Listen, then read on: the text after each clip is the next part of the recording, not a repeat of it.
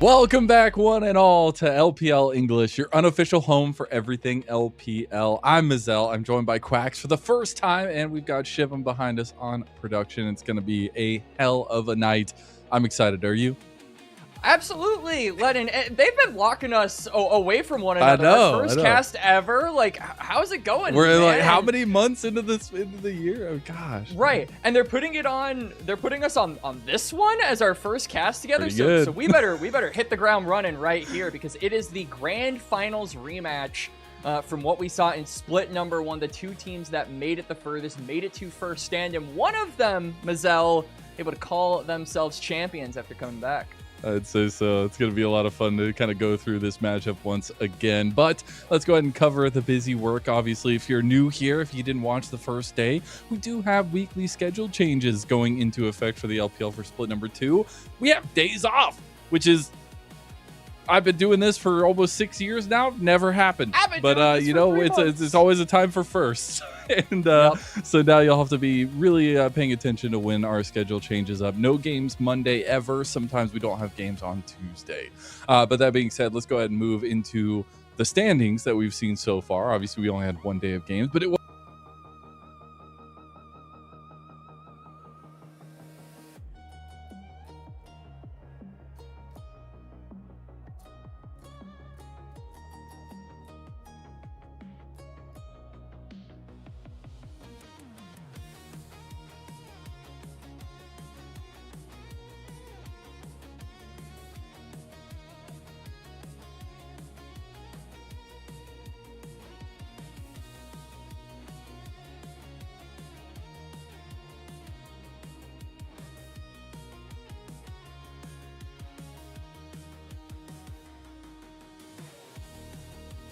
first stand and now, but the rest of the teams have mostly gotten upgrades. There's been a lot of roster changes. We saw some of those with Top Esports and IG and their face-off yesterday, and I do think that the overall level has increased around the 2 to 6 mark, where it's really anyone's game who gets to claim those spots. we got the big dogs back, and some of them left. But we can talk about that later on into the split and later on into today. But let's go ahead and take a look at the track record between these two teams who played so damn much in split number 1 against each other. JDG were one of the only teams to be taking games, let alone series, off of BLG in the regular season. But when it mattered most, BLG brought it home every single time. And I love how we can see, like it swings like a pendulum. First, it's like JDG are 2-0, then like 2-1, then like 3-2 or 2-3, 1-3, 0-3. So if we follow the pattern, Lennon, it'll be a BLG win, but it'll be 2-1. And then as we slowly get further and further to these guys meeting again, it'll go all the way back, just back and forth, like over and over again. It would be perfect. I'm here for it. And I'm also here for the double round robin, because we get to see these two teams face off again. Because if this was the only matchup we got to see against them, I would be very sad. And luckily it is not. But let's go ahead and talk about these teams a little bit more as well, because I think when we look at this JDG squad, you obviously have all the accolades, all the things that went right for them in split number 1, but just falling short multiple times to BLG, you know, that's going to sting. So Tabe probably putting them hard to work in the offseason to fix their issues and try to come into split number 2 shiny. And a hot contested debate, I think, between BLG and a lot of people who have had discussions about this team relative to the results they've had against BLG, like we just saw in the last graphic, has this been a JDG kind of regressing over the course of the split, or has this been a BLG progressing over the course of the split? And I do think that it's probably the latter. JDG have continued to, I think, look really, really strong. I think that their team play has been really good. The macro department might not be around the same level as BLG. I think the biggest concern for people with BLG going into the year was, how do these guys handle being a team outside of the laning phase when you actually have to put your brain to work? What can they be capable of? And I think that they have slowly but surely exercised that ability to get better at the late game macro. JDG were kind of really good at that right from the start, hence why they were able to take some of those initial series against BLG. But now they're getting challenged in those late game team fights, and I just feel like if they can get a little boost in there, they can start really putting up gloves with BLG once again. But you know what'll boost you is being able to get solo kills, and Honkyu knows of that very well. Doing my research, obviously went back and forth. Knight had a lot of solo kills back, but we're just going to focus on Honkyu here because there were multiple times that Honkyu was able to find solo bolos against one of the best that the LPL has to offer, and it just goes to show you that this guy has hands. There's reasons why he was so sought after that year on CFO, and that he's already made a massive splash into the LPL mid pool, which is not an easy pool to get into. No. And it's been incredible to watch his growth and him solo killing Knight. And you already kind of touched on it, but like first split into the LPL, already getting solo bolos on Knight, like mid laners who have been in the scene 4 times that long, probably even more. That was just a ballpark number. This one, can't really even say that they are able to get solo bolos on Knight. So I think that Honkyu has had a really impressive 2026 so far, and like you said, it was because of that really good year on CFO that he has now landed his spot in the LPL. Yeah. So the solo lane's obviously going to be a really big thing to focus on, not just the mid lane in the Knight versus Honkyu discussion, but also the Xiaoshu and the Bin discussion as well. Yeah, and Xiaoshu deserves a spotlight. Obviously got a third team All-Pro. It's not just the CFO guys coming in and making a big difference. It is Xiaoshu also finding his feet against an LPL that is tough in the top lane. Maybe not so much specifically against Bin, but he has been a kind of shining star for JDG. Kind of similar to what we said about Honkyu and Knight, where Honkyu is able to get the better of Knight, despite Knight probably being like the better mid laner overall. I think a lot of people would say, at least as pertains to the winter split. I think the reciprocal is kind of true here, where Bin has really been just the guy when it comes to being able to deal with Xiaoshu. But every other top laner, I think Xiaoshu has done an amazing job at being able to match up against. This has been a really impressive year from him so far. Similar to Honkyu, I think a lot of people look at his Renekton and kind of think that this is maybe the best Renekton player in the world, full stop. And I am potentially inclined to agree. I think that there have just been some champions where he's really proficient on them, really has a good eye for flank angles as well, which champions like Renekton can reward. And these can be some of the routes that JDG can try to take in order to, like we keep saying, match up once again competitively against BLG. Yeah. Because there's some big dogs on the other side, and those big dogs start with a big old BLG, as we're going to take a look at that roster here, and obviously a lot of things to congratulate them on. We'll get to that here in just a second, but this is a run back, just like JDG, in a run back that should shake the LPL down here if we're looking at progression from that split number 1. Yeah, the big focus has to obviously be on the top side here. A lot of people will look at this team and think that Knight is the shining star. He's the hero. He's the savior. This is the LPL GOAT right here. But Bin and Shun just had such good international showings that now I think everyone who watches this team, they're not just looking at the mid lane, they're looking at this entire top side, and for good reason. These guys, I think, have not only shown that they can be the best in their role in the world, but also have kind of redefined what it means to play around those roles and what it means to actually have a meta in the Big 26. Because Shun in particular, as the jungler myself, I've been seeing a lot more junglers looking privy to invades, Mazel. No more double full clearing into coin flip the scuttle. And we have to give flowers where flowers are due. We finally were able to achieve international success and found ourselves a title as the LPL for the first time since 2023. So thank you, BLG, first and foremost, personally for me. Why couldn't it come a couple years sooner? Who knows? But all that matters is we won now, and it's something that we should all take pride in. Because yes, BLG did the business, but it is our region that we all love that brought home the title. And we won't talk about who was third place or anything. That being said, I think there's some more things that we really want to focus on for BLG. You already kind of mentioned it, some of the conversations around those solo lanes specifically.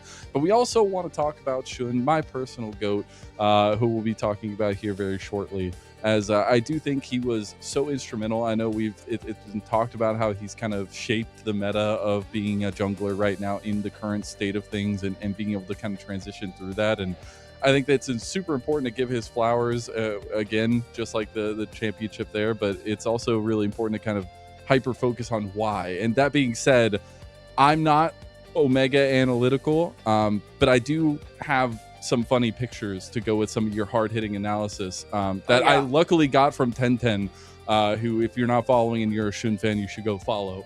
But, you know, I'll give my part of things, and you kind of give the people what they want.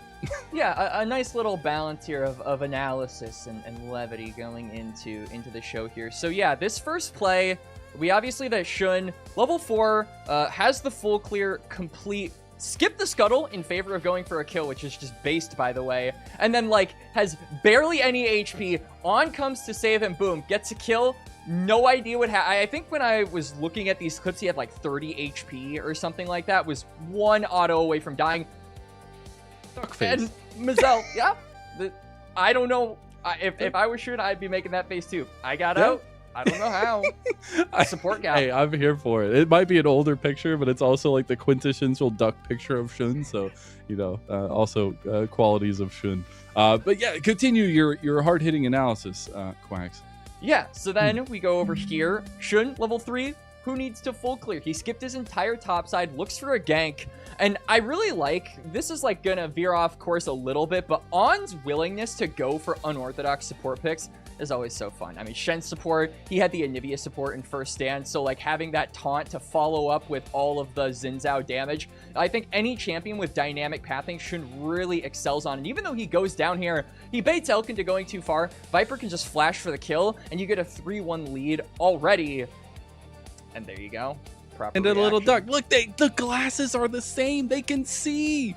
It's crazy. I can also see that Shun is a pretty damn good jungler. I love that you mentioned at least some of that kind of pathing prowess and things like that. Is really interesting. But continue, Professor Quacks. You have one more piece? Yes, I do. And this comes from First Stand Grand Finals, Lennon, which I have to say, I love that Shun figured out against Mundo. Just be up or in his face the entire time. Don't let this guy do it. Like, Mundo does not go where he pleases. Letting a Mundo free farm is the most illegal thing now, and I hope every team, whenever you see this pick, just invade him permanently, and this is what it gets you. Yeah. It's pretty good trade-off. I'm not gonna lie. Trade offer, I'll take this all day. The smile that could light 1,000 light bulbs. I feel like the guy was able to finally get that international, and that's got to feel really good. But thank you for at least breaking down the logical steps ahead of the emotional steps that I'm bringing to the table. Yeah, jungle gap. That's all that really matters. But that being said, we should be getting closer and closer to the first game for both of these teams and kind of bringing back some of those earlier points. The fact that JDG in the regular season of Split number 1 were handling BLG in a lot of ways. I'm very, very curious at what we get tonight, especially just a few weeks removed from First Stand, from traveling all the way back from Brazil, which takes a long time to get to China, by the way, and to see what these teams have been working on, what Tabe has been cooking in the lab, and trying to figure out how to overcome this BLG team as we get to the intro. Yeah, and Lennon, I don't know about you, but during this break, as we've seen the other regions kind of start up, I've been seeing a lot of rocket belts in the mid lane. There's a lot of rocket belts. A lot of people like rocket belt because of a certain mid laner on Gen G. Guys, he didn't even make it to finals. Why are we copying him? Like, what? Copy Knight. Okay, he won. Just buy Magi's on every champion. That's how you do exactly. Yeah. Well, I love that we're getting a little bit of a taste of that First Stand stuff. I obviously got to do it up whenever you get these matchups again. You know, the finals rematch, obviously from the domestic, but being able to see them face off against each other at the international as well. Look at that crowd. It is packed for this slugfest of a matchup. And they're going straight through the crowd there to get to stage. And I guess while we're waiting for the teams to get ready, while we're waiting for game one to kind of, you know, cook itself up, we can take a little bit of a look, Mazel, at some of the, I guess, the most recent domestic matchup that these teams had to go against, the grand finals, most notably, which was just a few weeks ago, if you can believe that. I think one of the biggest things that separated BLG and JDG in that series, that 3-1 victory for BLG to be able to win in the winter split, was definitely their proactivity around the map. This is a team who, if you give them a finger, they'll take the whole arm. You give them an inch, they'll take the entire mile. I think that they're so good at being able to grab one lead and really extend it to its limit. And so I think this early game has been the big part for them, right? You look at this top side, we've been highlighting Bin, Shun, and Knight as the big dogs on BLG, the guys to look at, and their early games are always really good, particularly Shun, like we said, with the dynamic pathing, is always able to usually get something for his team, and this usually leads them to coming out with an objective lead most of the time, and then being able to draw that pressure on the map to make cross maps if it doesn't look comfortable, or to just force fights, which they're really good at taking. These guys, Mazel, we talk about the macro, but these guys at their core, they're just 5 boys with hands. Like, these hands are rated E for everyone. They cannot be matched by most other teams in the world. And so when it comes down to raw mechanics, I feel like BLG have just shown themselves to be better. Yeah, it's been really cool. But that's one of the things that worked out for JDG, was them finding those earlier game successes, the combinations early to make BLG a little bit off kilter. And you know, BLG didn't have the greatest stats when trying to come back from behind at last split. So maybe continuing to kind of barrel down that direction for JDG could be the way. I'm still just flabbergasted at how full the matchup is, how full the stadium is. Those gyos are going to be incredibly loud. I cannot wait. I got jump scared by the ones yesterday because I think they finally fixed the mics. So we'll see if we get some good ones today. That being said, looking at draft stuff, we talked a little bit about the teams themselves, but looking holistically at draft across the world, is there anything that you're really looking out for today to maybe change things up, or maybe start aligning us with the meta some more? Yeah, I mean, I think that although we haven't really been able to talk about the players that'll be populating the lane too much so far when it comes to both of these teams, the bot lane meta and the duo of AD carry and support just being picked on 1-2 has been really heavily prioritized in the spring split so far. I think that a lot of teams have been really big fans of Ezreal. You've kind of got like 4 dominating bot lane combos so far, which is like the Yunara Lulu, you've got the Corki Nami, you've got the Ezreal Karma, and then you've got the Ashe Seraphine. These 4 are like, you're playing a game of chess with them most of the time, just trying to pick and choose, deny the pairings. And then on the other hand, you've got things like the Ambessa, the Rumble in top lane, and then of course the Knock Wave combo of mid jungle is also a threat. So just these confluences have been kind of the name of the game, which is why I think a lot of teams have been opting to go for not first pick on first selection, because you can just instantly snag up those 2 champions that can be paired up with one another right out of the gate. Well, we're getting into it now. Draft is kicking off here. We do have BLG with that first pick. We'll see what they want to go with there. Really interesting. I was going to say, if you let Shun get Pantheon, that's probably a bad idea. JDG agreed, and they're going to ban that one away for game number 1 at least. We do get some respect thrown to what the bot lane duos have been looking like. I know Ashe has kind of risen in priority there as well. We do get the Karma Ashe ban from BLG. Yep, and then you could see JDG, like you said, with the Pantheon ban, probably just going to try and focus down a lot of these really proactive junglers for Shun and just make sure that he isn't on some of his comfort picks. I wouldn't be surprised if maybe they pivot this over for their last ban to maybe target something as relates to the bot lane, but it seems like BLG kind of have that covered. The Karma ban, the Ashe ban, wouldn't be surprised if we see something like a Nami potentially thrown down here as well, just to deny another enchanter from Vampire, which has kind of been his style for the entire year. I think that Vampire has really made a name for himself, being able to play a lot of these enchanter champions and back up his backline. I do appreciate the Rumble ban as well over to Xiaoshu. He was able to have a little bit of fun on that one as well. But I do wonder if it is just going to be 3 jungle bans here to start off from JDG. I've been like Varus. Yeah, could be Varus. We have seen that still such high priority. It's going to be the Nocturne. So 3 jungle bans towards Sun. Gotta respect the GOAT, bro. Yep. So My BLG. GOAT. Yeah, well, I mean, he's rising up in GOAT status He's for me getting there, too, he's personally, Mazel. You know, I'm new to the LPL, so like I got to take time. Well, let me indoctrinate you, all right? All right. This will be another series of like your case build up to throw in there. Yes. But yeah, we see BLG are like, all right, they're just really not a big fan of Yashun, but we are a massive fan of you, so we're going to give you your first pick. Psych! It's going to be an Orianna instead. Why would you do my boy like that? You got baited. Well, it's not going to be with the Nocturne, that's for sure. We'll see what they want to go with here. If Junza is going to get his prio here as well. The Zinzao was hovered over by BLG, but will be taken by Junza and JDG. That Varus was already picked up as well there, so that'll be a nice little damage combo that they have set up for themselves.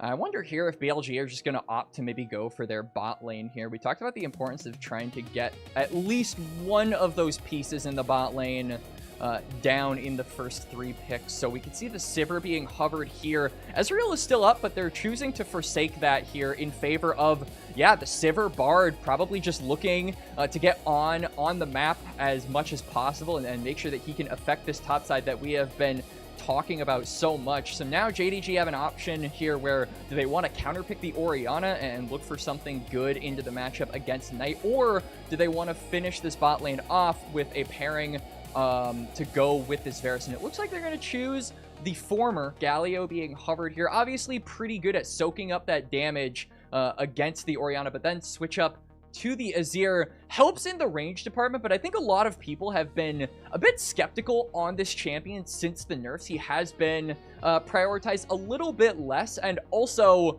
a lot of people have been building Rocket Belt on this champion, Mazel, and I'm gonna be honest with you, I hate Rocket Belt on this character. Well, hey, we'll see if you are righteous or if they win with it. Then I guess the argument kind of goes down. We'll see. But yeah, I find it really interesting. The Bard for On, always a fun one. Watch that guy win a domestic championship, going 0-9 on that. Feels good. That's always going to be in my memory.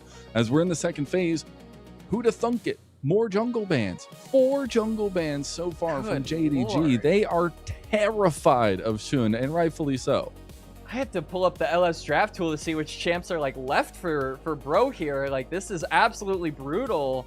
Shun is really getting targeted down here. No top lane bans either, I think, is really interesting, because normally, you know, we talked about the difficulties that Xiaoshu in particular has been having up against Bin in the matchups. I think that he has really struggled in that 1v1. So it's kind of surprising to me that they don't give any attention over to top lane, and it's 5 jungle bans from JDG. Tabe, what are you cooking, my guy? How much do you hate this guy? Dude, Tom is like, shit, man. I don't want to do that. I'm good. We need to get this guy on something different. Get the Kindred out. All right. My God, that is incredible. But it shows the level of respect that JDG has for Shun. Incredible stuff to see that kind of hyper focus from JDG. It is the Renekton ban finally from BLG, and we'll see what JDG want to go with here. Obviously, we'll still have 5th pick counter pick.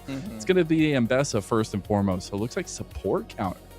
Yeah, Ambessa really good in a vacuum. Doesn't have like a lot of premier counter picks. I think that Jax is actually a pretty good matchup into the Ambessa, being able to outscale it and also deny the energy from being able to reset when you get those auto attacks off. Counter-Strike is really good in that regard. But the big question, what is Shun going to be going for here? You got 5 bans levied against you. I think Skarner is probably your best bet here, just to set up for the damage dealers to actually operate in this game. So yeah, I'm totally down for this lock-in. I don't actually think there are a lot of great options left, if I'm being honest with you.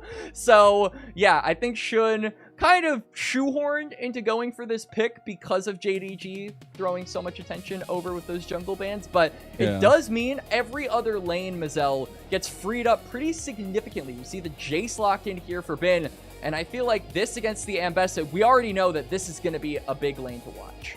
Yeah, and Skarner has seen a little bit of a rise, at least, in got what buffed. it does on the map. Got some buffs, not too bad. The Jace is going to be an interesting one as well. We'll see how Ben can pilot that one in the top lane against the Ambessa. But now is the all-important pick for JDG. What do they want to get in that bot lane to try to counter up that 2v2? It's going to be the Nico for the engage of Vampire.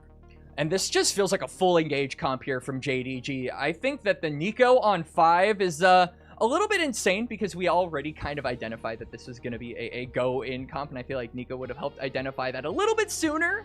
But this does definitely point to JDG wanting to go forward. This is a comp that very much so wants to accelerate the game pace, and I think that the big kind of linchpin in order to do that is going to be Junja on the Xin Zhao. We talked about the dynamic pathing of this character being able to cut through a lot of those full clears and just look for any aggressive opportunity. Junja has been known to do this. He has been a player who I think adopts the style that Shun really put forward in a lot of the series that we have been seeing from him lately, which is that you don't always necessarily need to full clear, but he hasn't been able to unlock it nearly to the level of Shun. So I think that this will be a good game to find out whether or not my man's has got the sauce and whether or not he's able to accelerate some of these lanes forward, because once the team fight goes around, those 5v5s, if you're behind, you're not going to really be able to run away. Like, you're going to have to go forward, and that means you got to get ahead early.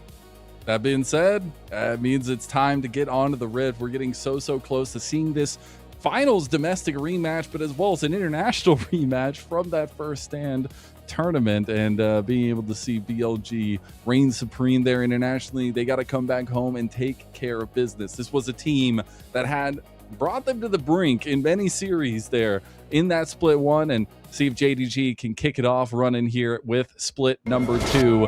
It's JDG versus BLG, the match everybody's been waiting for all week, and we're getting to it now.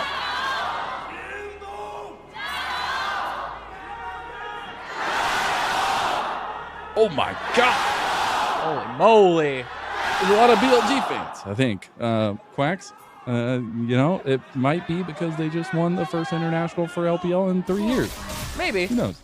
That probably has a factor into it, but also I think a lot of teams are going to be looking at BLG. Not only have they, I think, set the standard for LPL domestically, where every other team in Ascend is going to be looking at their level as a bar to surpass in order to try and kind of take that crown from them, get to an international alongside them, but also every team internationally is going to be looking at these guys because they have raised kind of the standard, the bar of what it means to be the champion. These guys won the international. You have to be better than them if you want to take their place. So all the eyes, not just in the LPL, but around the world, are on this squad here. Kicking it off strong. We have the double Arcane Comet bot lane. I'd love to see it. Very poke-centric for JDG here in the laning phase itself.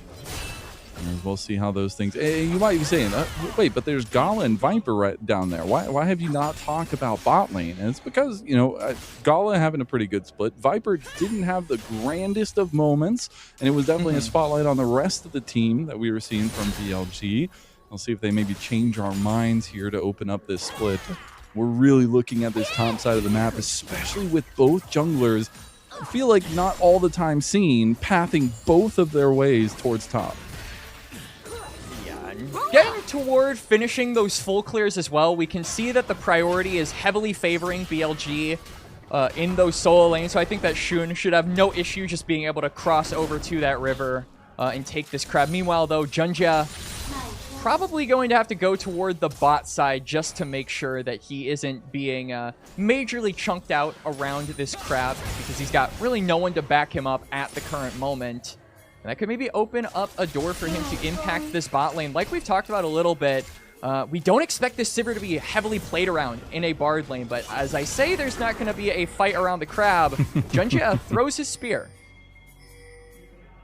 Very close to getting some early action here already on a roam as well, trying to get as much influence on the map as possible. And that has been such a big thing in every series these teams have faced off on is how much control is given early. We're going to see BLG try to make a dive here in the top side against Xiaosu. We've seen this time and time again, but this time it's Skarner, so very tanky here. They can't get very good damage down. The dive is a little bit flubbed there. Yeah, it's a little bit difficult to dive the Ambessa just with all of her mobility, not to mention Xiaoshu having flash. And when you're going things like a Skarner, you're going to be a tank. You're not going to really be a damage dealer. So I think that it's definitely wiser for BLG to back off here. Luckily, it doesn't cost Shun a lot. He's still going to be able to make his way down toward the bot side, though. Junjia will have a slight tempo advantage over the Skarner. We'll have to see if he can make use of that anytime soon, or if Shun can find a gank before then to circumvent that. We'll have to be checking in on kind of those next paths for the junglers, see if they want to take any wild routes or if it's just going to be stock standard, as we did end up seeing the Summoner spell heal burned from Vampire there to get away from a potential engage from Viper and On. And they will keep presence down there in that bot side, at least for a little bit. But they canceled the backs. No! Oh, that feels bad. The Ricochet doing some work there from Viper. Going to keep them in lane. We'll see, actually. It looks like Vampire is going to fully take that back, leave Gala here. But influence from these supports is going to be extremely important here. You look at it a little bit differently from both sides. On is just going to be a nuisance. Is going to be there to kind of light the way for Shun in a lot of cases. Whereas Vampire is going to be looking for those engages for JDG. We can see Vampire as well is looking to impact the mid lane here because Honkyu is low on health, low on mana, and even though Gala was forced to say, you know that Viper and On are going to reset as Junjia has found Shun. Junjia does win the skirmish here earlier on. It's going to be the multi-engage here from the mid lane, though. Vampire is here, but On is joined. Honkyu went goes in on the Knight, but I don't know if he wanted to do that necessarily. Big shockwave coming through on the Vampire, but not enough damage there. Shun says, where is my damage? It's right here at the tip of my claw, as it's going to be On that flashes for the kill there at first blood for BLG. And all the while, when we were focusing on the 2v2, I mean, Shun was just like pincering and clawing through Junjia on this Skarner. I mean, no damage, tank be damned. My man was chunking him out, and then On with the flash, last couple of autos, manages to secure that first blood. Not necessarily where you would like the gold to be allocated if you are BLG, but hey, I won't complain if I'm getting first blood. True. On actually was having an incredible split in split number 1, and I know his Bard is decently feared, obviously with some fluctuations there, but this right here is just a nasty play. I think Honkyu definitely didn't want to kick that one off necessarily. Yeah, and I mean, we're focusing on Vampire. We're thinking he'll be the one to be focused on, but then Shun slams Junjia into a wall. He's forced to try and flash away. On does a follow-up and manages to secure that one. So our eyes were in the wrong place, Mazel. Now Dragon has spawned in BLG with a slight lead. You can see just how much control they have over that river now. Dude, On is just dicing him up here. Look at these moves, man. He's dodging out of everything. I'm Varus, fear me. Back. Yeah, there you go. Vampire trying to figure out which one of his teammates On is scared of there. As Knight hovering nearby, but this is the presence that On can have on the map on his Bard to just keep JDG having to answer questions while Shun just continues to farm. And On is just jailing Vampire here all the while. I mean, Vampire is helping to keep a push in this lane. Dodges the chains of corruption there. Good movement by Viper. And like we said, that Dragon is still up. Level 6 Hictor for Shun, and Knight as well also has his ult, but they're actually not going to be going for that objective. Instead, opting to continue trying to accelerate their individual pieces before fully committing to a team fight. We will have the Grubby Tubbies coming to town here in just a little bit, and I do expect that to be a primary focus here, potentially with the end of the clears coming up this way. As it's going to be JDG to go for a play on the Knight. He does have Shun right around the corner. Vampire's here as well, so will rebuff BLG from any type of engage. Shun should be fine here.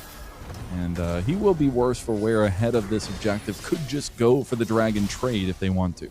Yeah, but like you said, it was the shuffle used by Honkyu, and these grubs are coming up in just a couple of seconds, so that's an ultimate down for JDG. I'm wondering now, with the redeploy on the map here by On, we can see the Bard moving up. They'll have ult advantages if they can maybe try and contest for these grubs, knowing that there is no shuffle available for Honkyu. Smooth criminal here. Junja going for the Krugs is successful in stealing those away from Shun, who will end up getting his red buff here. And we are seeing the start of the Grubs on going for a play on a Honku. Does not hit. And that will be JDG moving down from the Grubs. Looks like they're going to continue fishing for this one here, as they do have first move from Ben if they want to. Looks like they might just give it, though. Yep. And they didn't go for that cross map that you mentioned was a possibility earlier, Mazel. So it'll just be Grubs for free, and nothing really available here for BLG. They can try and set up a zone around this bot side when Knight gets on that redeploy and can maybe shove in this wave. Then they can go for a dragon. But I say that, and I believe immediately Shun just started up that objective. So I'll eat my words. He is, and he might actually have a good amount of time here, because Junja is going to start clearing up his side of things, and he won't be anywhere nearby, as that will be dragon number 1. An Infernal Dragon, pretty worth there for BLG, with a small little lead in this earlier part of the game. But now that we are kind of all here almost, at least with the supports almost having their level 6s, let's talk about those compositional strengths that both are bringing to the table here when we start getting these inevitable team fights that are coming our way, Quack. We were talking about the importance of Honku having that shuffle if there was a team fight to be had, but also not to mention Vampire didn't have ult, so I think that those are really the two central go buttons, especially before Xiaoshu on the Zambesa is able to be unlocked. You have multiple ways to start up a fight as JDG, but you have to be very mindful of those cooldowns. Because if you don't have them, BLG, I think, have the superior poke with things like the Sivir and the Jace, not to mention just now getting that Infernal Soul means that that's going to hurt a little bit more. So they have to be the guys willing to pull the trigger. And if they're not, I think BLG can just slowly whittle them down. And then, who knows, maybe a Shun or a Knight can throw down to start up a fight. And with the health bars already chunked, they'll be able to win it for certain. I'm starting to get a little worried about that top lane. Obviously, you saw the trade there. Ben definitely more heavy-handed than Xiaoshu. And it was a situation where they picked Vampire's Nico on the last pick. You wonder what could have been if maybe Xiaoshu had gotten that counter pick, but will it matter in the end? I guess we won't ever know, as that top lane is going to be something we have to focus on later on, because Ben can really start to do some damage in the side lanes. Yeah. Ben, Serpent's Fang first item, by the way. I like that. Just to spite Xiaoshu on the Ambessa, really. Who is going to pick up a first item for himself, but we've been talking a little bit about what recent series have entailed when looking at these two teams and the matchups that they've had, and really, I think that BLG, good dodge there by Honku, a big strategy of theirs has been to try and just bully Xiaoshu. Like, we said that Ben in a vacuum is able to get the better of Xiaoshu in the matchup, but BLG have definitely had this strategy where they say, hey, let's just all go to the top lane. And speaking of all going to the top lane, JDG are pinging on the way to try and get Ben. Vampire is in the minion wave. Does Ben know? I think he does.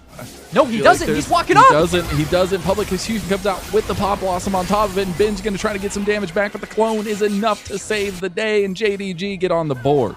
But we can see a cross map here by BLG. I mean, Viper is getting plenty of plates. All of JDG over-indexed into that top side. Now it's just a race. I think both teams are going to be sprinting to try and get this first turret gold.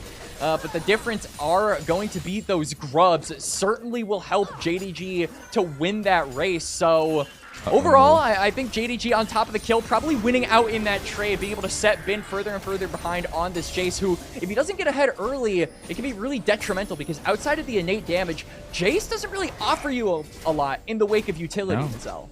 Very true, and he went very specific with that Serpent's Fang build first as well. You can see Viper just trying his damnedest to get this turret, but it is not going down easily. Shun was able to clear away a little bit of Junja's camps there, so have a small little advantage in the jungle. We do see as well that quests are coming up completed very soon, and we have about a minute and a half till another dragon. Still, does that mean that we're going to see BLG really focus on that bot side of the map to try to get this stacking going? Not really sure about BLG just yet, but I can definitely say that JDG are paying a little bit more attention toward that bot side, with the role swap or lane swap rather, is in the bush, maybe looking to interrupt Honku, but Honku cancels his back, so it's very dangerous for him to stay here, but not if his jungler is in the area. On just being a cheeky devil on the Bard, which is exactly what you should do. We do have first items completed across the board here pretty much. Even On having his first completed item now with that locket, since he got that early kill. Does that make a difference in some of these fights here coming through? Especially, I'm sure we're going to get some more 5-on-5. Yeah, I mean, Essence Reaver for the Sivir is pretty big. So I am definitely going to say I think BLG having these first items is going to be a really big deal. I wonder how the Serpent's Fang is going to impact the fight at large if Bin decides to join up. Doesn't look like he's going to. He is, after all, heading toward that top side. So if things get really bad, maybe BLG can stall out until he gets that teleport back up. It is almost off the cooldown after all. But the other big thing, Knight getting that turret, more gold into the Orianna, who already has the Ludens on top of the upgraded boot. So it just feels like BLG are better suited to fight for this dragon if it actually does come down to a scrap. Not to mention On, just again and again in this bot side, constantly fishing for these picks and fishing for any kind of damage on top of that. Yeah. And I will say just a little thing for JDG, they have so much vision around the top side, man. Multiple control wards up there. Yeah. But another thing that this kind of style from On is doing is just constantly pressing buttons. You have to put some mental capacity towards answering On, or he's just going to get away with some deep wards. He's going to get away with information that is so crucial for BLG. And the entire time, BLG is still executing their game plan behind what he's doing. As you see, another dragon does fall. And now maybe all of that topside vision will help JDG out as the next objective, that being the Rift Herald spawning in just a couple of seconds here. If JDG can get this and knock down a tier 1 structure, I think this will really help them to start looking competitive around these future dragons, because not only can you wait until the next dragon comes up to drop pressure potentially toward the bot side river, but also you knock down a turret and that space you as JDG are going to be able to take. So I think that this Herald is actually really important for them to capture if they want to have better angles going forward around these future bot side dragons. Does look like everybody's coming up here for this tussle. JDG going to be first in front of the Rift Herald, but BLG closely behind, with Shun coming out of his jungle now. It looks a very hesitant play from JDG. They'll move away from the Rift Herald and save that fight for another time. We can see that the wave for BLG pushed in mid, so they're fishing for picks. On is looking around. Wind Become Lightning does tag him, but just going to walk on away. I'm really paying attention to the ebb and flow of these waves, because every single time BLG get pushed, you can see they're just moving up to the river to try and capture some more vision and deny vision from JDG. Shun's just in the back of the pit here. They do have TP coming from Knight. He will initiate that one. Rift Herald down to about half health. Vampire missing another Tangle Barb. There goes the Tempered Fate here. It does connect, but they can't follow it through. Shun wants to go for the objective, and he gets the smite right over Junja. His smite is stronger, and Junja will go down. What an incredible execution from BLG. And then Shun as well, also landing the ultimate onto Junjia, so they get to, steal the kill for themselves. On top of that, a beautiful steal, a beautiful 1-for-0. JDG, they had control of the zones, but it felt like they were all mispositioned up toward that top side. They were closer to the top lane, so when all of BLG just waltz in through the bot side closer to mid, they have no trouble getting into the pit, and they easily get to steal that objective. It just felt like the JDG members were in the right place, but they weren't actually around the right zone in said place. And Shun was just feeling himself there. I mean, he started that fight in the pit against their entire team, at least the advantage that they had in this fight, and now we see what happens. And look, they're all on this top side. They focus on Bin. That goes awry. No one is on this bot side. All of BLG just flood in, and Junji is left to the wolves. So he's the only casualty. It's still a decent case scenario for JDG, but they are slowly bleeding gold here, Mazel. As now around a 4,000 gold lead has materialized for BLG. Next Drake will be soul point for them as well, and with a Herald, that thing can definitely turn a bad situation to worse one.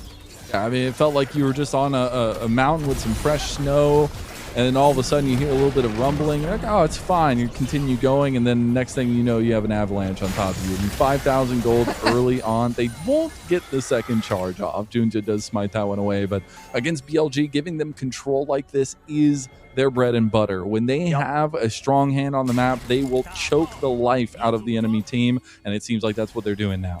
No vision for JDG, but they that's know a they're TP coming as well. Holy. And now Xiaoshu's got nowhere to go. That's going to be on. Oh, no. They both move out of the way, and it's just like part of the Red Seas there. And unfortunately, Xiaoshu will only see red as Viper gets his first influence into the game with his kill. At least he had the assist earlier, but it has been BLG favored all along as Honkyu tries to get a little bit of gold back on bot lane. Yeah, he'll get a couple of plates for his efforts. You can see that Knight is moving down toward the bot side. And now that we have both mid and bot lane tier 1s taken for BLG, they can really start to extend that vision line. We've already seen what On is capable of with this Bard when it comes to gathering information ahead of a fight. But there isn't a lot of time to gather that information. We're only 30 seconds away. There isn't a ton of vision for BLG, so they'll try and set up these waves, but they won't actually have a lot of really solid vision going into this fight, which means JDG can try and walk in and look competitive. They are 5,000 gold down, though, so I'm not sure the vision is the biggest factor at play here, to be honest. And it's just one of those creeping suspicions, you know. I mean, we have Dragon coming up. That's going to be an important moment. And that's where JDG can look back and like, darn, like we gave over those dragons to try to get other things, and it wasn't enough. And now they're put in a very tough position. We also have those second items coming through. I mean, Miramana's almost there for Bin as well. And you're going to have a lot of damage on BLG's side ahead of this fight. JDG want to try to stop the momentum. They don't have to, but it would be really nice to. Xiaoshu is cut off from the rest of the team. He does have teleport, but if BLG can find a snap engage, it's a temporary 4v5, and here comes Shun. Thinking about it, there's the Pop Blossom, does land on a couple, but Vampire's he's totally alone. Disconnected from JDG as a TP comes in from Xiaoshu, but he's again disconnected. You got to start looking at those telephone wires and make sure they are connected right now, because JDG have nothing in these fights. They will falter yet again. 4 for 0 in favor of BLG. Vampire is isolated. All of BLG collapse onto the Nico, and Shun is there on the Skarner to make sure that nobody can assist their support. Xiaoshu is too late on the teleport. That snap engage, like we said, comes through for BLG, and now Soul Point to be their reward, along with plates on the side lane tier 2s. Oh my god, dude. You look back on the map, you're like, oh, maybe JDG were getting something somewhere else. It's like, no, they were losing turrets in top and mid. They lost the objective. They 9,000 gold down. See if they can take down Ben. He's very strong. He's about to get his transformation in just 9 more stacks. Oh, teleport. They're going to double TP. Look at the portals, the Hextech portals. Ben has baited the entirety of JDG. All of BLG show up. The exhaust comes through there. Knight still has not fallen. Ben did, but they'll get a double kill for Knight. They'll get another grand slam for Shun as he takes them down. It's going to be Viper getting that kill over Junja, and they'll go straight back to the Baron. Amazing reaction there from BLG, and Knight in particular teleporting to the wave, taking the portal, surrounding JDG. And Bin does go down, but it is not in vain. They'll march on to the Baron, and there is no possibility for a contest. Maybe some turret plates and a tower for Xiaoshu, but at this point in the game, 22 minutes in, Mazel, that's a consolation prize at best. It is. It might be a pity prize at this point. 10,000 gold almost. 22 minutes in.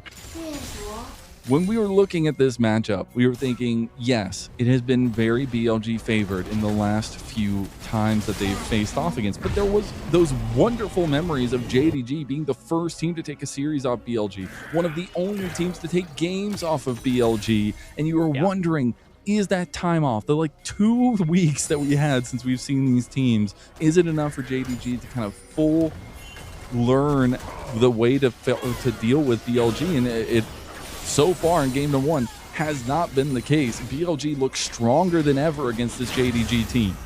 And frankly, I feel like BLG are the ones that stepped up, right?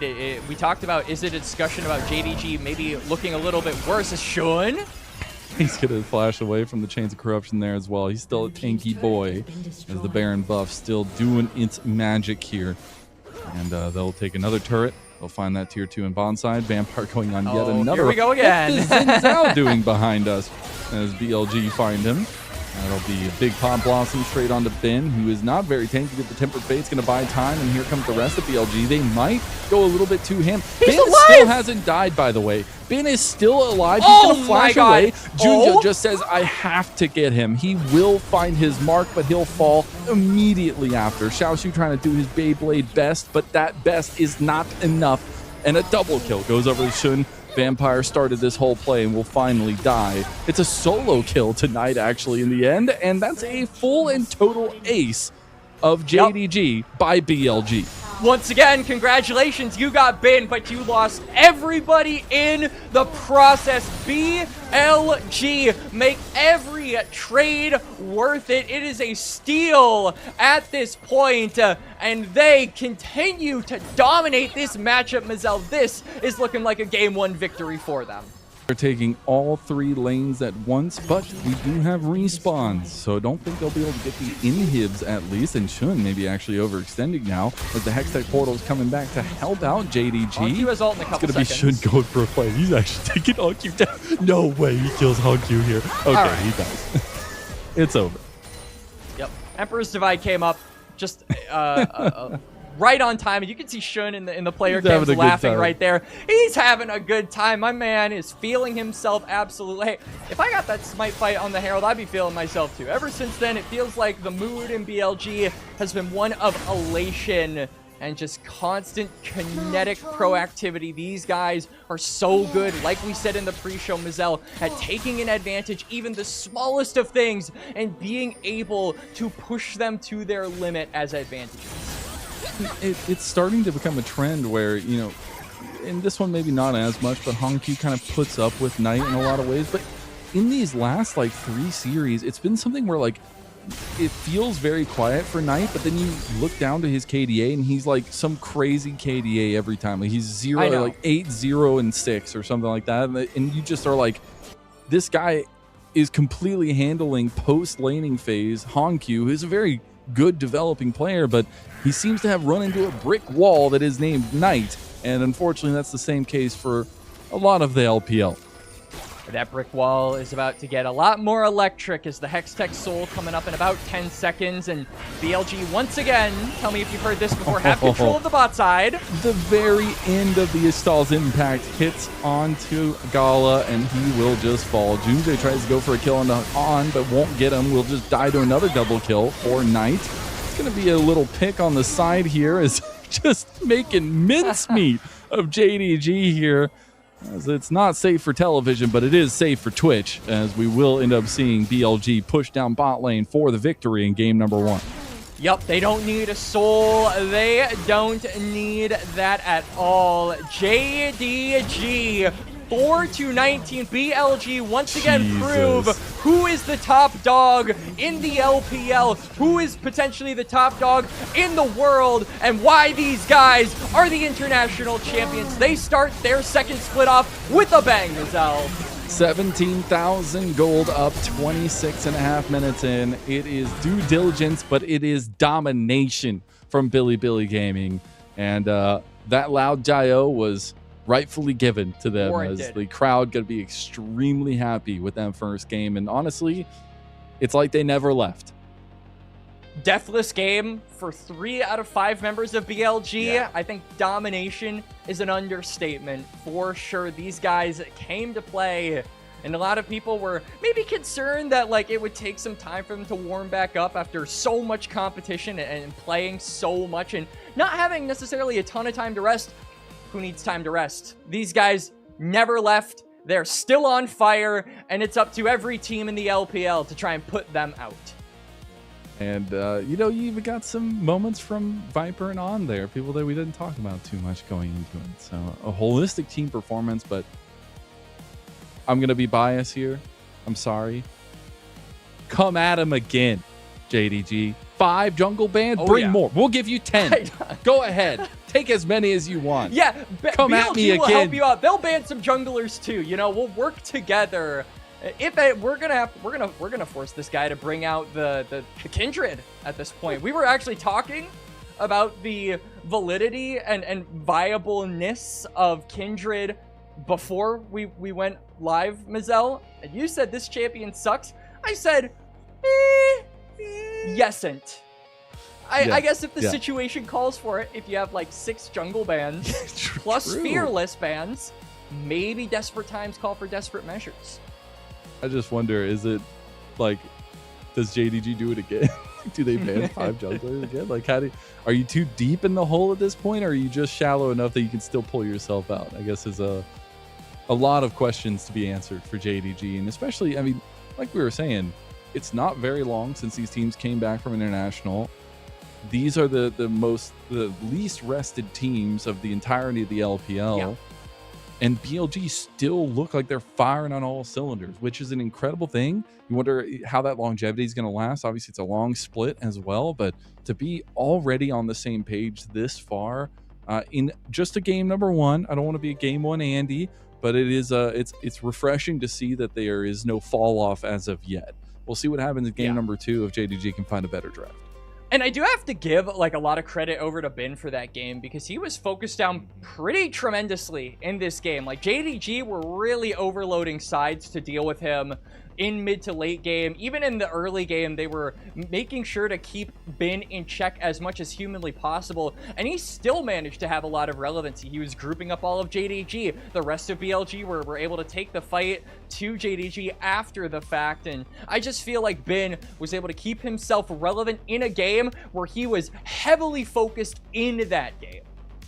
Yeah, at least you're wondering what the counter pick could have been. Again, I don't think it matters now that we've seen the culmination of game number 1. Xiaosu didn't really have much of an impact, and that's kind of been the tail of the tape against Bin.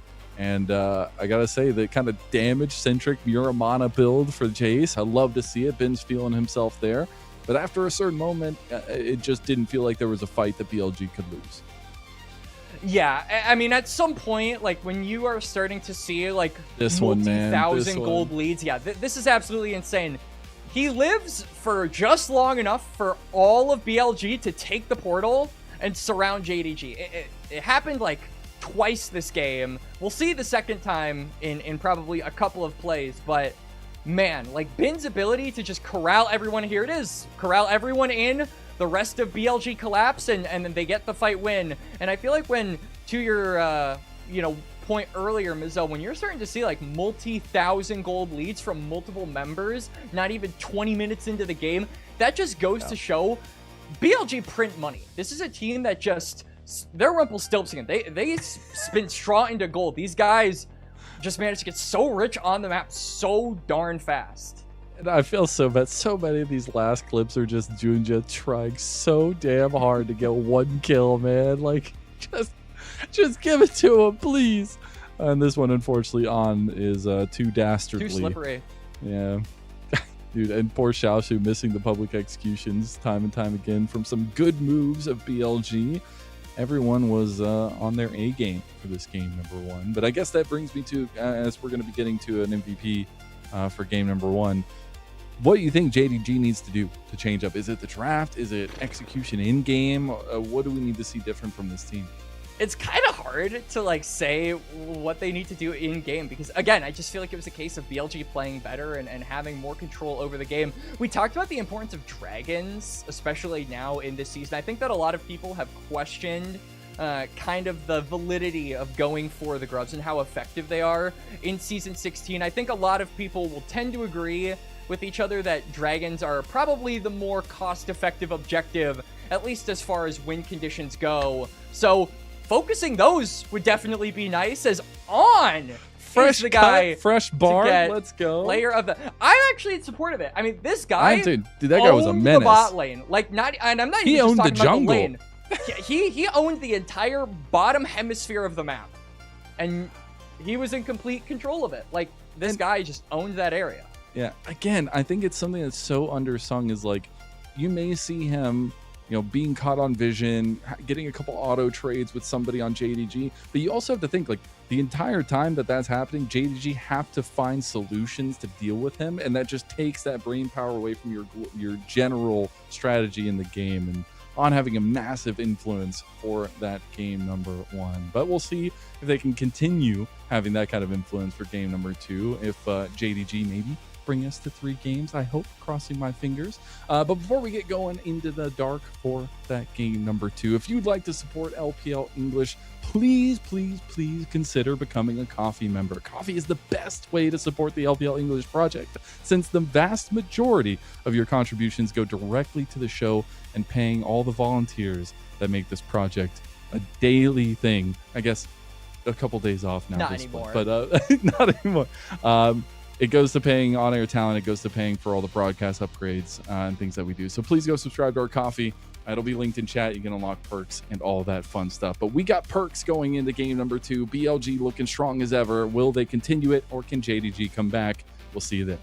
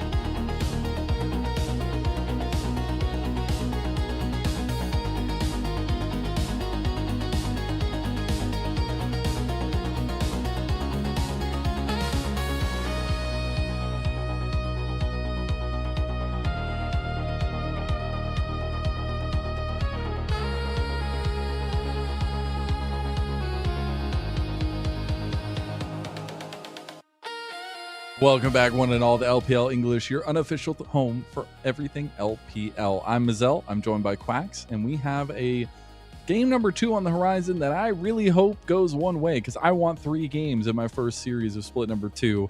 BLG smash down on JDG in game number 1, and we'll see if JDG can bounce back.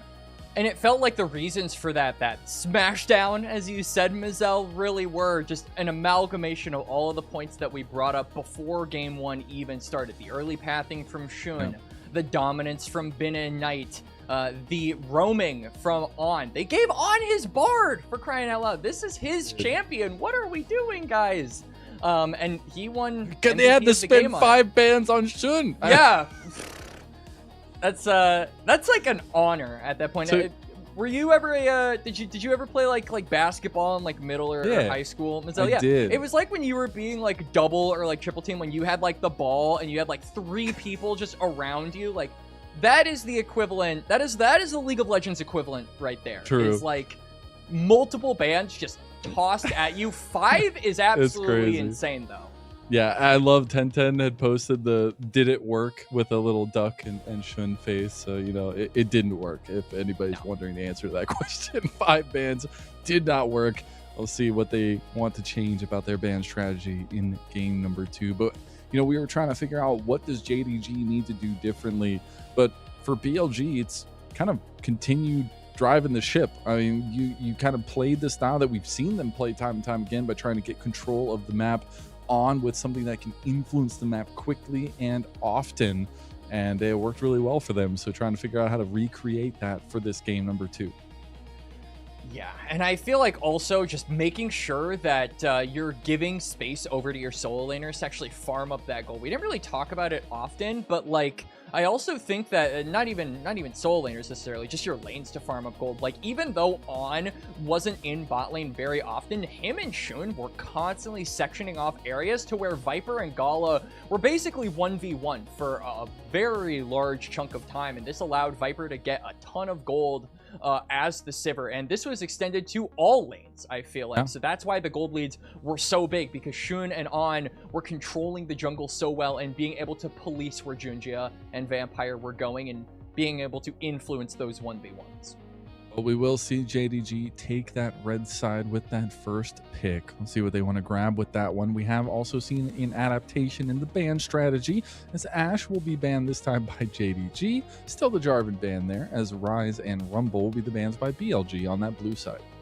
I wonder if we are going to see any Karma or Ezreal bans here either. We did talk about it a little bit before game number 1, but Ezreal Karma has been another one of those really big bot lane combos, Mazel, that teams have taken notice of and really put high priority on. So doesn't seem like we have any of those just yet, though. BLG still have a ban to spare, and for JDG, the bans a lot more spread out this time around. Yeah, definitely. Get that Galio ban in there as well. There will be the Vi ban from BLG. They know that Junjia does love that champion for setup with Hanq and trying to play those kinds of duos with the jungle mid synergies. Karma was banned away last game by BLG. Still open. First pick available for JDG. See if they want to lock it in. And if they do decide to go for the Karma here, I think the natural assumption for the side of BLG would to be steal away that Ezreal. But Ezreal, besides the Karma, I think another good pairing that he has is with the Nico and the Bard, and those two are fearless away. So I do think that Ezreal's pairings are a little bit wearing thin here, and that's why they're going to go for just a Tahm Kench slam immediately. A curveball coming in here from On, and the smiles and laughs from BLG after that lock-in. They are having a ball. Did they mispick? The trap disappeared. No way. Oh. Did they mess up? I think they did. But why not? No! Bring in the Tahm Kench. I want to see it. I want to see it That would have too. been such a weird combination. It is something that On loves to play. When it was viable, he was playing it a ton, but I'm going to guess that was the issue. I don't know if... I don't know. I feel like Tahm Kench doesn't do too well into the Karma. Draft when you made a mistake. We had LCS. We had Impact in the LCS play Aatrox with Guardian. Like, yeah, we did. Where is our competitive integrity, LPL? Like, what is this? Well, so that was I feel like maybe a little bit different. Wasn't that like an actual mistake where this could be like a client lock-in issue? Because we've had that a lot in LPL where like the client like doesn't save what you wanted to lock in and locks in what you had before, which you would think maybe that means you just shouldn't hover things. But yeah, I don't know. We'll see. Hopefully getting back into this one very quickly. The best part was that was just like instantly slammed. Like they were going to I was so ready go for a man. lock-in, and then it's Tom Kench of all things. And then they just immediately exit the draft. So, yeah, it's a draft mistake. It looks like it doesn't look like it is going to be the Tom Kench. But I guess, Mazel, while we are waiting for the draft to fire back up however long that is, what do we think is actually going to be the pairing with that Ezreal? Because we talked about the lack of available supports for him. This is really I got your Slayer answer. can maybe help us out. What do you got for me? I got your answer. You ready for it? I am. Anything that leaves Viper by himself. Because that's the state of ADCs right now. Easy. Yup. Lock in with a duo. You don't see that duo for 15 minutes. All good. It's fine. I'm not personally letting out my grievances. It's fine. It's fine. Yep. I'm not. Handshake, here we go. Yeah. I definitely didn't want some companionship in the bot lane. I wanted to do 1v1s. That's what, yeah. All right. We'll see. We'll see what they end up getting. Right. It's going to be the Pantheon. I said it before game number 1. Give Shun his Pantheon. I think it's a problem. He is going to get it. We'll see if it becomes a problem for JDG. Yup. And they banned the Jarvan instead. That's so interesting. Yeah, Jarvan also just generally I think has like a lot better pairings with other champions. Like the Rumble, even though it is banned, like there are just so many good pairings with the Jarvan. Like that Cataclysm can create so many hot pot combos. So we do see the Nocturne come in here as the counter pick. Nocturne definitely better in the dueling area compared to the Pantheon, so I do wonder if Junjia maybe pre-6 is going to look for any kind of cheeky invades against Shin, maybe use some of his own spells against him, if you will, pre-6. But here with the Karma paired up with the Caitlyn, it does mean that push is going to be pretty plentiful for JDG. This is a very long-range spot lane, and I'm wondering how BLG will respond. I mean, Seraphine is still up, isn't the greatest pairing with the Ezreal, but if your goal is to match poke for poke, I do think that that is definitely an option BLG could look to invest in, but it looks like they are going to leave that support, rain check that support pick for now, and instead give Bin the Gnar. I would imagine that a lot of the counter picks here are probably going to center around things potentially like the Aurora, I know is pretty good into the Gnar, and just trying to match any ranged champion with range of their own. Gnar jungle Pantheon support. It's not going to happen, but you know, it'd be hilarious. I know we've been, we've been talking a little bit about Gnar's rise in prio as well. I even had the Tatu tweet talking about it. It's spreading, but in the end, I think the Caitlyn here is really interesting, but it definitely signals JDG want to try to win back that early game that had so often been their namesake against BLG. In the second phase that we do get the Vayne ban here, see a little bit prio on Vayne recently, as we'll see what the Gnar counter JDG side wants to ban away. Any ranged champion is pretty decent into the Gnar, because not only does it allow you to deal with him in range form, but when he goes into melee form, you just have a field day. Like, I don't believe Mega Gnar gives you a ton of extra resistances. It only really gives you, like, I believe 300 health flat. So if you're able to play like ranged champions and dance around Mega a little bit, you can actually get a health advantage once he goes back into mini Gnar. So a lot of ranged top laners have been kind of the go-to answer for Gnar lately, and he's already going to have maybe a bit of a difficult time just given how much poke there is from the rest of JDG and what they have drafted up here so far. And the Kennen going to be taken away from Xiaoshu, one last gasp effort. The Mel, also a ban here towards BLG as they try to take that one away from Knight. Terrifying champion in all rights and regards. We'll see what they want to say for counterpick, though, as BLG are on the clock. They probably go for support here, given that mid has not been shown by JDG, and if you want to give Knight a good matchup, I think that is the answer. But yeah, Aurora is a champion that we talked about as maybe being a good counter to Gnar. This would be a good denial if Knight wanted to lock this in. Again, you wouldn't get the counter pick, but you would be stealing away a counter pick and giving Bin an easier time in that lane. So I actually like this to be honest, here from JDG. They don't have a lot of great answers left for the Gnar. I feel like the only decent one left is like the Jax or maybe the like Cassante if you just wanted to try and turtle the lane. Now this has been a combo that JDG has really liked, even in split number 1, is the Nocturne TF combination, so you can get the follow through with the yellow card. Love to see them going back to some comfort for themselves there, and so much engage right now for JDG. They really want to hammer home that that is the facet they're playing around.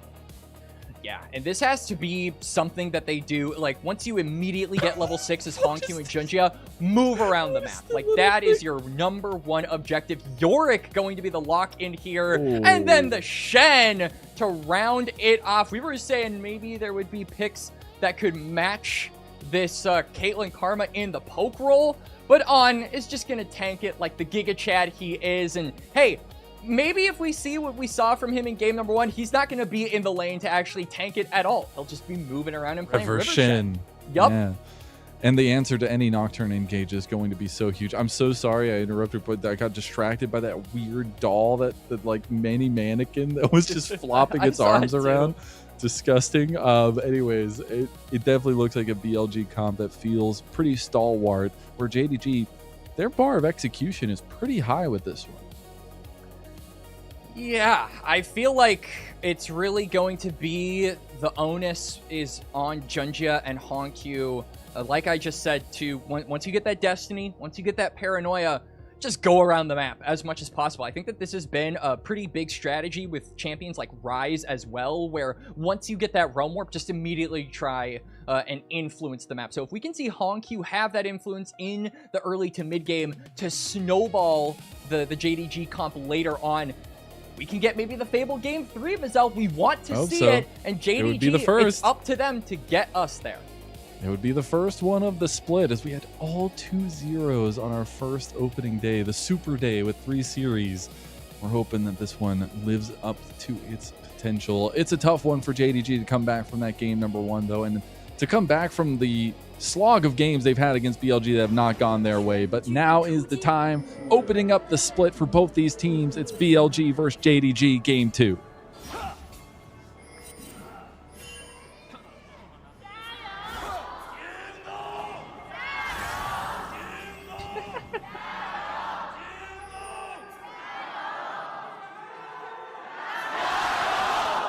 Jesus. Shout out to the Jingdong guy. You're a trooper out there, man. You're doing everybody's heart well. I thought like maybe the energy had fallen down, but my God. Nope. It only got stronger with the game 1 win, and it's like those memes where people would be like, "What sound does your gun make?" And JDG, I feel like, are at like the pew pew pew level, and then BLG, they're at the level. Yeah. Just I a like lot that more analysis. Yeah. bass to it right now, right? Yeah. Can we clip that? And I would like to add that to the soundboard. That's exactly how it feels, though. BLG have obviously gained a lot of fandom from their international win. First time in 3 years, by the way, for the LPL. And JDG, the energy has definitely fallen off after a tough game number 1. But we look at the map states here. It is going to be the opposite side pathing for both junglers this time around. A little bit more prio for JDG this time around as well. And I think those first paths might be important here, especially seeing who wants to get involved earlier on, even though we're kind of waiting on that level 6 for Doomsday. Yeah, I don't expect a lot of action to befell the Rift pre-level 6. I think we'll probably just be seeing relatively calm early games from both Junjia and Shun, because as we've mentioned multiple times, that level 6 really is going to be the marker that we're looking at for these two champions to make their impact on the map, knowing Junjia with the Paranoia and then Shun with that Grand Starfall. And not to mention, we said Hongqiu with the Destiny, but On's also got his ultimate as well. Like, we have 4 global ultimates in this game, 2 to initiate the fight and then 2 to basically respond and react to said initiation. So I think until then, it's probably going to be a relatively cordial map, which might give some openings over to JDG with the poke lane here of the Caitlyn Karma to get maybe a leg up in the gold department over BLG. Really trying to manifest Hankyu reenacting some of those solo kill moments against Knight here for JDG. Don't know if it's quite going to happen, but if you're a JDG fan, you're hoping.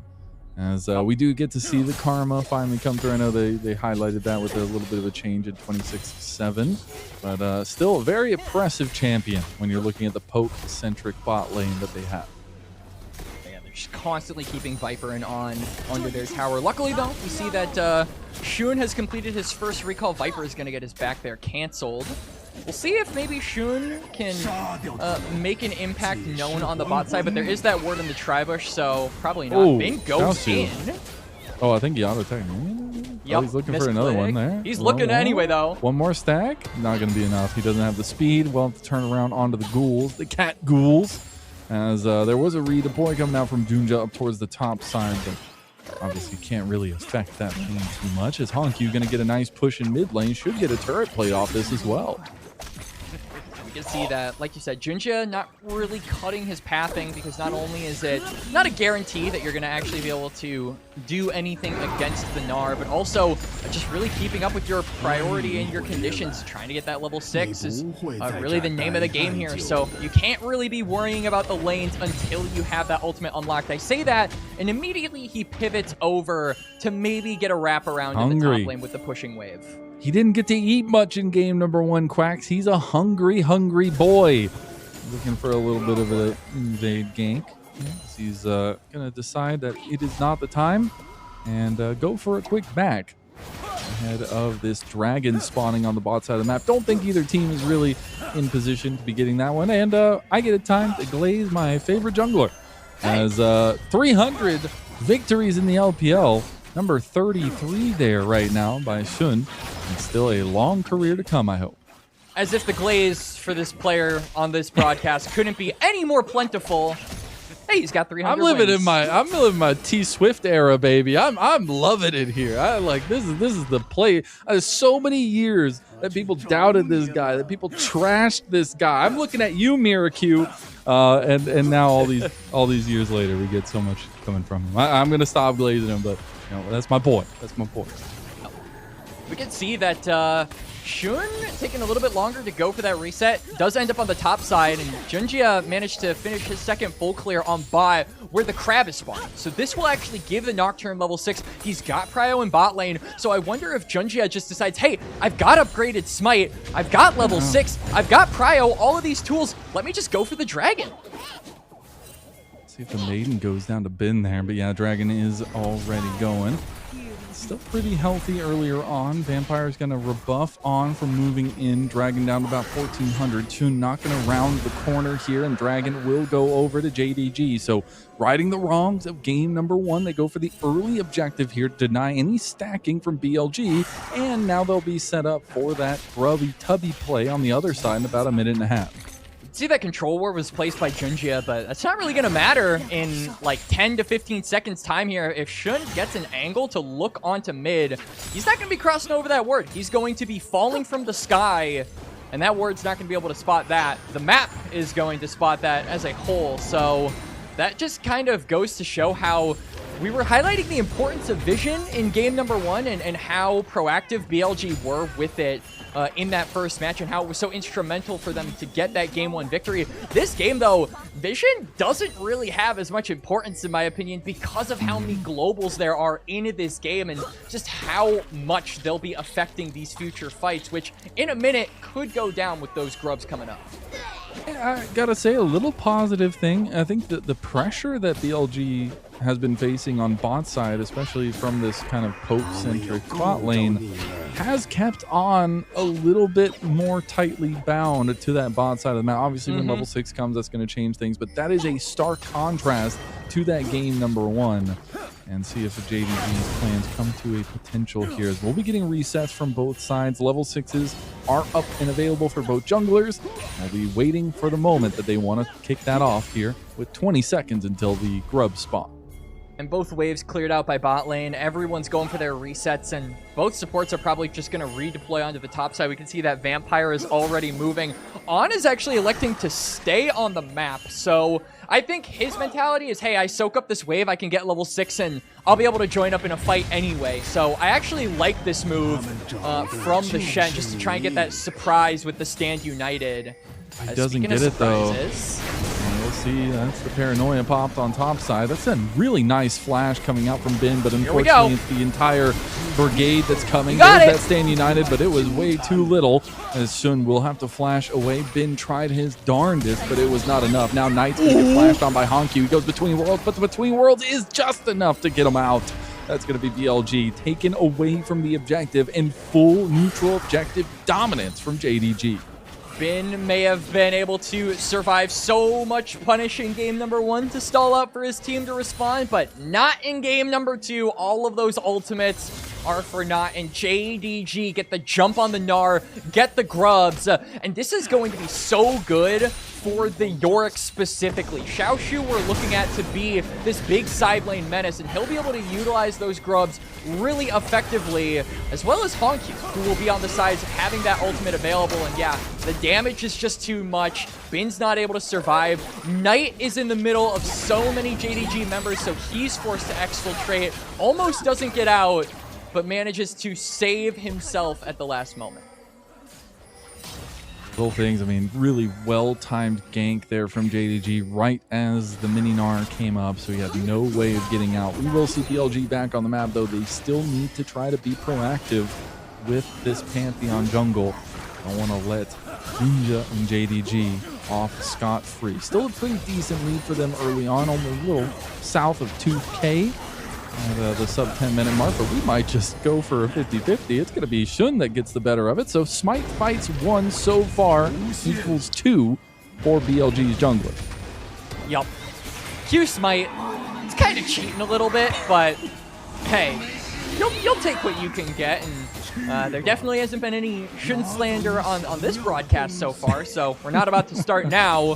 Still, though, we are looking at the gold, and already I'm looking at that mid lane Mazel. Yeah, it is looking very scary. Honky getting that 1 kill, that first blood on the Twisted Fate, and then combine that with just the passive gold that he gets as TF. This man is printing money. We were talking about BLG being the guys who were getting Monopoly money the entire game 1, just being able to spin straw into gold. Well, guess what? Honky managed to master that art on the Twisted Fate, it seems. And he's on the spellbook, so he has a lot of utility here, but he's also already been stacking up the Rod of Ages for multiple minutes now, so he is going to be very strong as time comes around, and especially with those ultimates, he's a key figure on how JDG want to find engages or follow-ups. So something to kind of keep an eye out there. Is you gotta remember, JDG were no slouches in split number 1. They were able to make it to first stand. They were able to, at least in a few series, bring BLG to the brink. Not finals, but still a very, very strong team, and wanting to try to kick off this split in a strong position here. At least bring us to 3 games. And we will be seeing positioning around the Dragon coming up soon, Quags. They're looking pretty strong in position to maybe get us there. I mean, the first 10 or so minutes of the game have looked very good for JDG. Certainly better than what we saw in game number 1, as Junjia does start up the Dragon with that priority in mid. The reset from Knight is coming through. He does have teleport. I wonder... He's TPing deep. Oh, look at that deep ward that was placed earlier. There's double TPs coming in. Ben's going to come as well. They already got everybody joining. It's going to be the Paranoia used on tonight. He will be feared away as well. That just means that JDG lose prio over the Dragon, will give over that neutral objective. But it's a really costly one at that. We mentioned the grubs going over to Xiaoshu earlier, and he's going to get so many plates. They all have to cross over by themselves. No teleports are available on. Takes a little bit of damage, but he'll just be able to shadow dash away. And yeah, meanwhile, you're getting the Dragon, but so much gold is going over to that York. Now the difference is equalized between the 2 top laners. And when this was a counter matchup for Xiaoshu, you have to believe he is going to try and really push this gold lead forward as much as he possibly can. Yeah, I mean, he needs to. Hey, there were some great accolades given to this guy. 3rd team All-Pro. for JDG last split. The only holdover coming into 2026 for this team from their previous experiment. Shun was a part of that as well. As Bin's going to find himself a little bit of help from On. They're going to go for the play here. Oh my God. Shun has also joined. It's a side lane shenaniganery here by BLG, but they won't be able to get much but his flash. And they're going to lose a lot on the bot side because of it. It just happened again. I mean, BLG overload on a side. JDG look for a cross map. They absorb plates, and they get the first tower. Gala gets a ton of gold off of that, and now Viper is completely alone on this bot side, but Knight is here to try and help. Dude, he does so much damage already. He's got the Essence Flux on there. He's going to go for the flash play. Gala going to flash away himself.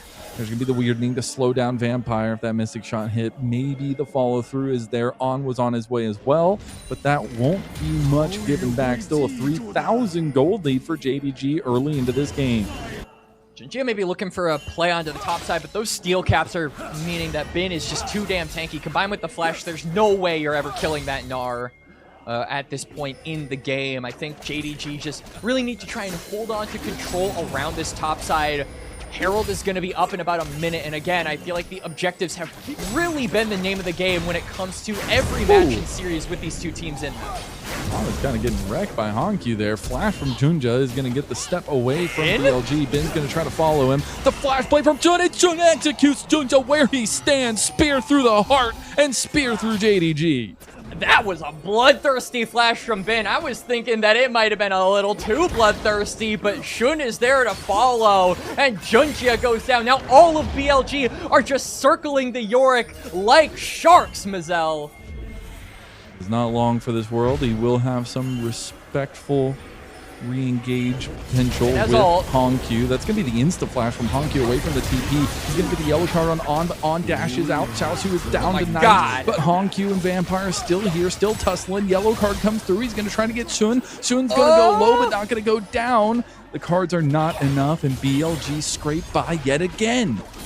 Yup, they managed to get a successful dive. Xiaoshu gets taken down. Now the trick is getting to those resets. You can see that Honkyu is stepping up to maybe try and interrupt some of those, but they have to redeploy. Herald has been spawned. They have a temporary advantage as far as push goes. You can see that they shove the wave in top. They have pressure on that side of the map. They can try and use that to redeploy around this Herald. They get this Herald. They're able to kind of put that into pressure around the Dragon. It's a domino effect that they're trying to create off of that kill, and the respawn, they actually don't go to the top side. They're going straight bot lane. Oh, Honkyu. Okay, there's the yellow card. Really nicely played there from Honkyu. Almost gets Knight back with the turret shots, but very, very close standard here in this outer lane, which is a very dangerous place to be for both teams, honestly, with those globals we had talked about earlier. We do have a little bit of a lane situation here, at least lane swaps are going through with the mid lane reassigned, as well as getting closer and closer to those item completions, as we do have first item completed for nearly everyone. But that standard of about a 2.7k lead is still spread on JDG's side, mainly through Honkyu and Gala. Almost exclusively from Honkyu and Gala, as Dragon up in about 45. No one paying attention to the Rift Herald. Really interesting with BLG on why they didn't do that, because usually a lot of people like to use Herald as a bridge to draw pressure for the next Dragon, and I feel like when this game is so heavily dictated by who have those global ultimates and who is able to be first to the play, Herald is a really hot commodity in this game. Oh, here comes the play on a Honkyu. No flash. They're going to target the global here. They're going to get the stun onto him. The weirding is enough to slow him down, but the damage not enough. But On flashes with the shadow dash, and Shun will get another kill delivered straight to his pocket. There was the deadly combination ready to go for JDG with the ace in the hole for mid lane and the Destiny plus Paranoia, but they weren't able to get a play early enough, and BLG strike faster. That's just hater energy from On. That flash was not necessary, but he went for it anyway. Paranoia pop with the Stand United. On rejoins the fight. The Rift Herald will go to BLG, and they have wrestled control of the map in a map that seemed so whole-handedly JDG's strength. It now starts to falter a little bit. Mid lane turret will fall. A little bit extra gold to JDG. They're not really going to be able to trade that one back. You can see there's still 4 plates up on that mid lane turret for JDG, so it's plenty healthy. BLG aren't going to be able to contest this dragon. They're going to have to give it over, and they're just going to do what they do best. They're going to do the strategy that has given them so many wins, that has given them a first stand title. When in doubt, overload a side lane. And easily done with the combinations that they have, especially with on his, at this point, starting to become signature Shen, but Shun specifically on his Pantheon. Given over to him after 5 jungle bans in game number 1. JDG left it open and now might be paying the price for it. The decisiveness that you get from this pick across all of our LPL junglers is just so powerful. And we are hitting those second item spikes. Yes, Honkyu was very ahead of his, but we're starting to get everybody else's as well as BLG's. Viper is getting also really close to that Muramana completion, and 2-item spike for Ezreal is really the doomsday clock hitting 12, I feel. Because what's the scaling like here, Quacks? How are we feeling? I think the scaling is okay.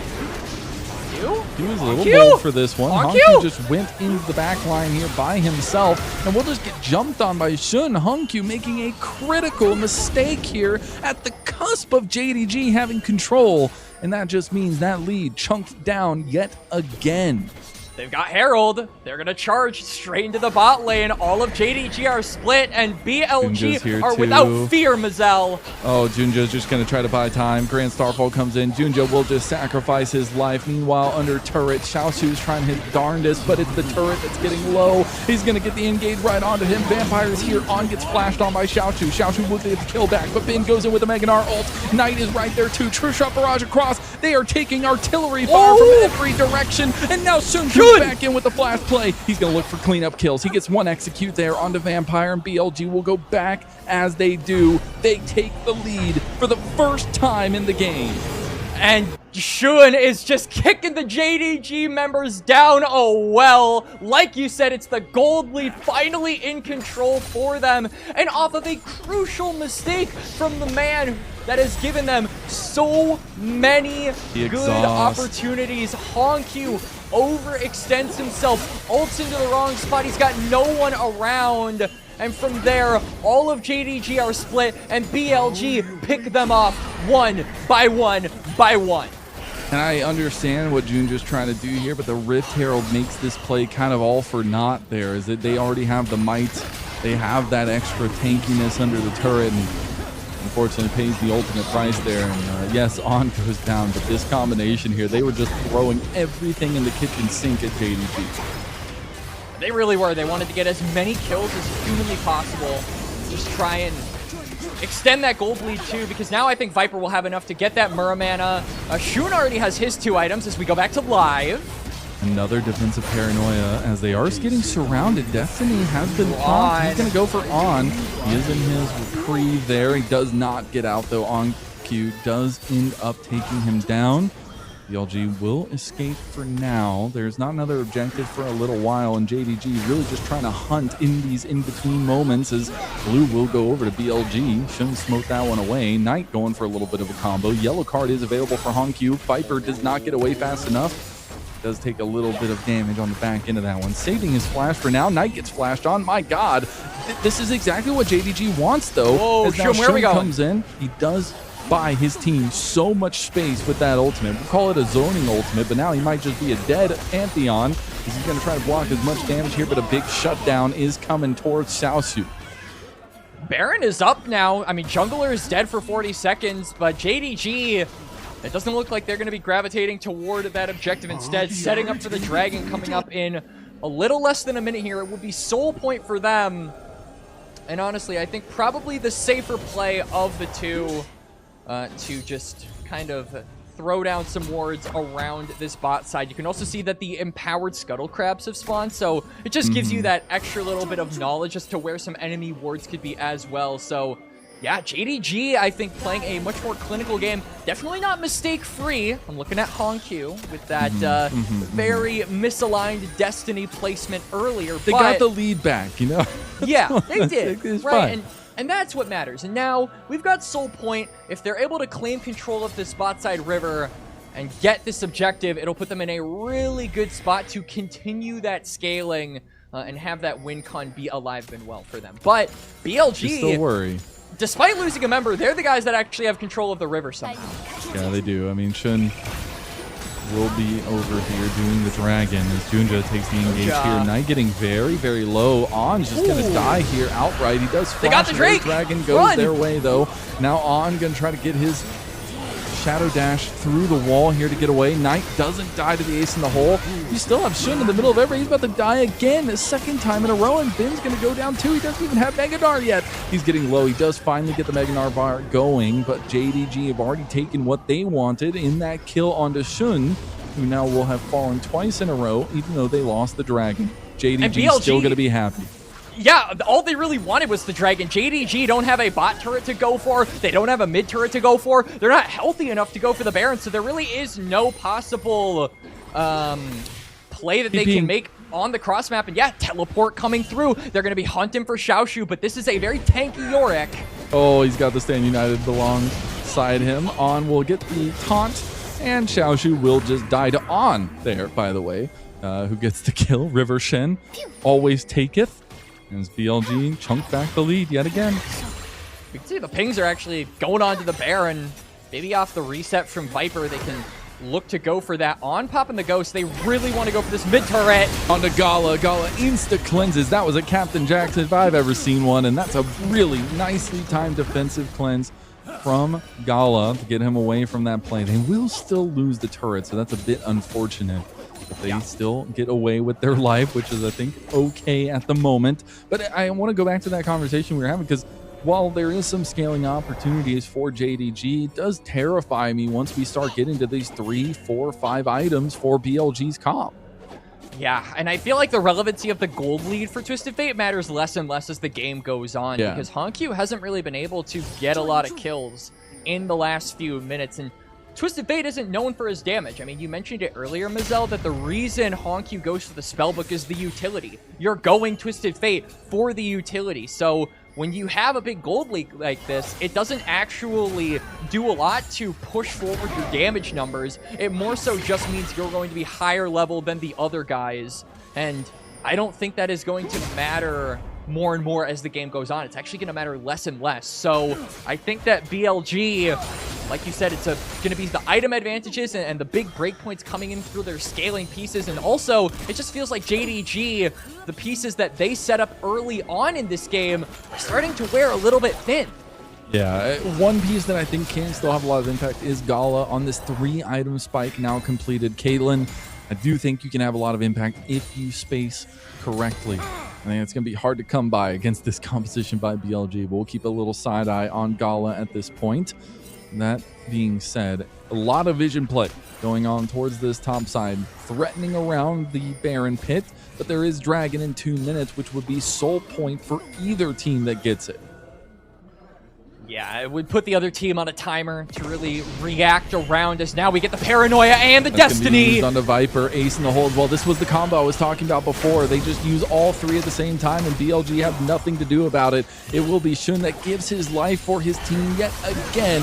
This time falling 3 times in a row to JDG. They're going to try to get Xiaoshu in the side lane. Do a lot of damage with Ben, but won't be nearly enough. But they're playing into the hands of JDG. This is the game plan, stock standard for JDG's composition. There's no teleport from Knight. There's no teleport from Bin. They can't actually go for a cross-map react. They have to go here onto Xiaoshu. Xiaoshu gets healed there at the end, at the last second. On will use the Stand Unite, but it was on to Knight there. But the Maiden will end up falling. They're going to try to get the turret here. They should do some good work. There's going to be the Shadow Dash used, but it will be the heal burned by Vampire. Tier 2 goes down for a Baron trade. JDG will take that all day long. Yep, all 5 members managed to wear purple. JDG with a big proactive play, and that manages to net them the Baron now. And this is kind of something that we haven't really touched on, but I think the team that makes their big global ultimate push first really is going to be the team that probably wins that exchange, because you have point-and-click ultimates from both Junjia and On. If the lights go out, On can't click anybody with this ultimate. You can't save anybody with the big shield. So it's really important that Junjia is finding these angles, because if you find a good target, On isn't going to be able to save them. That person is more than likely just dead. So it really further pushes the need for proactivity here by JDG, and they're going to have to be proactive. Dragon up in about 15 seconds. Baron buff is acquired, so these waves are owned, and the lanes are pushed by JDG. And we've seen this confidence shift from JDG. It was a moment where Paranoias were coming out defensively time and time again for Junja, but BLG have been rebuffed and now feel a lot less confident to take these fights. A 5-trap wall here by JDG, but they're still going to make it into the pit. BLG going to try to contest. They're going to try to get in. God, but here we go. go. Here comes the Grand Starfall into the backline, but Shun getting low. They've got to take somebody down, or Shun just goes down for nothing. That's going to be the Meganar coming in, but Vin doesn't find much. He finally gets the knockback, but he has no health left. BLG have fully lost this fight, and I said Gala needed to step up. Well, it's a triple kill, maybe even close to a quadra for Gala and JDG. And JDG get the Baron, they get the waves, and they are first to the map.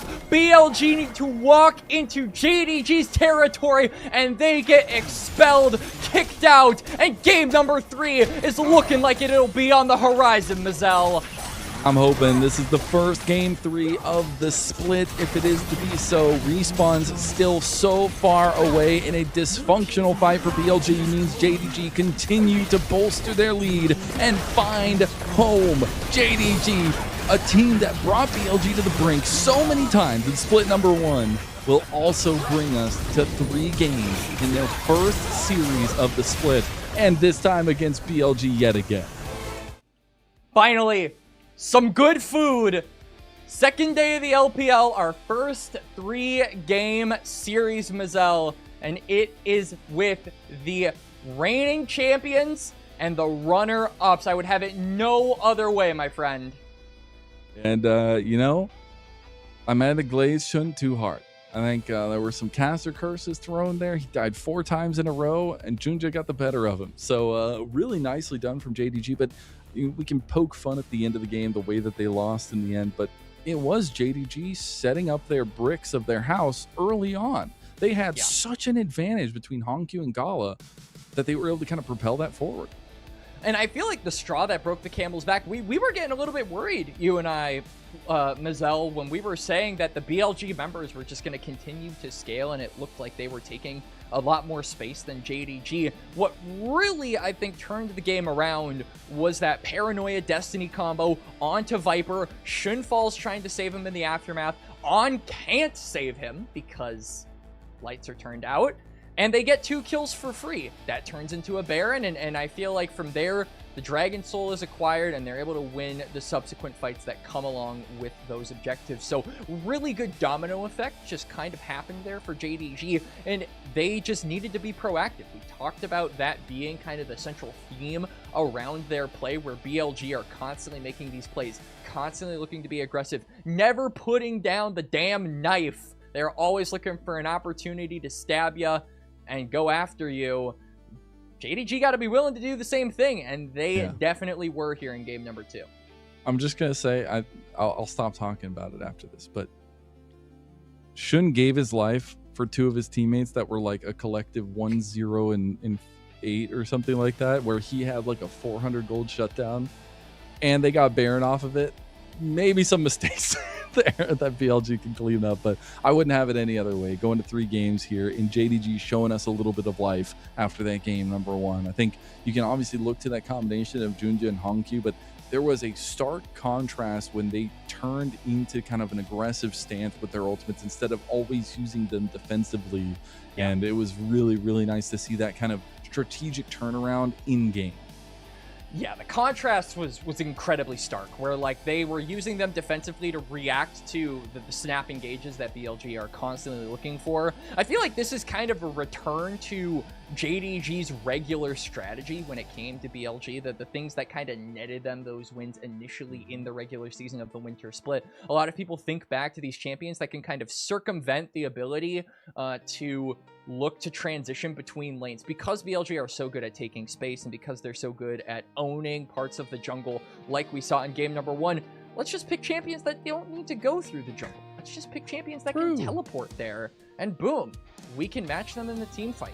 And like that felt like a vintage draft from the JDG that managed to beat down BLG in those first 2 series that they played against one another. And if we can see a similar strategy come forward in game number 3, I don't want to count the chickens before they hatch, Mizell, but JDG could do it. And I think if a win for a series here happened, it would be a really big deal, because as we've said a couple of times already on the broadcast, 2 through 6 in the standings is very muddy and unclear in the order of those teams.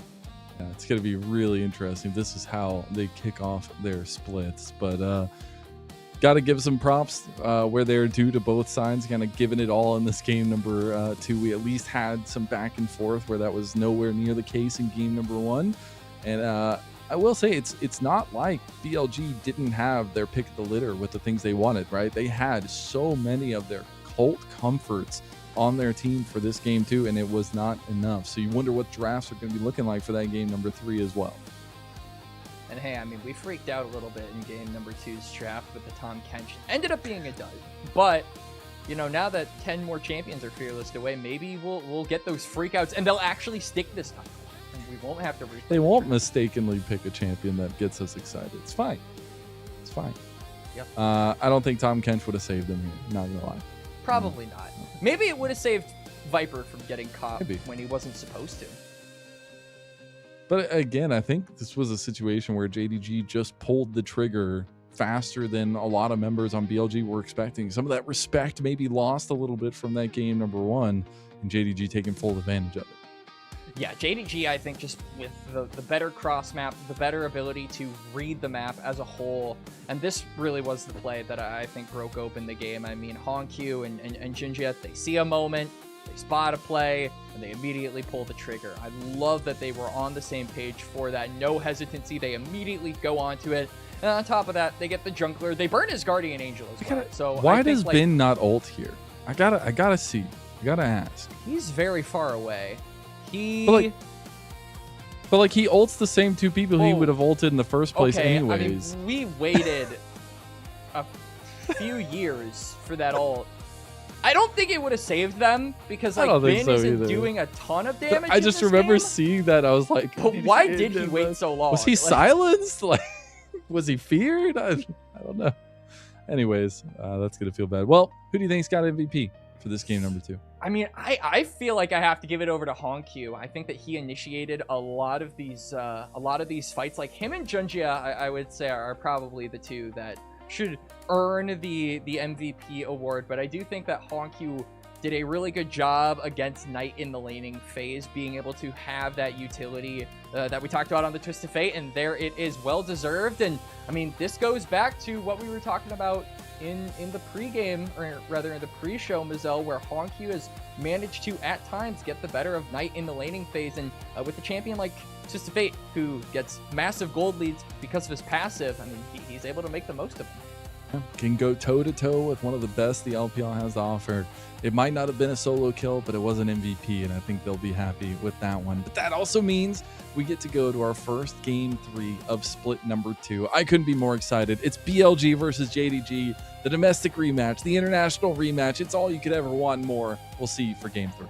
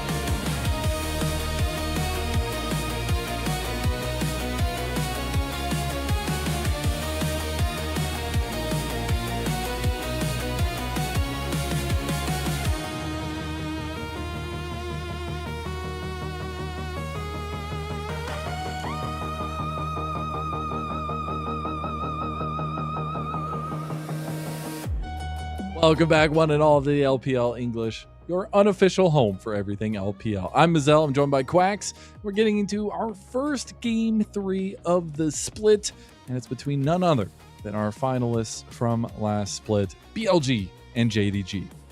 And I'm just going to say it right now. I called this. We said the pendulum was swinging. We said it was all the way in JDG, and slowly it went over to all the way BLG, and now it's swinging all the way back. If BLG managed to win this, I called it right from the beginning. And then the next one is a 2-0.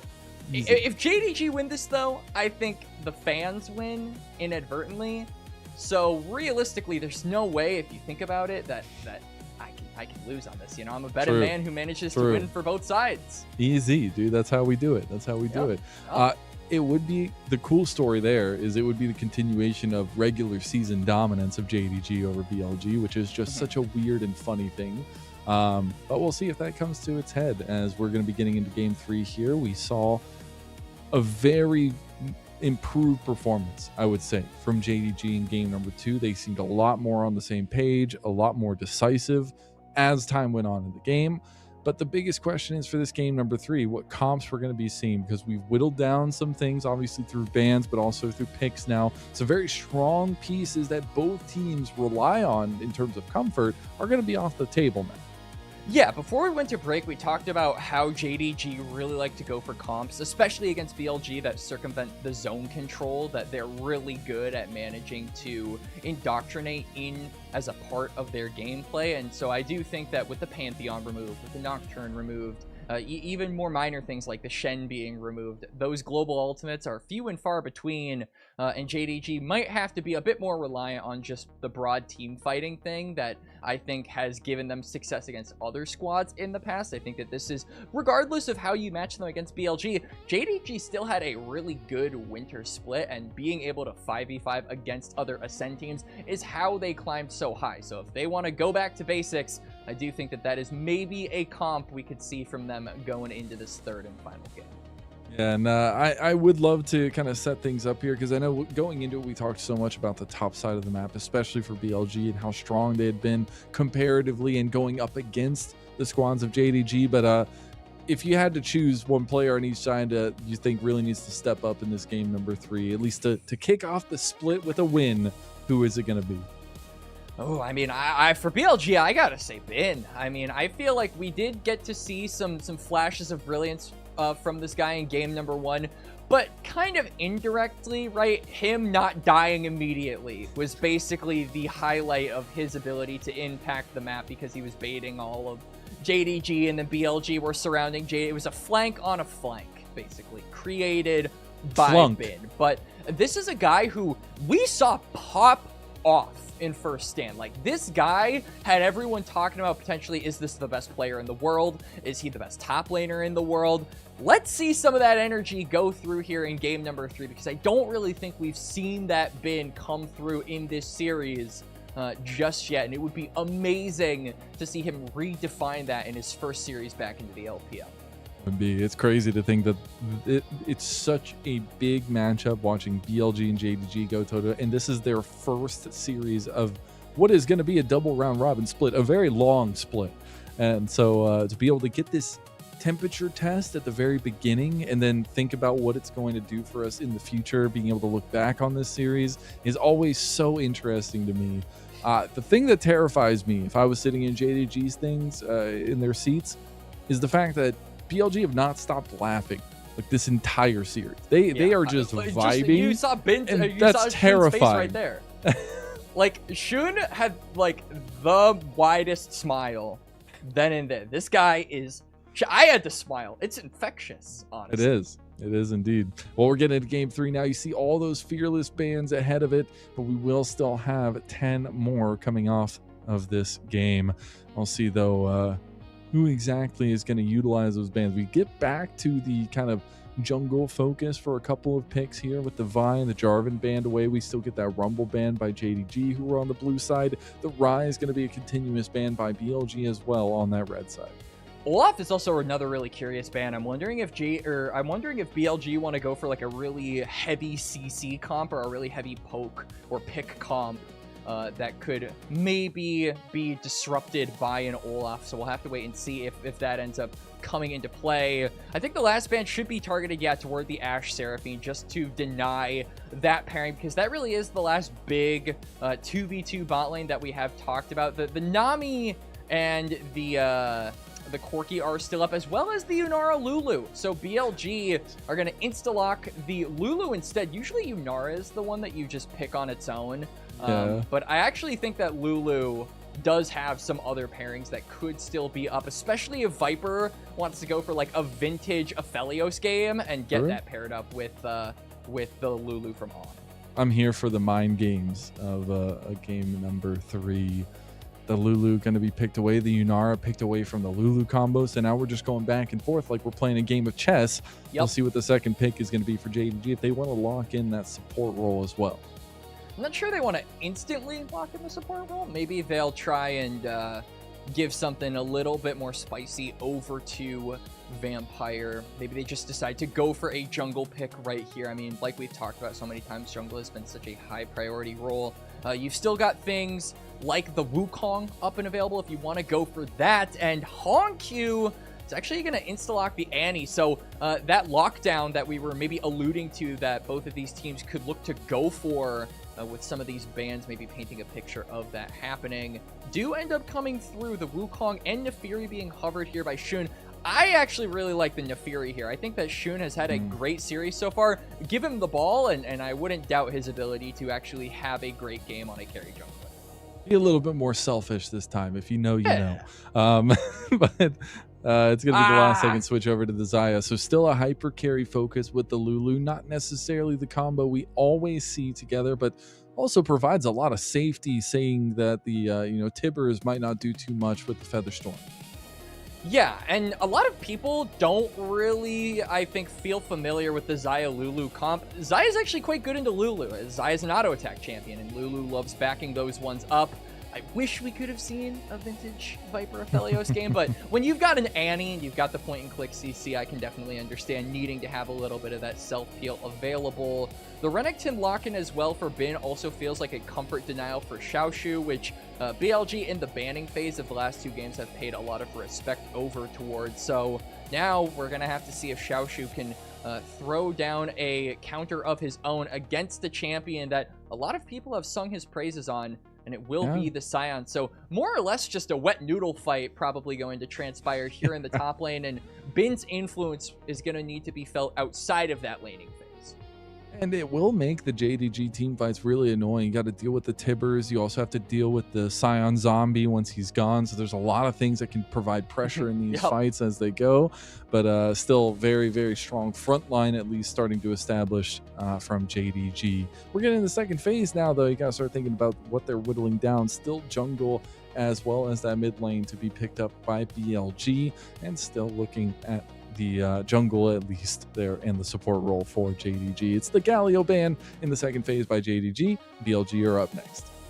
Yeah, and both of these teams really lacking in, I think, solid fight starters. BLG more so, I would say, in that department. Don't have a really reliable go button in their comp so far. They also don't have any magic damage, so I think that Knight is going to be looked at to tick both of those boxes. Of course, Xun could also decide to go for that, but I am still holding out hope that he goes for that interference, because I think that champion is really strong right now. Been playing it a little bit in solo queue, and I think it is really good. So I would love to see Xun cap off the series with that win or lose, but yeah, still, you need a magic damage threat as BLG, you need a go button as BLG. JDG have the Scion as a go button, and like have the Annie as like kind of a go button, but maybe you want some more stacking on top of that, I feel, because you've already got a lot of space to create for the Yunara, and Yunara is probably going to be paired up with an Enchanter more than likely. So I am interested to see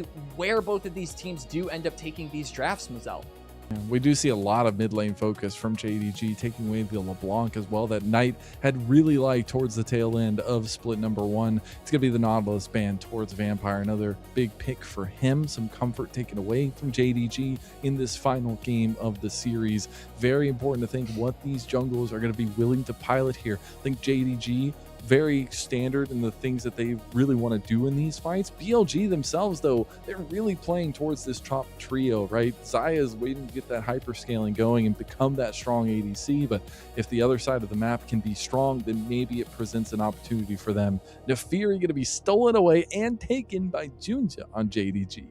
Yeah, what does Xun have as an answer into this? I mean, Wukong is still up and available, but like, you're dealing with 1.5 magic damage threats here, so I don't think the Stone Skin passive gets a lot of mileage in this game. So I actually am not super in support of the Wukong here.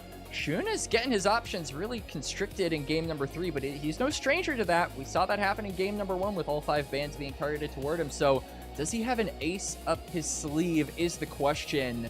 And if this Maokai does get locked in, I'd be a little bit disappointed because I like seeing Xun on something that can maybe be a little bit more skewed toward the carry position. But it does mean that the solo laners, Mazel, that we have been highlighting all series long, are going to have potentially a game to shine with the Victor and Renekton. Hey. Hongq should go Anivia. Yeah, I like this is an Anivia slam right here. I really appreciate. Or wait, no, Annie's. Annie's picked. I really appreciate the fact that Xun is willing to give this one up and say that I'm going to rely on these solo lanes that need to play these earlier parts of the game, as well as the Victor scaling, things along those lines, but really being a facilitator for the team, as the Nami does end up getting locked in for some kind of counter engage plus engage that you have. Yeah, it does give them a pretty strong 2v2 as well up against the Xayah and the Lulu. If they're going forward, I think that Viper and On are going to have a really tough time actually matching the damage with this Yunara Nami. Other sides of the map, though, I think that BLG, I am a little bit worried about them not being able to make full usage of this Maokai's early game. Part of the appeal of Maokai is not only his reliability in ganks, you know, having that point-and-click route and having all of that CC available, but also the fact that this champion, like the Mighty Buffalo, doesn't need or have any money. This guy can run off of, like, minimum wage. So if Xun can forsake camps like we've seen him do before, he can have a lot of early impact and get that snowball rolling for his lanes. Just want to also say, this is the most spiteful jungle pick of all time. Junja is first timing competitively Naafiri here against Xun, wanting to deny him that pick. That's going to be a fun one if Junja can pilot this one to fruition. But this is a game 3, our first of split number 2, and rightfully so, between our finalists from just last split and our contenders at first stand. I think we saw a big comeback in decision making and confidence from BLG, or at least JDG, in game number 2. BLG had come out the gate swinging in game number 1, but now it's all up to game number 3 to kick off your season with a win or a loss. BLG versus JDG, game 3 starts now.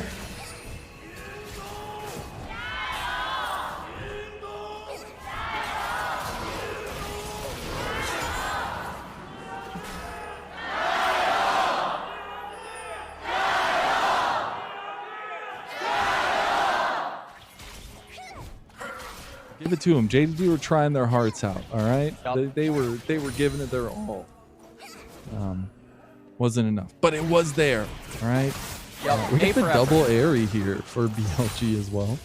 A little bit of extra poking and prodding, but as we get to it here, Quacks, game number 3 is going to be a tight one.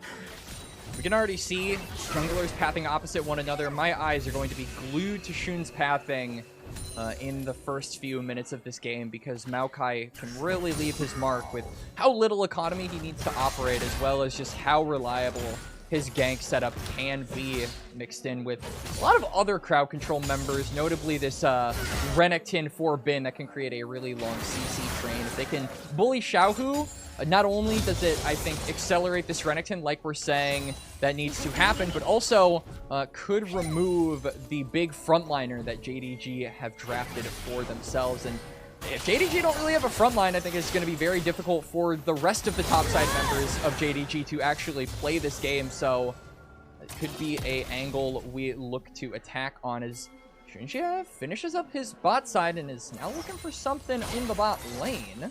He's going to find a really good angle here as he's going to try to get in early. He's going to try to get some damage on the on. He's taking a brunt of it right back. Does lose his little puppers and will have to be escorted out by the bot lane of JDG. He should be okay. But you got to remember, like, you're going against Shun. He loves the Fury. He knows the Fury.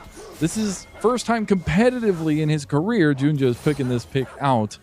There's a little bit of vision play there. Won't be able to get him on the back, but they know that they're all alone. And now you have a 3v2 on the bot lane. Gala's going to do a nice flash to get away. On's going to have tank for a little bit. Shun flashes away from the turret shot, and they've already gotten first blood. They're looking for a little bit more on a vampire, but it's not going to be nearly enough. Going to tank the turret here. Shun, you're bold for this one. He just wants to set up his bot lane, but everybody's going to be taking a ton of damage. He's going to try to get away, gets killed within the Nature's Grasp, or at least within the Twisted Advance.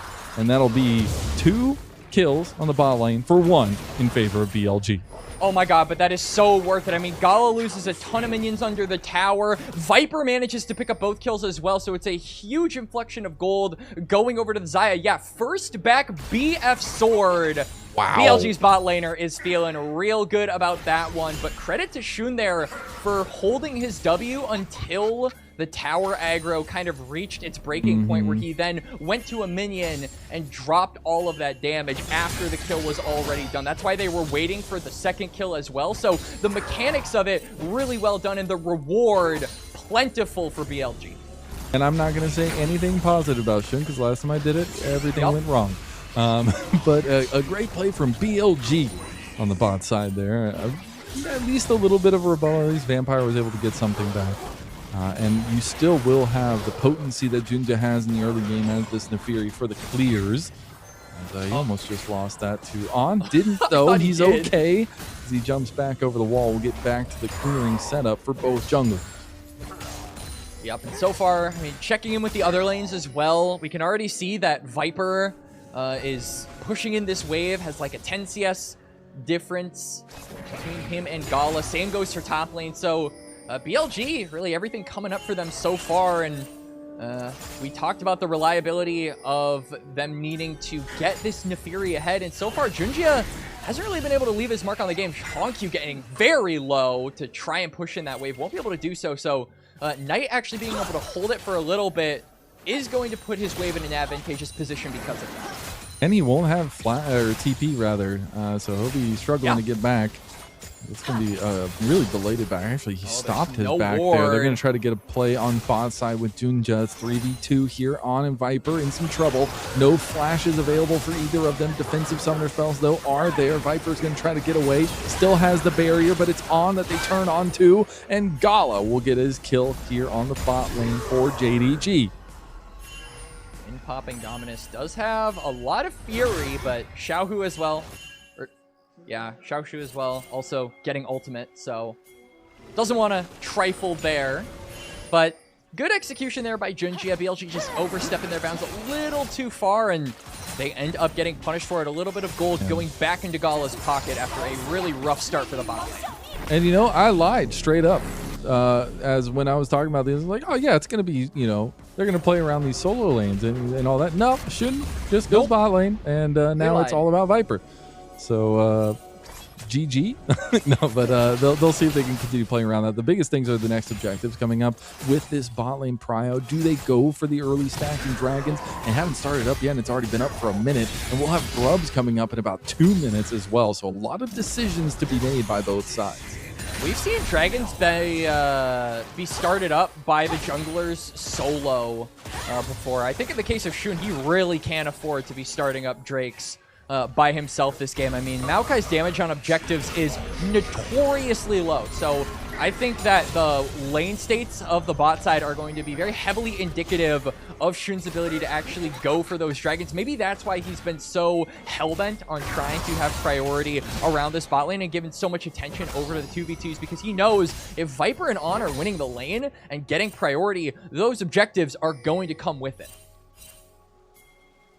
And they just keep trying to return to the well down here. Junja will be spotted out by that control ward put down by BLG. Should be able to clear this one out, and he'll take a little bit of damage on the back end. But he is level 6 now, so he does have the pursuit and a little bit more viability in these fights, as there's going to be a little bit of a trade mid lane. That's going to be Tibbers down as Arcane Storm. Just had to do that. Welcome to Arcane, buddy. Yeah. We are seeing a heavy contest on these Gromps. Smote away by Junja. We'll be able to get a little bit of turret plate money as well for Gala. You could see maybe Junja was posturing for some type of a dive, but the wave wasn't really in a position to be crashed, and they also had no vision of Shun, so Maokai could have been there to intercept at any time, which now he is, so they rightfully back on away. Ooh, tidal wave pop. Gala goes ahead and transcends himself as Gala going for the kill on. On's going to flash away. Viper now looking to get his own recompense, but won't be able to get anything back there. Still very strong. Has flashed back, but now On will have burned both of his summoner spells there, with 2 burned by JDG's bot lane as well. Shun is, I'll eat my words, starting up the dragon by himself. Junja's in the area, but the rest of JDG aren't, to be fair, really in a position where they can actually help here. You can see that mid lane is being hotly contested as far as priority goes. Gala is kind of forced to sit under his own turret. He can't really walk up toward the river, so Shun is just going to get this dragon for free. He had the priority in order to do it, so I guess that part of my earlier statement was accurate. Rainbow Smash, go crazy.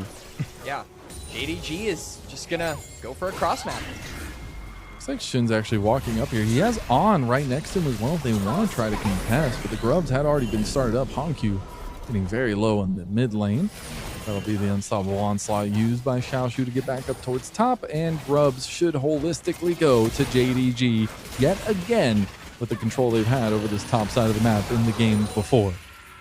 I'm interested in how much the Grubs are actually going to impact the early game, because I had a talk with Jamada a little bit ago, and he said, and I think we both agreed, that the biggest impact the Grubs have in Season 16 is after you win a fight, being able to make a good thing better by winning an exchange and then taking a turret because of it with those Grubs. Not necessarily the gold you innately get in the laning phase, and I feel like that is probably true here in game number 3, where JDG haven't really been able to get much turret plate gold so far in this game. We're really just looking at them to win these team fights with this comp and then take a turret after that with these Grubs. I see Tibbers actually used preemptively there for heavy trade on the Knight, which can pay dividends if there was an objective or anything coming up, but just trying to relieve some pressure in that mid lane.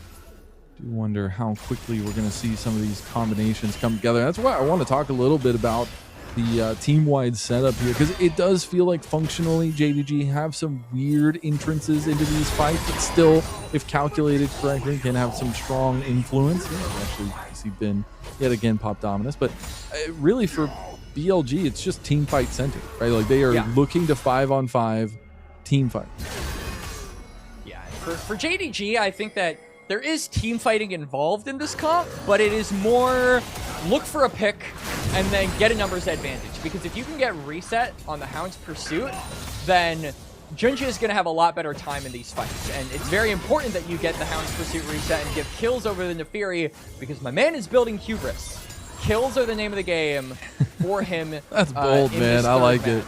So it is very feast or famine, and hey, the Hound wants to feast. So I think JDG, the way they play these team fights is look for one guy, kill the rest of the 4 guys, right? Yeah. Screw this one person in particular, and then broaden it out after that.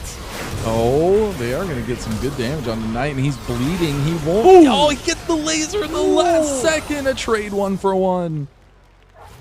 Junja is going to try and push in this wave, but Shun is there to respond, so it is a 1-for-1 at the end of the day. Not particularly more worth it for one side. I take that one back, actually. Junja got a kill. That's 17 stacks on the hubris. That's exactly what we said we wanted to see from JDG, and they managed to accomplish their goal.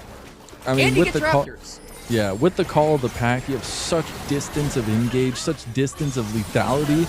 Really nice to see him utilize that well, as Vampire has to run away his tidal wave as first item, Storm Razor, has already been completed for Viper. We are starting to get first items across, like you had mentioned, the Hubris, the Thornmail first item there for Xiaoshu on the top side, and the Rod already stacking up for Knight.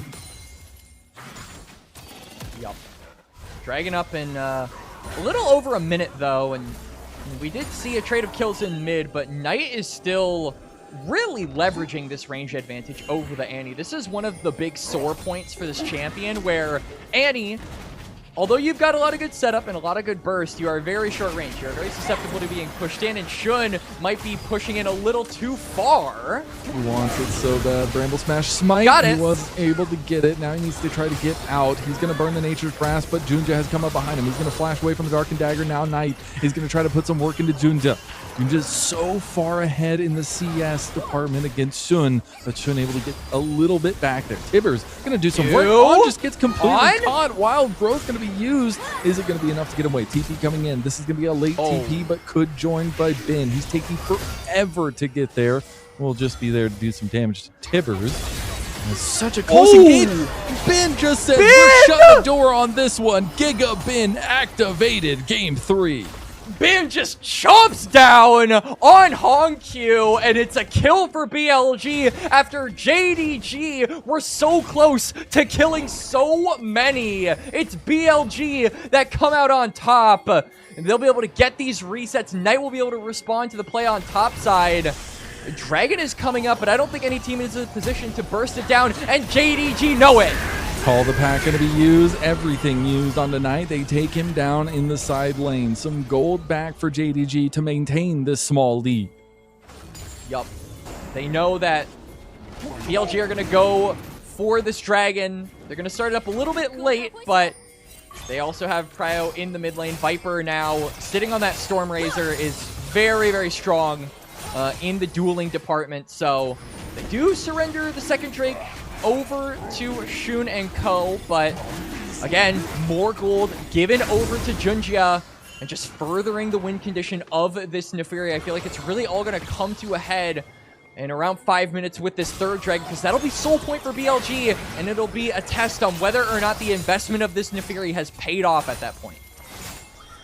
His first competitive Neferi, and he is 1,000 gold over Shun. That's going to feel really good, but he's got to drive this one home. He is a key aspect to the win condition of this JDG team here in their first series of Split number 2. Shun might have gotten the better of him in those final series last Split, but you can start anew with JDG potentially winning yet again. Darkened Daggers do connect and do chunks on. He will be fine for now, but the Rift Herald is coming up in 10 seconds. I love how confidently Junja is posturing up around this play. A few seconds until the Herald spawns, and JDG really want to get their hands on this objective. They're going to force the reset out of on. BLG don't have all of their numbers grouped up around this top side, and that just gives the green light over to JDG to start up the Herald. Already half health on it now. Shun has shown his face. Does have Viper with him Knight. with the moves. Double TP's coming in. That's going to be a late one coming from Xiaoshu as well behind. Nature's Grasp can be used. Gala going to cleanse. They're going straight for Junja, who wasn't able to take the eye as the eye gets popped. He's driving. In the end. He's going to try to get away or use it as an engage here. He's looking to take down Ben. Viper's in the back of the pit, is forced to flash. Ben should be fine. Junja now finds himself between the solo laners of BLG, but nothing else going to come of it. Chaos hits the Rift, but it's still Rift Herald going the way of JDG.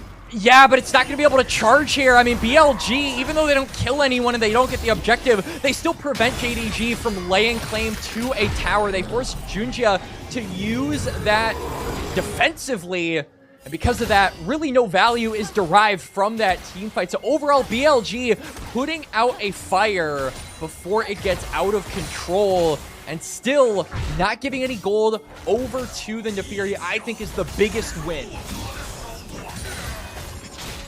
I think it's a very interesting position to be in after that little series of events, but there's always next fight. As Ben's going to continue trying to press into that top side of the map. I'll see small advantages with a second item completed now for Junja. He is so ridiculously strong as Knight. And pressed on by Hongq. Does have Vampire right behind him. Hongq should be fine for now. He's trying to find his own kill onto Knight. Both supports going to be hovering over these mid laners now. A little play on the top side. Junja does have the call of the pack. Ben has Dominus. Oh, Ben goes back in. Oh, boom! You can't be face checking as that Lulu. Ben gets a kill back in the top side, but should just go down to Junja in the end. Gonna try to get the No way. Oh! You absolute beast! Giga Ben trashes JDG's top side. We said we wanted to see the bin from first stand. We got a glimpse of it. 1v2 in the top lane, and Bin makes it happen. He goes down, but the montage play is all that matters. And 2 kills added to the big bad Croc. Let's get another replay on this Mazel. And I really have to take a look. Okay, so he uses W to interrupt the stun, or the knockup rather. Xiaoshu can't really do anything because of the lack of mana that he has. And then yeah, the spacing is just there. He gets W back up, and the Dominus, he's just too tanky. That's just insane. BLG make another play. They go to mid lane. They find Gala. Now they're turning on Xiaoshu, but it's already 1 down. That is going to be both ADCs off this map. Xiaoshu trying to tank down as much as he can. Junja feeling very scared to step forward. That Bramble Smash cleared through his hounds. And that will be JDG and BLG just fighting tooth and nail around this mid lane. Yup, but the big thing is BLG getting that mid lane turret. Sure, Viper goes down, but he will be able to respawn around this dragon. BLG, because of that turret falling, will be able to take more control, extend that vision line a little bit more, and play up confidently around this next Drake. As we do get a replay on what exactly happened, because we only cut in like halfway through. So turret gets claimed by Viper. Does Gala just go in and kill him? Viper ends up getting the kill He back. goes back. It's the Feather Storm that comes through. All right. It's a 1-for-1. It's not the and you get the turret. It's not the worst thing in the world for BLG, all things considered, even though a lot of resources were also burned from Viper in the process. So I wonder if this maybe is going to open up an opportunity for JDG to look onto the Xayah. We highlighted how single target focused this comp was. Ooh. On just gets chunked by Xiaoshu and co. JDG setting up for this dragon because this would be sole point for BLG. So much decision-making prowess there if they are to take it, but JDG willing to flex their muscles here. On doesn't have much to speak for. He doesn't even have the wild growth back either. It's gone. He's going to go into the pit. The dragon is gone. BLG don't need to fight this, but it looks like they want to. Ben has initiated combat here. He's got to run away, though. He is not that tanky, but he's going to help take down that front line. It's going to be the trades back and forth as well, though. I've already lost a couple members on the entire map as two go down for JDG. Knight stepping forward. The bubble will connect and slow BLG's roll there, but JDG still taken aback with 1,000 gold lead now developed for BLG. And now the turret is also not long for this world. BLG, they don't get the dragon, and they don't get the soul point, but they will be able to claim the outer here, which will make subsequent dragons a lot easier to take. We already highlighted the addition of control they got because of the mid turret falling earlier. Now with the bot turret in conjunction with that, it is going to make the map a lot more open and available for them. For a lot of these future dragons, so it'll make that soul point easier to get for the time being. But yeah, BLG just not necessarily feeling the pressure that I think JDG were looking to press on them by rushing down that dragon, because this is really JDG's only first Drake. You can look for future soul points, but if you throw yourself in there too quickly, you risk losing more than just the dragon. Remember, Baron is now up on the map, so these fights get a lot more consequential, and I think BLG playing with an air of caution and restraint is the right call. And this BLG team, when led by the nose by Ben, is insanely terrifying. I know I said the laughing part was terrible, but when Ben is willing to go into a 1v5 scenario there and be the initial engage for the team and still survive, that is a scary BLG, and you know Ben is feeling himself here. Still a massive gold differential for Junja over Shun, but Viper is holding that balance with himself being very far ahead of Gala as well.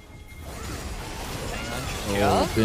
Ben's getting pounced on again, but he's going to try to kill Honkyu in the end. The stun He's going comes to do through, it but he again. still gets the kill. Nature's Grass coming across as well. Won't connect onto Junjo. Junjo wants to go back. The Darkened Daggers are flying. The bleeds are ticking, but Ben is just a croc, and he'll be fine in that bot lane. Knight also got his teleport canceled, so BLG not comfortable enough to really press that play forward. But I kind of want to go back to what you were talking about earlier with the gold lead that Junjia has over Shun. Remember how we said at the beginning of this game, Shun doesn't really need to be a high economy champion in order to function correctly. Junjia has to keep his economy healthy in order to really be the carry for this team. And on top of that, I feel like this is just going to be a game that gets progressively harder for a champion like Neferi, because BLG, their tankier members are getting tankier, right? Knight and Bin and Shun are all starting to stack up a lot of health. Viper is very difficult to kill because of the nature of Xayah. Add on the Lulu. And in a team fight, who as you, being Junjia, can you really target to try and get the reset off on the Hound's Pursuit? Because everyone here is either too tanky or has too many disengage tools, I feel, at this point in the game. Yeah. And that's what BLG drafted for. They said, JDG, we do not believe you'll be able to take an early game win enough to take down our comp in the later game, and they have been right so far. There's another dragon in minute 25. See if they want to press the issue on that, but Honkyu's getting pressed on as Shun gonna have popped that Nature's Grasp, but it's the Arcane Storm that comes down from Knight trying to chase him down, doing some decent damage. He has the stun back up, so they gotta be a little hesitant here. They're gonna send Ben in. He just tanks it like a champ to the nose and brings Honkyu low. That'll be BLG making a play on top side ahead of any objectives here, and recircling the wagons is all 5 members up here. Yup, Baron is also up, but they don't even care about the objective. They're just looking to press their claim forward, but Gala doesn't like that. Yeah, that's going to be a nice setup for Gala. He's looking for AoE, but look how much healing Shun is getting. Shun is getting so much healing back with Gala. It's Gala Insano. Will he be the saving grace for BLG or against BLG? Run! It doesn't look like that's the case. He'll use one final jump. The laser beam from afar, not enough. Xiaoshu will be here to back him up. Knight going for one more laser. He wants it. He doesn't get it. Knockup from Xiaoshu does save the day for Gala.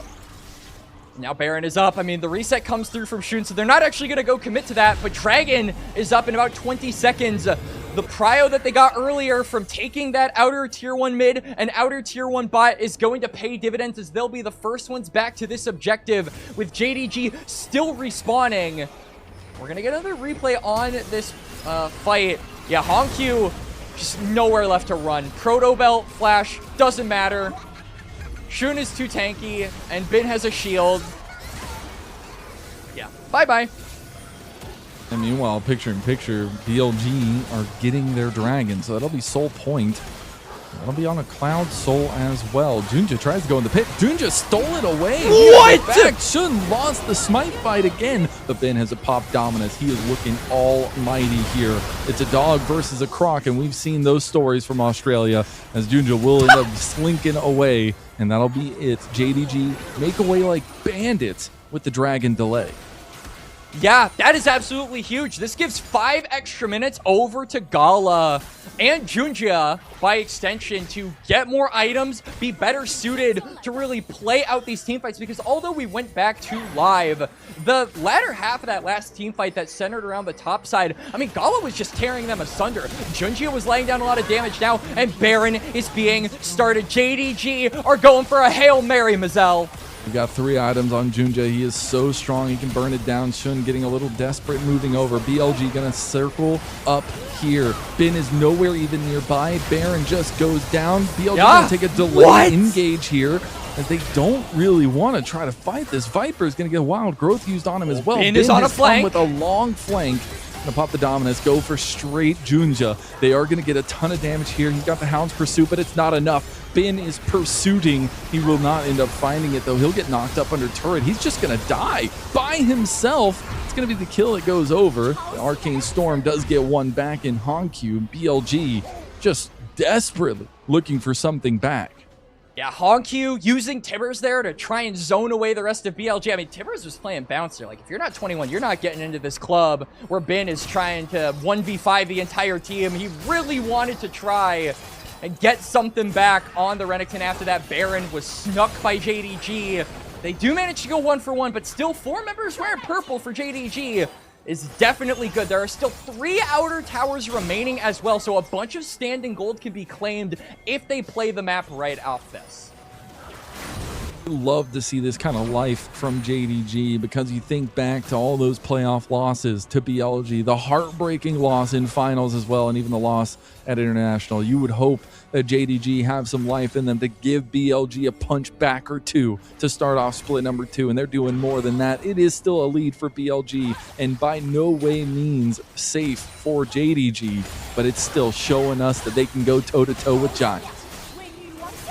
They absolutely can, and any of these turrets just close this gold lead even further, give more resources over to Gala and Junjia, makes these team fights a lot more favorable for JDG, or at least allows them to match up better against BLG. They're just A-ramming, though, completely Mazel. I mean, there's waves pushing in top as well, and we're not giving any attention over to him.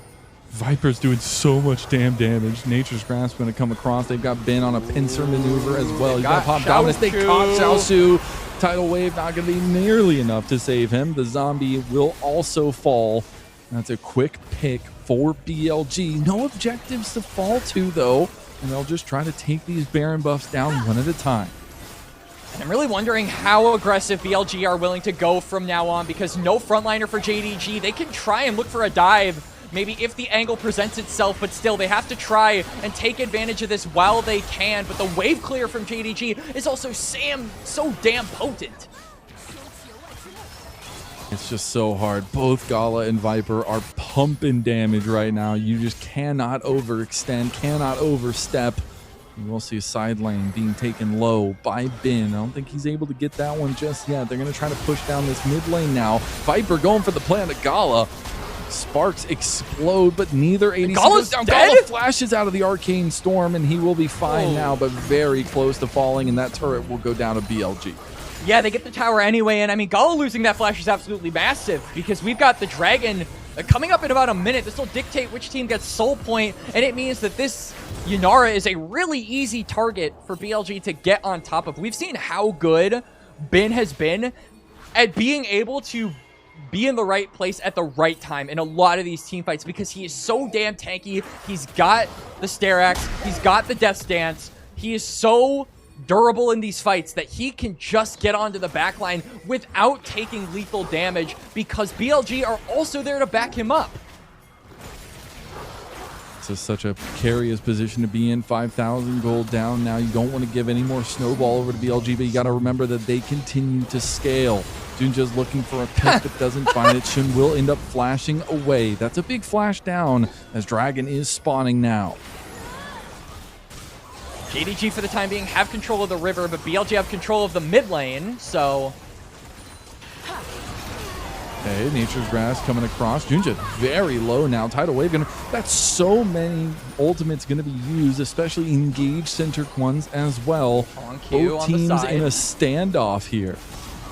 Hongq is on the side, but Ben is the only guy that's willing to meet him, and that is not the target you want to be ulting. You're going to be forced to front to back this. Meanwhile, Ben is looking for a flank of his own, but he gets spotted out. This Dragon is falling very slowly, and Ben is isolated. He will use the slice and dice on the Gromp. The Dragon is going to go over to BLG. That'll be Soul Point. That's Viper now setting up with the Featherstorm. Nobody can step up, and they have to leave Xiaoshu to his doom. Hongq goes in for the kill. The resets are starting to come through for Junja, but it's not going to be enough. They have to retreat. The white flag is up for JDG. Yeah, they have to run. Hongq is at critical HP. Vampire, similar HP. BLG, though, the big prize is the Soul Point, and now JDG, they're on a timer to make things happen, and they've got no Baron buff left. Baron is up in about 50 seconds, and I don't think now, with the resets coming through from BLG, they're going to be quite so lenient and lax on the vision placement on that top side. They are going to be the ones looking for this Baron and looking to burst it down. Once we go back to live, but a replay on this fight, much needed, because despite Ben getting zoned off, BLG still come out the victors here. JDG had a temporary timer for a 4v5. Shun is completely split, and they just don't really burst him down fast enough. Viper is pumping out so much damage that it turns into a 1-for-1. It's so tough as well. I mean, the damage is so sporadic, so bursty with a lot of these positioning errors, or at least positioning overextensions, as we do get a pause coming out of the replay. Unfortunate, as the momentum is going nuts in this game right now. I know, like, full stop. That's disappointing, Mazel. But gives us more time to talk about this game, because there has been it's been a very high octane one for sure. I think that oftentimes when you have game threes, you've got like two kinds of game threes, right? You've either got the everyone runs at each other and just tries to kill one another, and the game looks more akin to solo queue than it does than actual competitive League of Legends, or you've got everyone playing very safe, very cautious, and not even daring to throw a spell at the other enemy champion, and first blood comes in at 20 minutes. I am very pleased to say that one of these is much more entertaining than the other, and more pleased to say that luckily the more entertaining one is this game right here. I would agree, Quacks. Astute observation, my friend. I know. This is why I'm the analyst, right? Yeah, true. Yeah. True. And I just bring Shun photos to the table. Is that enough? Am I enough? Am I enough, Quacks?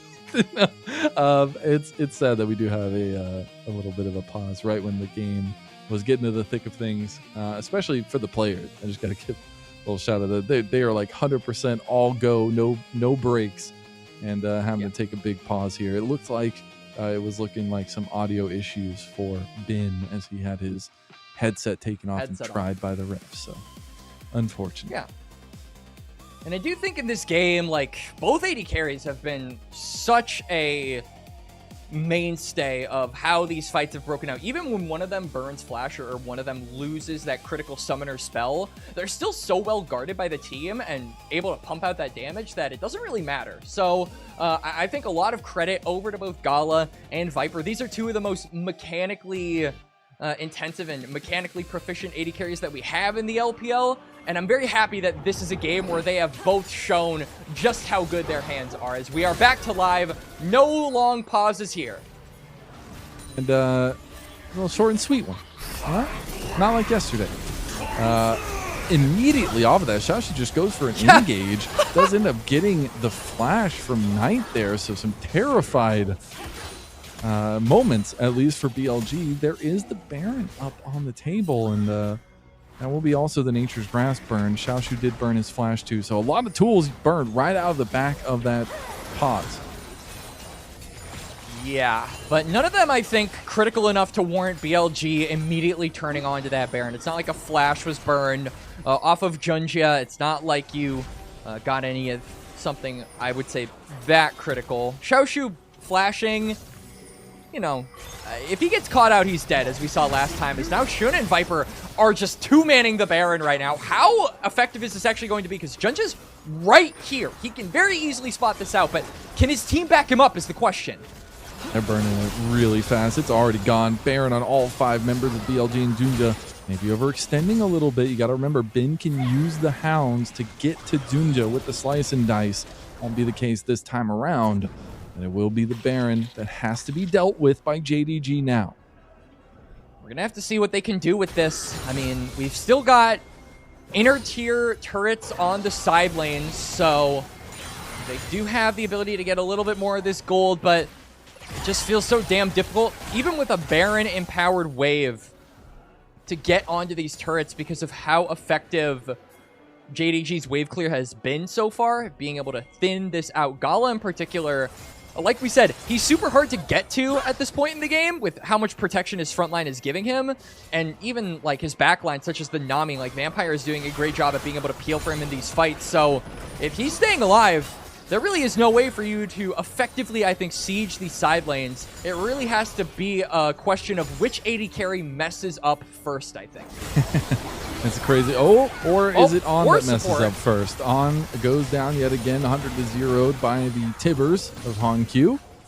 And that's actually a big piece to the puzzle for how BLG have been playing these fights. The safety of the Wild Growth has gotten them out time and time again. So JDG strike, and there is about 1:15 until that dragon comes up. That'll be Soul for BLG. On will be alive for that. Xiaoshu just pushing out in this mid lane as well. Both teams trying to get as much control of the waves as they can before inevitably moving down toward this river. But Junjia is here with a plethora of teammates, so they could definitely fish for a pick. I think this is going to force BLG to, especially with a numbers disadvantage on being dead, of course, kind of concede this river for the time being. Maybe they can fight back once this Lulu gets back onto the map, but you've got to be so mindful of the damage that Junjia and Gala can dish out in these fights now that they have really hit a lot of these critical item breakpoints. Gala getting a little bit more extra gold and opening up the map further for JDG, claiming that mid turret as well. Yeah, 4.5 items for both carries as Ben will take a side lane turret for some extra gold for BLG with the Baron buff. He also does still have TP, but we're getting to 4th items for a majority of members in the game, and that's when things will really explode. Still, though, BLG need to find a way to wrestle this away. Double TPs coming in. Both top laners coming to join the fight. We're getting set up for a 5-on-5. JDG can just burn this down. They do they it can so just fast. one-shot that. BLG have to run in. Shun gonna use the Nature's Grasp from a good angle. Junja waiting, wishing to take this fight. Ben is waiting over the wall as well. They want to try to take down Junja. It's gonna be in the pit. He got it! Fight. Shun got it. It's gonna be Soul going their way. That's gonna be Cloud Soul, but is it enough? The resets are coming through with Junja. Viper steps forward. Ben is on Gala. Ben's got Gala. More, but it's gonna be Ben trying to chase down the big damage of JDG. He is unkillable now, as it's a double kill coming through for Knight as well. Xiaoshu's gonna go down. Ben's gonna get chased down, or at least chased down Vampire, and all of the members of JDG are gone. The first stand emote for BLG's international victory comes a light 4 on, and that's BLG taking full control. It's Giga Ben! Say it with me! This man has been reborn in 2026! A flank onto the backline, executes Gala, the Yunara is a non-factor, and BLG get the soul steal with Shun as well. A beautiful team fight coming out from them, playing reactively because they weren't first to the river. And pay attention to this Renekton. I mean, I have to keep my eyes on Ben here. So he goes all the way around. Shun barely gets the smite. They want to press forward, but they're not able to do it. Ben flashes on Honkyu, gets the kill onto him, gets Knight the reset as well. So much impact here in the 3rd game by Ben. We said we wanted to see it, and he has been delivering, Mazel. Dude just got 3 solo kills, by the way. Almost. I guess Honky would take a little bit of damage beforehand, but by himself just took down 3/5 of the enemy team on the back end of a very contentious fight. You could see what JDG was trying to do to the backline of BLG, but they bought so much time that just enabled Ben to go Super Saiyan. And if he's starting out the split like this, I am terrified down to my shaking boots for the top laners in the LPL. And if you weren't terrified of how fast the Croc was before, well, now he's got a Cloud Soul. Get those flanks off is going to be so much easier now and so much harder for JDG to react to. We could see that it's going to pay big dividends going into these future team fights, but BLG don't want to have a lot of those future team fights. They're looking potentially for on. Here is JDG. Not going to be able to get to him, but I think you've got the soul. Baron up in about 50 seconds. You want to look to close this game out as soon as possible if you're BLG. They go straight for the head. They go straight for Shun, but he's going to pop Nature's Grasp. That's going to be Xiaoshu coming across with an unstoppable onslaught, but now he maybe overextends himself as he does have to flash away. And it's going to be a big flash burn defensively by JDG's top laner, Ben, coming for the long flank. He's got an angle. He's looking for Junja, who gets He's alone out here. He is in a 1v4 situation with GA right now. He does not care. And that's going to be Arcane Storm pop. Junja not going to go down. The burn not enough, but Ben threatens the entirety of JDG's livelihood. He doesn't burn anything too critical, but he does force JDG all the way back to the base to regen. Baron up in just a couple of seconds here, and we've gone so far into this game, Baron can just get one shot, but BLG don't want to turn their attention to it. They want to set up a trap and have JDG walk into them. Keep in mind, no dominance for Renekton means that, along with the GA being popped, Ben is significantly easier to kill in this fight here. TP is about to come back up for BLG's solo laners, but they're going to be walking from base right now. Shun decently chunked in health, but so is Junja now from just a couple auto attacks of Viper. Shun's going for a long flank. He's got the Nature's Grasp. He can set up for Knight and Bin's arrival. Bin not going to be here just yet, but it is JDG that realized what's going Shun on. is alone. Gallus turns around. Look how fast Bin! Shun is. Bin has found him. He was able to TP onto a deep ward, and BLG make mincemeat to feed the croc that is Giga Bin. Bin with another flank. Shun to join him up. The only one alive is Hong Q. And you can battle them, you can beat them down a little bit, but they will never stay on the ground. BLG continue to show why they are the superior team, why they are ranked #1 in the LPL, and why everyone should keep their eyes on this squad in the spring split. Try as you will, try as you might, BLG's will is set alight. Domination over JDG in the 2 games that they won, and a continuation of what was going down in split #1. What a win for BLG to kick off the split, and our international champions are right back to it.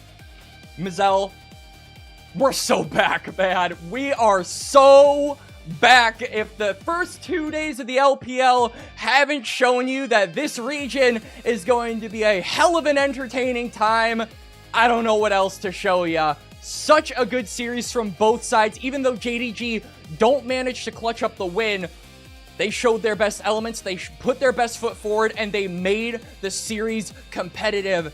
And I'm gonna say it one more time, I predicted this from the beginning. The pendulum is swinging back, and eventually JDG might be able to clutch up a win against BLG given due time.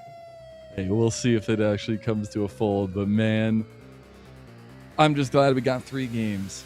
I'm glad that game 3 was contentious. I'm glad JDG had some avenues. Yes, some slip-ups that didn't go their way, and BLG just kind of had a comp that could pilot straight through the rubble. And they did so beautifully, but JDG is still alive and well and showing they can go toe-to-toe with BLG. That's a good sign for the Group Ascend part of the league.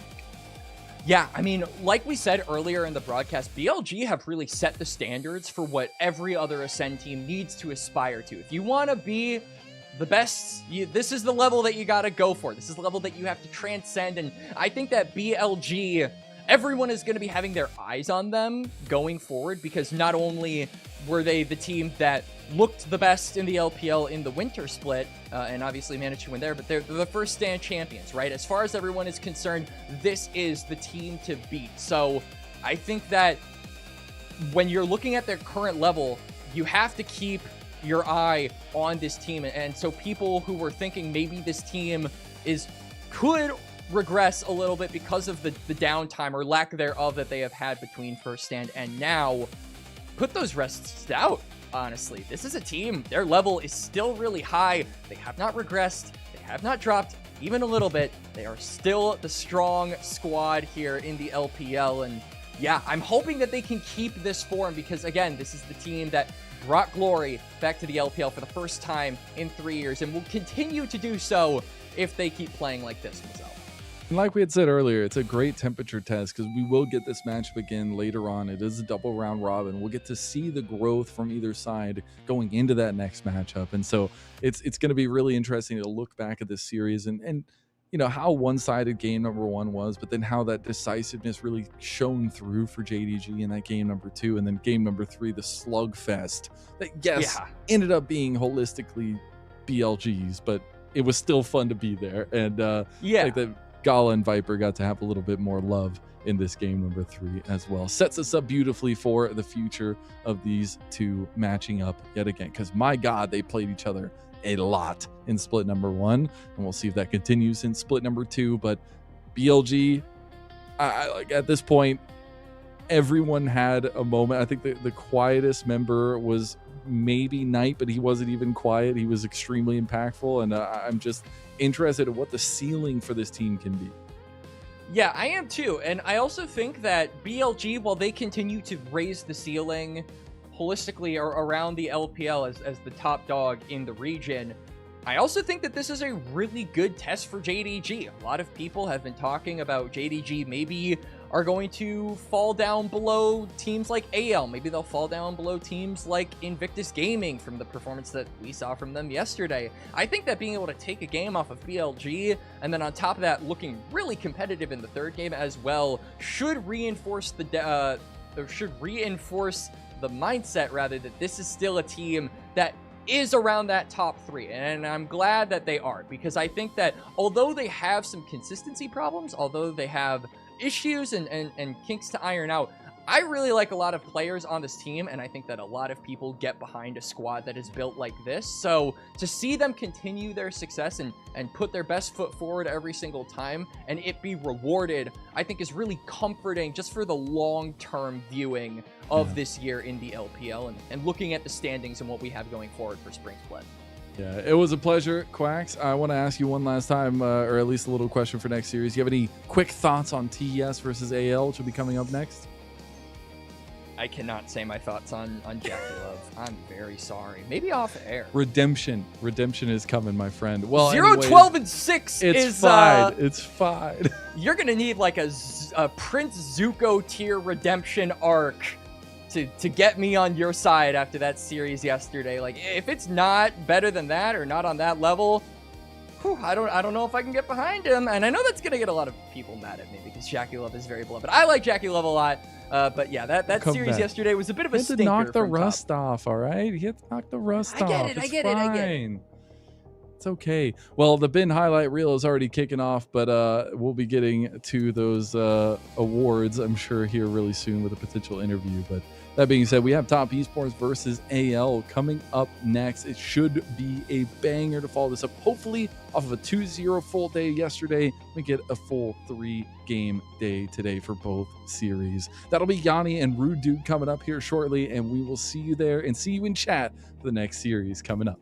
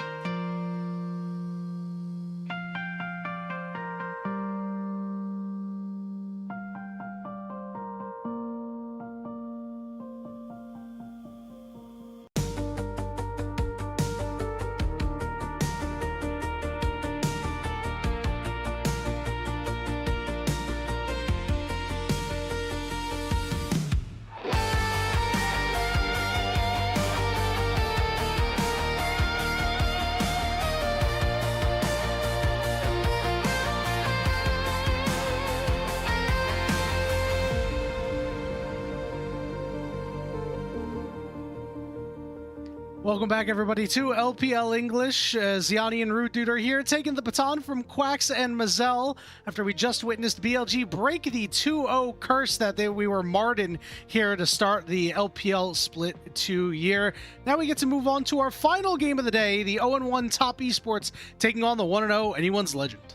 Yeah, I mean, we're fortunate here, Yanni, that we've got to see some of these two teams' action already through Split 2. Two very different results. Obviously, like you highlighted, 0-2s or 2-0s yesterday were the results, and Top Esports on the worst end, AL on the very positive end of all that. So, lots of good things for one side, lots of things to improve on the other. No doubt about it. You know, AL had things to improve on as well. Disappointing finish to the first split. We'll talk a little bit about that later, but they are confident in the team that they're putting out on the Rift. We have a couple of coaching changes on the back end, but nothing more. On the other side, Top Esports, lots of sweeping changes came through. Haven't exactly come together yet. We'll see if they are able to do so. In fact, let's go ahead and take a look at that Top Esports roster that's had all these changes. Up in the top lane, it's Soyeon and Tien in the jungle, Cream in the mid lane, Jackie Love and Fungyue rounding out that bot side. 3/5 of the team new to Split 2. Yeah, like you say, three out of 5 new members for Split number 2. Obviously, Jackie Love coming back in will have a little bit of synergy with Cream, but outside of that, not too much to speak of, and mid-support synergy, not something that we typically highlight all that much. But like you say, Soyeon coming in on that top side. Game 1 yesterday felt like he did his job, was not doing anything particularly egregious, but then really struggled yesterday on the Jace in the top lane as well. We look across the rest of the roster, lots of different sore spots. One of the areas that we'll look at a little bit later that we're maybe not as disappointed about is that new upstart in Tien.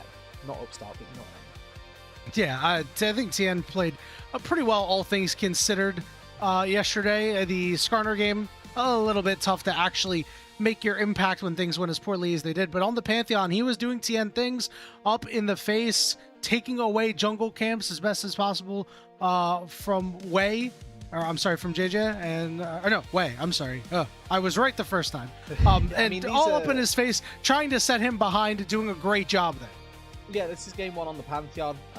Lots of really active early game maneuvers from him, largely as well in tandem with Fongwei. So some good points to highlight through the early stages of this game, and then you'll notice as we start to go a little bit later on that these plays start to become a little bit more difficult to find.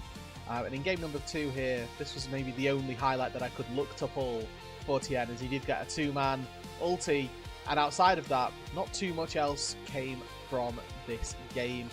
Game number 2, obviously, IG absolutely ran away with, but Tien had a really good start, and I think that on the Skarner, we were discussing this in the green room, Yanni, that he's going to get banned from Skarner, not because he's bad at the champion, but because he needs more from his team to be able to facilitate the Skarner pick that they currently aren't giving him. Yeah, things did not go well in the top lane for Soyeon, as we touched upon. The bottom lane, really, really rough down there in the laning phase. You know, Jackie Love and Fungyue still have to, get on the same page together. And I think a big part of the struggles for Top Esports were that they were not on the same page in some of these team fight areas. Now, a team that is on the same page, because they were for the entirety of the 2025, they've stuck together. It's Anyone's Legend. This is a team that is well-versed, well-congealed at this point. It's Flandra, Tarzan, Shanks, Hope, and Kael. You know them. You love them, you expect domination and nothing less. And in what was a relatively volatile off-season here in the LPL, like the majority of them so frequently are, an organisation and a keeping of these 5 people together does obviously calls for questions, but also maybe they're going to be answering them themselves, because we've seen 2 different sides of AL really throughout so far this year. And it is going to be interesting to see which one of those it is going to end up being. Yep, they say inside you are 2 wolves. Well, AL, they have 2 different sides. This is a team that we saw at the beginning of Split 1 regular season. Things were great. First place finish, 8-2 overall. Love that. On the other side, though, playoffs were where they struggled a little bit. A 4th place finish. Finishing below Weibo Gaming. We the inconsistently consistent Weibo Gaming. You can see these two sides here. Yeah, but you lose to Weibo, you lose to JDG. It's funny because outside of that Weibo loss, this wasn't like a huge surprise in the playoff run. I mean, they did beat I believe they split with JDG, as you can see on the left side. So, you know, a 3-2 loss isn't anything to be overly like panicking about. But that Weibo loss was big. I think that the issue obviously comes from the fact that this team was expected to do so well being our first seed, and then obviously didn't quite hit that marker that we were really hoping for from them, where they just didn't quite hit those highs. I mean, this is a team, don't forget, that of these 5 people that we may forget, but going into this time last year, were our MSI representatives and did that massive performance at MSI, taking both of the Korean seeds to 5 games, not quite able to take it over the line, but we know so much is possible from this roster, and I think that's what the organization is holding on to, this idea that actually we've still got those really core fundamental pieces, we've got those strong roots in the system that are actually quite powerful, and if they can actually come together like they did about this time last year, then they're going to be on for not just championships, but for international success as well. Yeah, and it's nice to see them hit the ground running against that same Weibo Gaming squad that they lost to in the Split 1 playoffs. We were questioning what they would look like coming back. You know, you have a lot of time off after that, but generally when the expectations are very high and you can fall short, this is when we can start seeing cracks forming in teams. So, you know, we'll keep a beat on that, but much like how AL has 2 sides, there's a player on AL that has 2 sides, and that's got to be Flandra, their top laner. This is a guy who, you take a look at where he's at in the meta amongst his best picks, a lot of overlapping picks here for sure. We obviously have the Rek'Sai that comes in, but he has been underwhelming on some of these picks, so we're hoping that he gets back to that creative style that he had much of 2025. Yeah, we can see that pretty much the Cassante dropped for the Rek'Sai in terms of global picks versus Flandra picks specifically, and his Rek'Sai had a really solid win rate through split number 1, was one of the big picks that people were worried about. And then we look at the global picks, you know, he's playing all of these really highly sought after champions outside of the Cassante. You do wonder, is that something that he's missing from the Arsenal, or is that something that the team could maybe benefit more from? But I think just any sort of plug-and-play topside is something that we can be okay with for Flandra. And I think that opens up a lot for his champion pool. Obviously, back in 2025, when Tabe was the coach, it was a large proponent of his excitement for this roster was that he could do weird things in draft because we've got a top laner who does play these off-the-wall picks. But currently looking at it, you know, 4 out of 5 of those top picks shared across the meta, and when we're seeing things like Varus start to crop up, even Vayne start to crop up, these marksmen making their way into the top lane, is this something that could end up being picked up by Flandra, the pioneer of tank Jace from the beginning of 2025 as well? This is something else that is perfectly within what we would expect for AL and for Flandra. No doubt about it, but we got to see if he still has the hands for it, Rude.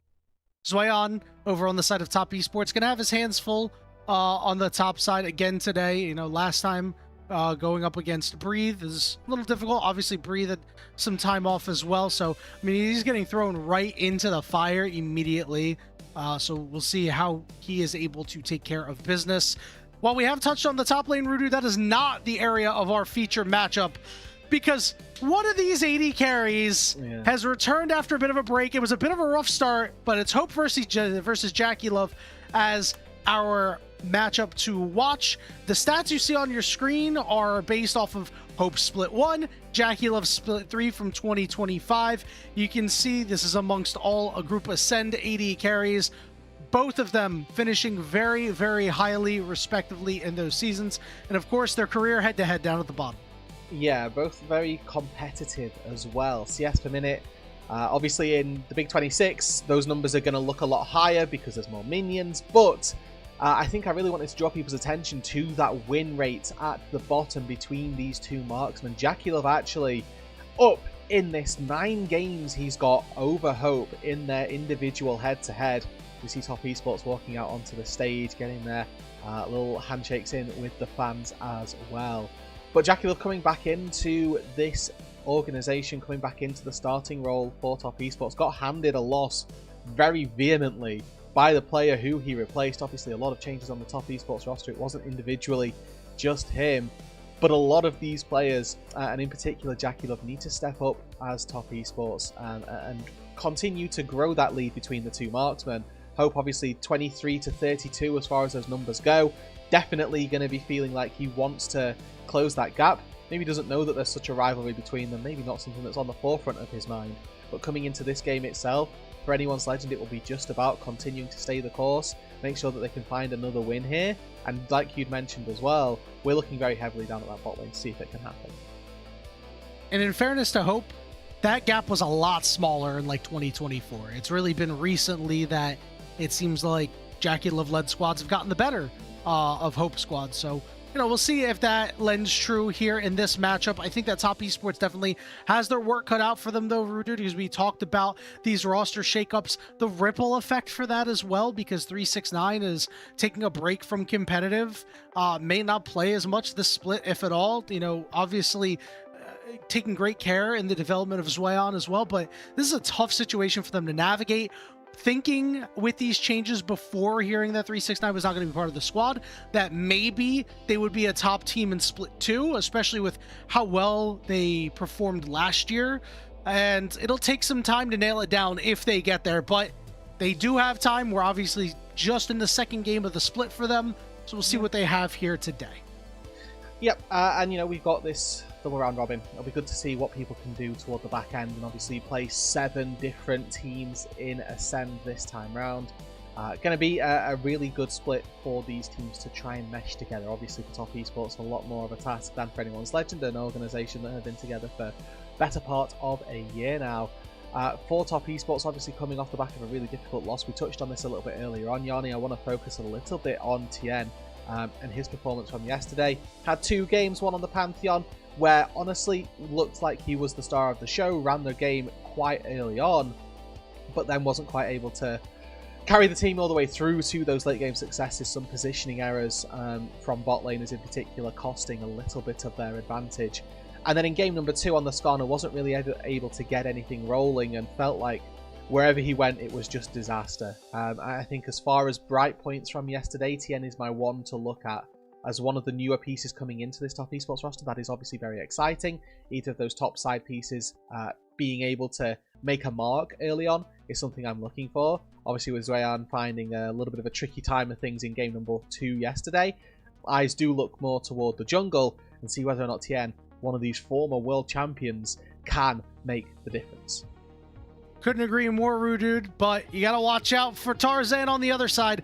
The 2-man game that him and Kyle played yesterday was so clean, and we'll see if we get that sort of performance out of them here today. Picks and bans coming through for game 1 of this best of 3 series, and you know, we're seeing this Karma ban come through a lot. I think she's been pretty much perma-banned so far to start the year, even after her nerfs. We're already seeing an Orianna lock-in for Shanks. Yeah, and the Akali ban there as well, maybe a little bit indicating that they want to go for this Ori pickup. Typically the go-to, and both of these mid laners actually very highly prized for their Akali, so we'll see whether or not the Orianna is something that's going to end up working out quite nicely. I like the takeaway of the Jarvan, but by denying the Jarvan Ori combo, it means you've got that ability to maybe take in a mobile marksman. As Jackie Love, and looking at the power in these immobile marksmen at the minute, people definitely tending more toward, you know, your Ashes, that Seraphine pairing down on the bot side as well. Definitely something that I'm expecting to see come through. And with the Xin Zhao locked in, it's 2 very heavy skirmish junglers early on for both of these two. Tien going to have to try and make his mark up against Tarzan once again. Flandre going to get the Renekton for himself on this top side. The tank player extraordinaire going to get something a little bit more aggressive against the young top laner of Top Esports. We'll see what Top Esports wants to give him, or if they want to kind of leave him to the second half of bans. They're going to lock in a Gnar from him. And, you know, Rudu, this is a guy who not really known as a carry player, mostly a tank-only player is where he's made most of his hay. And you know, Gnar is a bit of a hybrid champion where in lane you can be a little bit carry-ish, but later on you want to be a little bit more tank. Yeah, and I mean, for Zwayon here, I think it's about making sure that he finds a good matchup more so than anything. Obviously got quite exploited in game number 2 yesterday, so maybe trying to keep him safe, keep him comfortable is the ideal for Top Esports here, as For anyone's Legend, obviously, they find themselves what is a very strong core on that top side. The thing they're missing right now is just that hyper carry to go into the late game with. More so than anything else, they've got a really good amount of setup. They've got a lot of early game and mid game damage. They're now waiting for Hope to be that big carry in the backline and see what it is that he can do. Obviously, going to get his hands most likely on that answer, that counter pick, as Top Esports get their first pick of any of that bot lane later. They're going to split up the Ashe Seraphine combo. We'll see if AL want to try and take away the Ashe and pair it up with something else, or if they want to go with a strong combination that they feel confident in themselves. Lulu Yunara are still available on the table. We see a lot of cycling coming through, and it looks like it will be that Lulu Yunara combo. And that's what we want. We're looking for this sort of hyper carry style where you've got that big ticket damage that can pump out DPS in the late game for anyone's Legend. Top Esports, much the same sort of thing here, but I do value Seraphine just that little bit more than Lulu. When I look at the compositions that we have on the board, Lulu's really good when there's an individual diver who wants to cause chaos and gets interrupted quite heavily by Polymorph. Seraphine, one of these champions that can make these team fights stay the course. They can extend out these team fights with those double Ws, making sure that you're getting so much healing, and that encore as well can fluctuate really nicely between all of the members of anyone's Legend if Fengyue is there ready with the angle. So we talk a lot about the three-man game with Ashe, Seraphine, and Xin. Typically, those are the champions that get paired up with each other. We're going to have Jarvan in the place of that Xin Zhao for the side of Top Esports. Dude, how do you think the team fighting and the skirmishing is going to be different when you've got a Jarvan compared to a Xin with this combination? Honestly, the difference isn't all that great. Both of these junglers do largely the same thing. I would say that a Jarvan makes Seraphine's life a little bit easier because landing your skill shots, they're just sort of wedged in a little bowl there, so there's not too much wiggle room for the carries. Provided they don't have flash, you'd like to think that the Yunara, the Lulu, are going to be quite easy to lock down. Now, obviously, when Yunara's got the ulti, she gains access to a dash, so she can get out of that Cataclysm as well. But you'd like to think that that Seraphine ulti being layered on top of the Jarvan should be a recipe for success. All right, we'll see if the recipe comes out great or if we need to get off TikTok recipes. This game one for this best of 3 series starts now.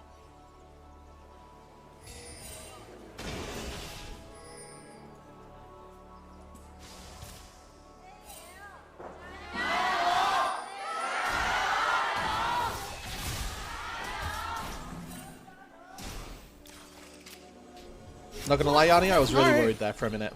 I was too, but it appears that we've moved the microphone, so the gyos ring a little bit more true. So, first thing I want to talk about on the docket here, Dude, is Jackie11 and Fengyue getting a matchup that seems to be a little bit more favored for them this time around compared to yesterday's first game when they played Jhin Bard into this comp. Yeah, they obviously struggled quite heavily, I think, in games 1 and 2 yesterday, to be honest. JDG ending the series with a 0.5 KDA, not just KD, KDA, so that's a real blow for him. A sort of valiant return to the LPL that people are going to want to forget, and he himself is going to want to forget. But now with this very powerful bot lane 2 versus 2, you'd like to think that they can at the very least stay the course of this early game that a little bit better. Make sure that Hope and Kyle are feeling the pressure here of this Ashe and Seraphine. With both of our junglers making their way down to this bot side as well, lots of opportunity for action. Need to see that ward go down nice and early from Fengyue, most likely to make sure that there's a little bit of safety there. Obviously, they are playing Ashe. Hawkshot is an ability. He's got one of those scaled in his kit already, so took the E level 2. So he's going to have the opportunity to scout out and hopefully pair this up nicely with Tien as well. Perfect timing. Starzan has been spotted out on that Gromp. No surprise. It was not entirely unexpected. So we'll see how Tien wants to work with that information. Recall that for both of these teams yesterday, a lot of early game plays made by the junglers and the supports. I imagine it's going to be a little bit harder for Kyle this time around, as we're seeing Tien move in here. This is the Tien special. Get in the face of your opponent and try and steal something away. Who's got the better smite for the moment? Already, Fengyue trying to find a way in. Hope taking a lot of damage. Heal gonna get burnt. The TS bot lane has to walk away. Tien took away the blue buff. Now the question is, can he escape? Shanks teleports in as he's got to level up on Cream, and Cream is quite low. Fengyue getting slowed. He's forced to flash over the wall, but the pursuit continues. Flag and drag away means that top esports make the heist happen. I wonder if this then costs Tien his Krugs down on the bot side, since we know Tarzan is going to have countered those creeps, know exactly what it is that the Jarvan is missing. So he might walk into the try here, try and take out those Krugs and sort of trade and make sure that the camps overall stay even. He's just going to have to try and play without that blue himself. Even trade on crabs, so overall it's an even trade on experience. It is just that little bit of a advantage going over to Tien in terms of the blue buff. But now in this mid lane, Cream still hasn't recalled, but Shanks has no TP, so a big chunk here going to be pretty detrimental. And his flash is still up. He's trying to sidestep around Tien here. I like the thought here. Big damage coming through as well. Meanwhile, on the top side, Zhuan, he gets engaged on my Flandra. He slices, he dices, he's dead. It's first blood for the rookie Zhuan. And that's what we needed from him after a really tricky day. Number one comes in, counter picks on the Gnar, finds the solo kill up against Flandra. Massive performance from Zhuan in game number one. First blood for top esports. We love that, especially with what was happening elsewhere. You know, what happened in the jungle was not without cost. Let's take a look at this replay. He's just spacing Flandra here, using those hyperprocs really nicely, and Flandra a little bit too late by the time he decides he needs to go in, hoping to use this brush for vision. Can't quite make it work. Zhuan has to use his own flash to get back into the brush to make sure that there's a nice opportunity to find that kill. So you can see with the bone plating, the plated steel caps as well, Zhuan on this top side should be feeling very safe, and especially up against a double AD top side in the Renekton, in the Xin Zhao. You'd like to think that he will be nice and safe for the remainder of this early game. And sometimes, Rudu, that's just the cost of warding your top side. You don't get to use it for a skirmish. Now, Zhuan wants a little bit more. He's going to use that Gnar ultimate, get a stun off, and really take it to Flandra here. Meanwhile, on the bottom side of the map, Dragon has spawned. We are seeing both junglers head down to the bottom side now. Maybe we'll get a little bit of fireworks, although there's no level 6s on the bot lane. So hold on, Zhuan. Just looking for the Dominus proc here, and Flandra holds his nerve, doesn't use it. Tien now makes his way down to the bot side, can help clear out this control ward and actually keep that pixel brush with a ward in it, which will help the Ashe and Seraphine lane. And they are doing pretty well down on that bot side so far as well. Flandra looking to just clear out this wave. He uses his Dominus to do it, but sort of eliminates any threat that Zhuan had. As the mini Gnar here should be able to push this wave in nice and quickly. Hopefully Flandra misses out on one, maybe two minions as that happens. Stefanar's going to stop the recall instead. Tarzan makes his way down to this bot side. Bot lane so far for Jackie Love going nicely. Oh, serves him right up. That is a flash down for Shanks. Nice play there from Cream. We'll see what the response is by Tarzan because the shockwave goes down. Shanks wants to extend this fight, and here comes Tarzan. Level 5 apiece on both these junglers. He tags up Cream, but he's down to half HP, and the Sand Soldiers are putting in work, the shield, to get him out. And so far, top esports has taken it to AL everywhere. Kyle, next man up, trying to make a play because Cream doesn't have a lot of mana, but he'll head back to the turn. And I mean, now if Kyle isn't roaming, it's another win for top esports. They're getting pinged away. There are danger pings on the minimap saying Lulu's roaming. You can't actually commit to this 2v2. I think if that wasn't there, Cream and Tien probably win out on that one as well. Small lead in the mid lane for Shanks on this Orianna. Obviously, just having his flash burned isn't going to bode all that well for him. So we'd need to see a revisit into that mid lane from Cream, from Tien. Let's make sure that we're punishing this Orianna who now has no flash. And maybe just even the disadvantage of not having that summoner spell will be the difference maker and turn that lane slightly back into the favour of Cream. Grub's up in about 45 seconds, and you know you want to pick them up for not only your Azir, but also your Gnar that's been doing a pretty good job so far. The word with Flandra has kind of been adapt or die. Play these meta picks, or, you know, you have to get really, really creative. And so far, this Renekton, while he does have a small CS lead, he's been not having the intended effect. That said, we are going to see a recall come through for Tarzan. Thought that maybe he was going to try and make his way in. And obviously for Top Esports here, they pulled together 3 new pieces coming into split number 2 after what was ultimately a disappointing split 1. And then had a really, really difficult start to the split. I mean, outside of TN, who we feel like had a pretty good showing in that first series, they've got some reparations to do in this game to try and make sure that their name isn't just going to be fodder throughout the remainder of Split 2, much like it felt like in Split number 1. And so far to start out this game, a 600 gold lead, leads coming in that bot side, solo kill in the top lane. They're doing quite well, but as this game gets later, you pose the question, how well does it get? Or how easy is it for them to play these late game team fights? And I'm actually not too worried for them at all. I think Seraphine scales incredibly well into the late game. I think that this Northern combo with an Azir on the top of it is going to look very nice. They've got a load of consistent DPS. They've got the setup from the Ashe and the Seraphine. I think the fact that AL aren't at least finding some semblance of a lead at this stage is a bit of a worry for them. I agree. Not as much CC on the side of AL, but they can scrap with the best of them, so that is something to keep in mind. Tien's going to head up to this top side and start going after these grubs. No surprise there. We'll see if anyone's legend can get there for any of them, but it looks like Tarzan will head down to the bottom side and look to trade the objective. So I think this is a big win for Top Esports. Just keeping our eyes out for these objectives. Obviously the grub's being taken by Tien, as you'd mentioned, and it is actually going to be traded by Tarzan, which does feel quite nice. Both of our marksmen working towards that Kraken Slayer. In particular, the Ashe is the one that I want to keep an eye on, especially with the love of Hex Optics in the current day and age. Good to see that we've got some Krakens as well, as Hope just goes for a little bit of a trade there. Well, let's facilitate a dive. A dive's happening up top. When they get the kill successfully, Tien gets as we'll see if AL can respond in kind.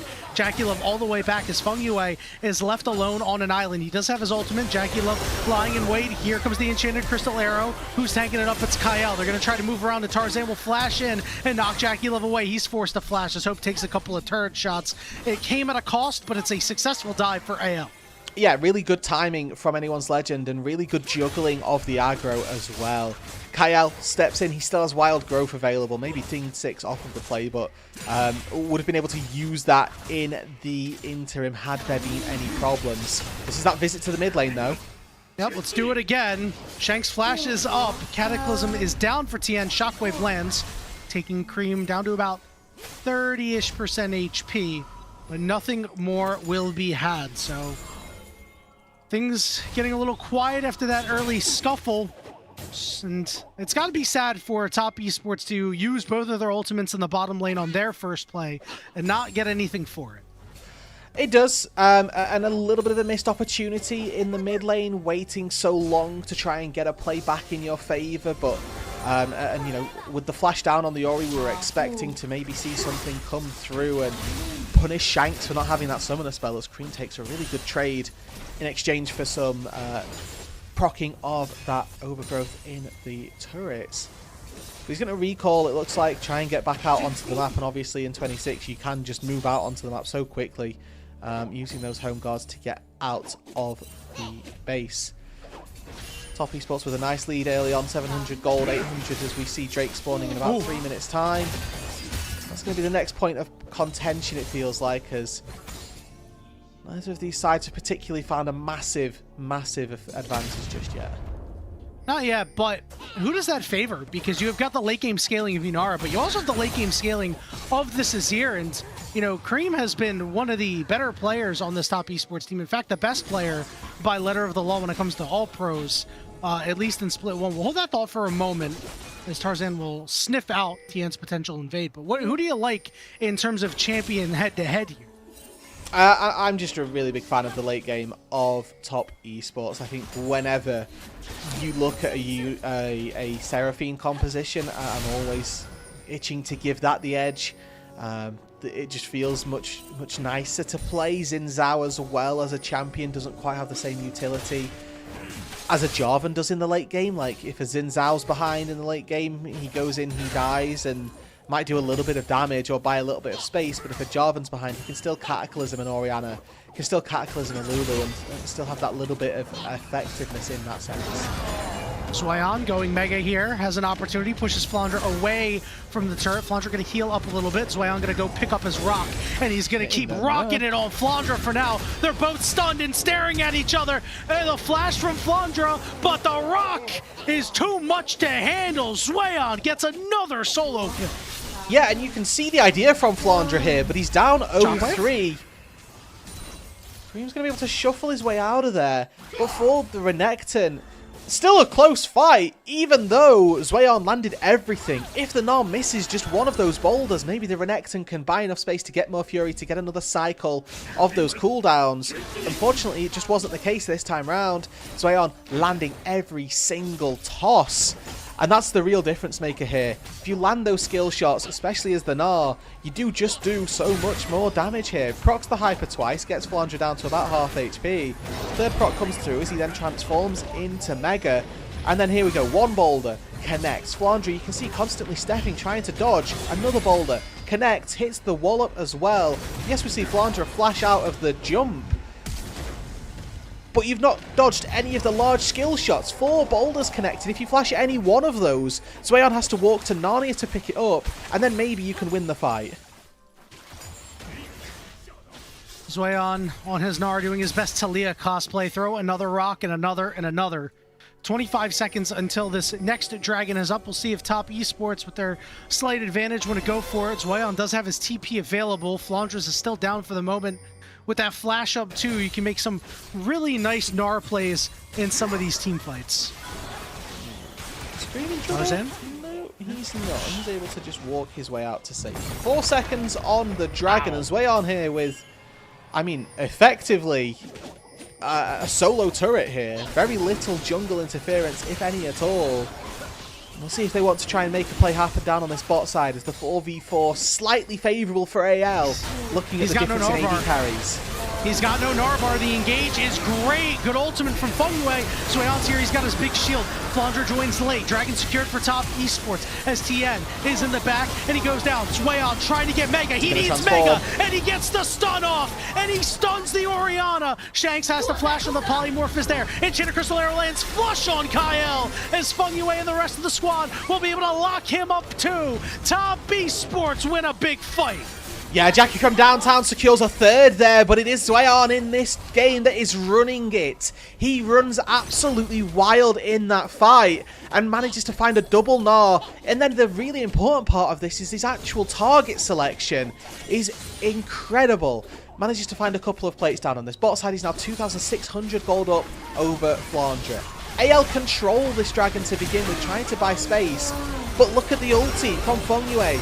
Catches Hope out, he doesn't flash out, gets hit by a root after the fact, and then has to flash barrier out, can't do any damage after this.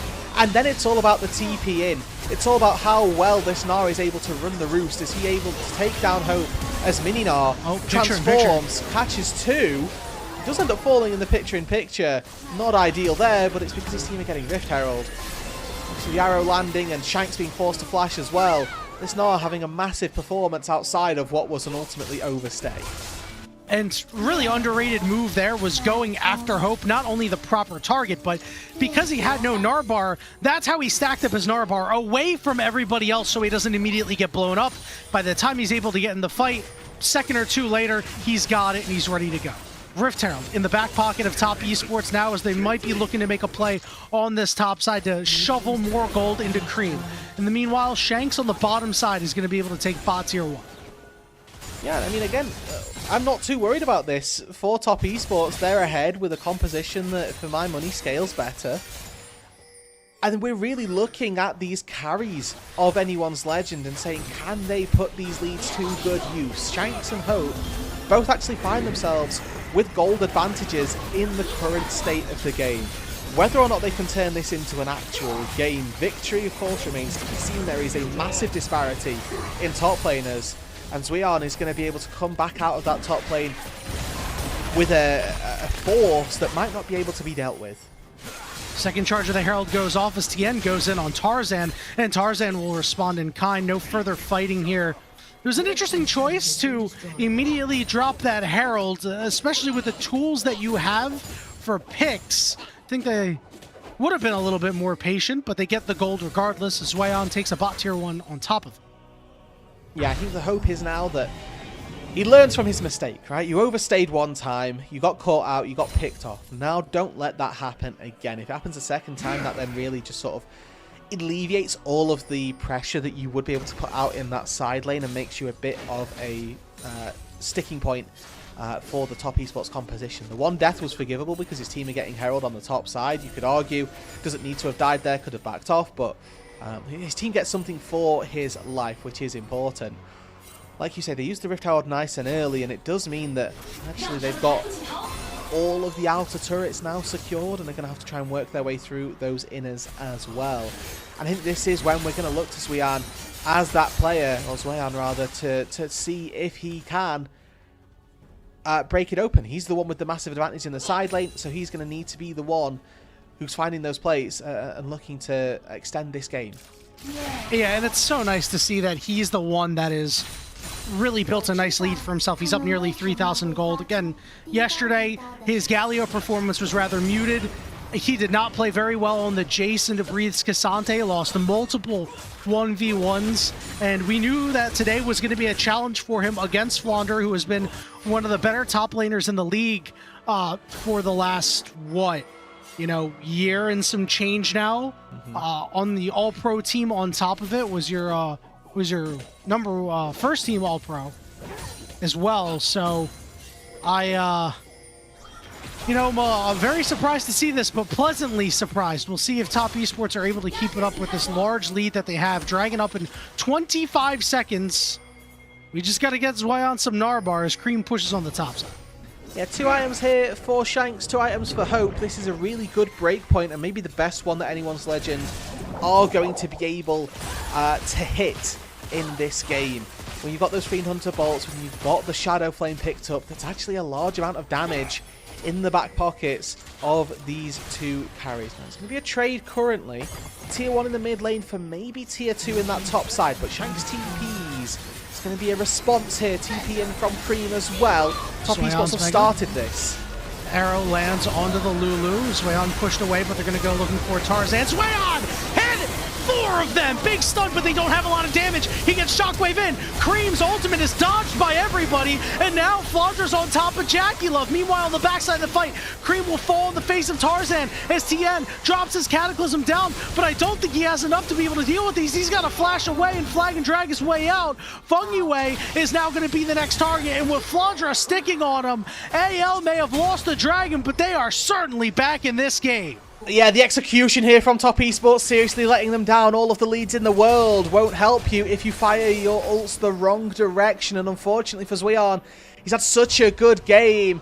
That ulti, unfortunately, cost his team that fight. A good start here for Top Esports. They find the Dragon, but they know they're ahead. They want to try and find the fight. Zweon here knocks them all away from the encore. So it just lands onto Tarzan. Hope's able to get back in and dish out some good damage. And then Cream does go in, actually gets the scoop onto Hope despite his flash out. And then does his best to try and get damage down. But unfortunately, with no cooldowns available, with no carries really there to help you out, Shanks, Tarzan, this 2-man band of the mid-jungle of anyone's Legend, they were able to mop up that fight. That's so unfortunate, Rude, because it's one of those moments that, as an R, you're like, I can send multiple people into the wall and hit 4 people. This is great. Why wouldn't I ult here? And then it's like, well, Seraphine Encore does nothing. Unfortunate. We'll see if Top Esports can dust themselves off that, and we can see a little bit more synergy between Zweon and Feng Yue. On the side of AL, a huge infusion into them. Now just a 500 gold deficit, essentially meaningless. It's more about where those deficits and advantages are. Again, small advantage in the mid lane for Shanks, but it's again Hope who finds himself with a decent advantage in that marksman role. Now, currently, it equates to the difference of the AD in a pickaxe and a BF sword, but eventually, at some stage here, it's likely to equate to when one of them has Infinity Edge and the other one does not. That's going to be a really important breakpoint, and one that once again you'd like to think that Anyone's Legend will look to fight on, as opposed to just sit, rest on their laurels and not really do anything with it. You can see Top Esports are the ones still looking to push this. Zweon in that side lane still does win this 1v1 very handily, might we add as well. He's even felt confident enough to go back into some magic resist on his third item instead of looking to itemize for this 1v1. We're going to fight over the red buff. Teleport coming in from behind. Zweon has his as well. Tarzan's going to go in. Encore's only going to hit one, but Flandra manages to get the key targets. Knockup is there. Jackie Love is dead. The shockwave hits nobody, but it's because they're all gone. And now Anyone's Legend is going to set their sights on the Baron. And why wouldn't they? They've just found 2 quick picks. The bot lane of Top Esports overextending once again. And that's going to cost them the Baron. And that's going to cost Zweon all of his time in that side lane. He's got until this Baron falls to be able to find any sort of advantage in the side. He might find this tier 2 turret.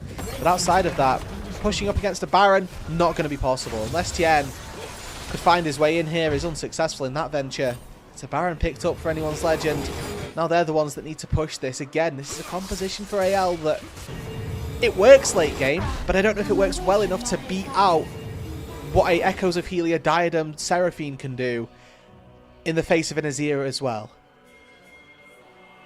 Well, Rudude, we might just find out. 1 minute and 10 seconds until this next dragon is up. AL have a gold lead, and now it's time for them to try and get control of the map with this Baron.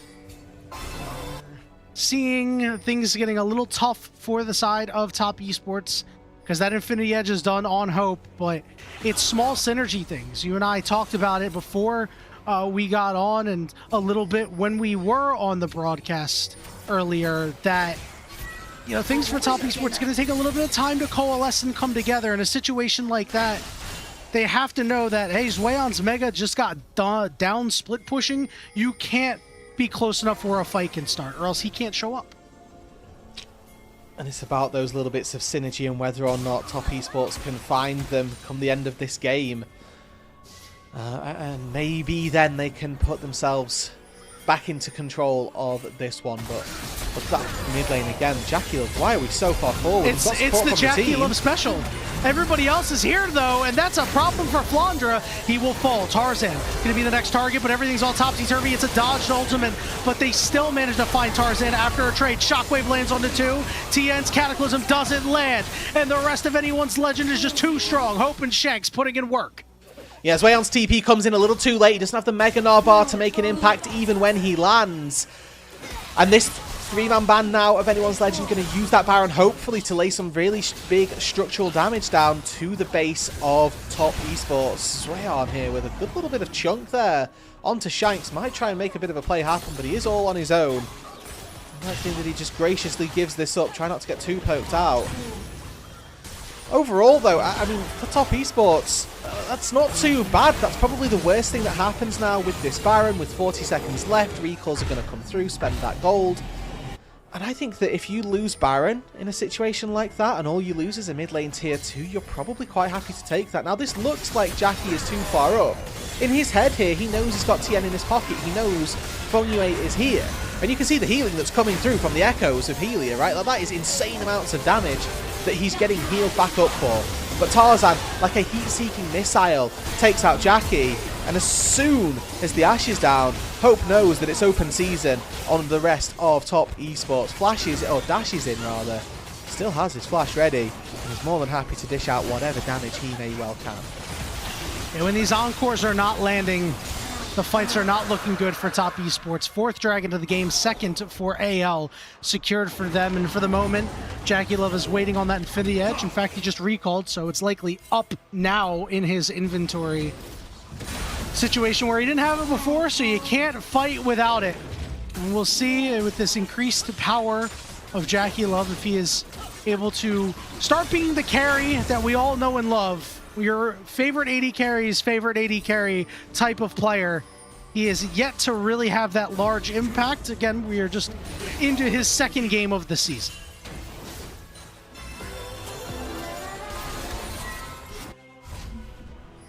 $1,500 gold, the advantage here for Anyone's Legend. Large majority of that focused on those marksmen once again. currently it's amounting to just having a QSS in your back pocket for Hope, but at the minute, Zweon hasn't been able to push that lead as much as we might have liked. Opted into the Wit's End as a third item here to try and be able to punish on that side lane that little bit more effectively, maybe even lane a little bit more against Shanks. Feng Yue! Oh no, Feng Yue, who was the saboteur. a critical error there. Not his fault, maybe, we'll see, but I'm sure we'll get a replay on that. For the moment, Somebody hit a AL have cone. a man advantage. Yeah, somebody hit a cone that they really ought not to have. Now, fortunately, it's not going to come at a time when a neutral objective can be taken. So the Dragon, for example, the Baron spawns in a minute. Let's see, who was it? Oh. All right, we're still waiting. Ah, there it is. No! There it is. Jackie Love, how could you? Now, in fairness, he probably didn't mean to. I've done that a lot where I'm walking backwards and I accidentally hit a cone that I'm not looking at. However, yeah, Jackie Love has sent his support there immediately to death. Just trying to increase that 0.5 KDA that he had from yesterday. So that one's not going to go on the ledger, but it will remain in our hearts. This did allow some time for AL to get some vision down, and while a lot of it has been cleared out of the top esports jungle, there is still a lot littered around near the Baron pit, because Baron is coming up in 25 seconds. We need to see somebody step up, and now I am looking toward Cream. He's farmed up pretty well. He has got his Rabadon's death cap. No Zonias, so he's going to have to be on his A game, but with his flash available, might just be able to get it done. Yeah, I mean, it's a one-way trip if he goes in here. There's this constant thing with Azir that I quite like to talk about as we see the arrow going wide there onto Shanks. Is that at a certain point in the game, the Azir needs to prioritize being a DPS threat more so than going for that big scoop, and I think we're at that point now, right? You've got Nash's Tooth, Shadow Flame, Rabadon's Death Cap. You are the DPS for your squad. The tier 3 boots as well, looking real good. No! There's that shockwave. Cream has to get out. Encore lands on the multiple members. Tien, Guardian Angel, Tarzan getting knocked away, but the flash is there. Cream's still alive, still trying to DPS, but the health bars are a little low. Meanwhile, down on that bottom side, Zweon got knocked away by Flauncher, and the Baron will be started up by anyone's legend, just outlasting top esports in these fights. Yeah, both of these junglers with Guardian Angel. Tarzan's doesn't even get popped there. Hope barely able to limp out of that Cataclysm. There was some good damage down coming from Cream, but he was able to flash out just in time. Second Baron now picked up, and top esports really starting to feel that slight wallet diff. If we look at the gold lead currently, it's about 4k in favour of anyone's legend. If we look at it without the top lane, it's more like 6,000 gold. It was a really nice picture-in-picture there. We've seen Flandre with some questionable flashes after Zweon, but that one, no question about it, was a solid one. 40 seconds until this next objective is up. Top esports need to understand their conditions a little bit better at times. Need to watch out for the Orianna ball on the floor. Seeing a root come through here. Feng Yue cannot die here. Shanks hitting some really big shockwaves as well to start off these fights. Zweon got knocked up, flashes, but he gets shockwave, and he's blown up. Cataclysm down, but Hope's able to slide out, and he is just fine. AL take 2 more. And I hate to be that guy here, Yanni, but let's look at the minimap. That was a 4v5. Flandre was not a part of this. Zweon went in, no Narbar, got picked off. Hope as well, able to pop Transcended, and just skates out of the Cataclysm. The synergy just not quite there for top esports, and their ability to take these fights in these tricky little corridors just not present. Yeah, Flandre shows up out of nowhere. Crocodile in your base. As he pushed in that bottom side, teleport's going to be coming in from Shanks as Flandre wants a little bit more. Big roots are coming out. Big damage from Jackie Love, but the Encore doesn't land on anybody. Guardian Angel pop, but Shanks is going to lead the charge here, looking for that shockwave that might end the game. Bottom inhibitor will fall. AL will fall out of the base and head to the Dragon. That's one inhibitor down. Overlap on that, not quite going to be as nice with Baron as they might like, and this isn't a soul that they're retreating to, but for anyone's legend, feels like a formality here that they should take game number 1. after a really strong start for Top Esports, largely actually coming from that top side. Zweon started this game 3-0-2, however has not been able to really push the envelope in that side lane. Great recovery from Flandre as he's been able to stave off the aggression of the Gnar. And it feels like he's still been getting the better of Flandre at times as Fengyue is forced to flash away and a teleport is coming in from Flandre on that top side. This could be trouble if AL want to go find more, but with no shockwave available, it's a bit questionable, but they will go full court pressing. They do make it out. Obviously with the Baron now about to wear off, they've got 20 seconds left, so this wave is about all they're going to be able to get to do with it. They've got 2 cannons. All right, we're going to look for Shanks. Zweon trying to get Kyle. close, but he can't with the hop. They Look find at Hope. That's huge. Flandre trying to cause some problems, but Jackie Love's got the DPS now. Zweon is still alive. They're going to look for more targets. Tarzan trying to walk up with the Cataclysm, lands on the 2 critical members. Now it's Tarzan. He's got nowhere to go. He's walking in front of the base as Zweon is looking to catch him and go after him. Tarzan using that ultimate to knock people away, but here comes Tien. Flag and drag, smite for the slow, but he's going to tag up the chickens and be able to escape. Top Esports defend their turf. And it is just like a magic trick here from Top Esports. It's a looky over here at the arrow that we've landed into an immediate collapse onto the marksman. Hope with no flash gets picked out. So let's look at this. Arrow from Jackie Love lands onto Shanks. Kael flashes over the wall to abandon Hope. And then look at Tien here. Spots this and decides, actually, we just hit Hope. You can see the moment where they all decided, guys, we can kill Hope. And you saw that damage that Hope did. A couple of those empowered autos took Jackie Love to below half HP. So when you can find him, you gotta take him out. Really well executed there by Top Esports. Still a lot of work to do, but they finally feel like they have a lifeline in this game after that dragon fight so many minutes ago. Yeah, that was... I mean, if you're looking at that from Hope's perspective, you're thinking, why did my support flash away from me there? I could have 1v5'd. Obviously, Kael is flashing into Mikhail's Izori, keep his mid laner alive as well. So, you know, looking at it from both sides, you can understand the logic. But Top Esports have still got such a mountain to climb. To be able to replicate that is going to be a job in and of itself.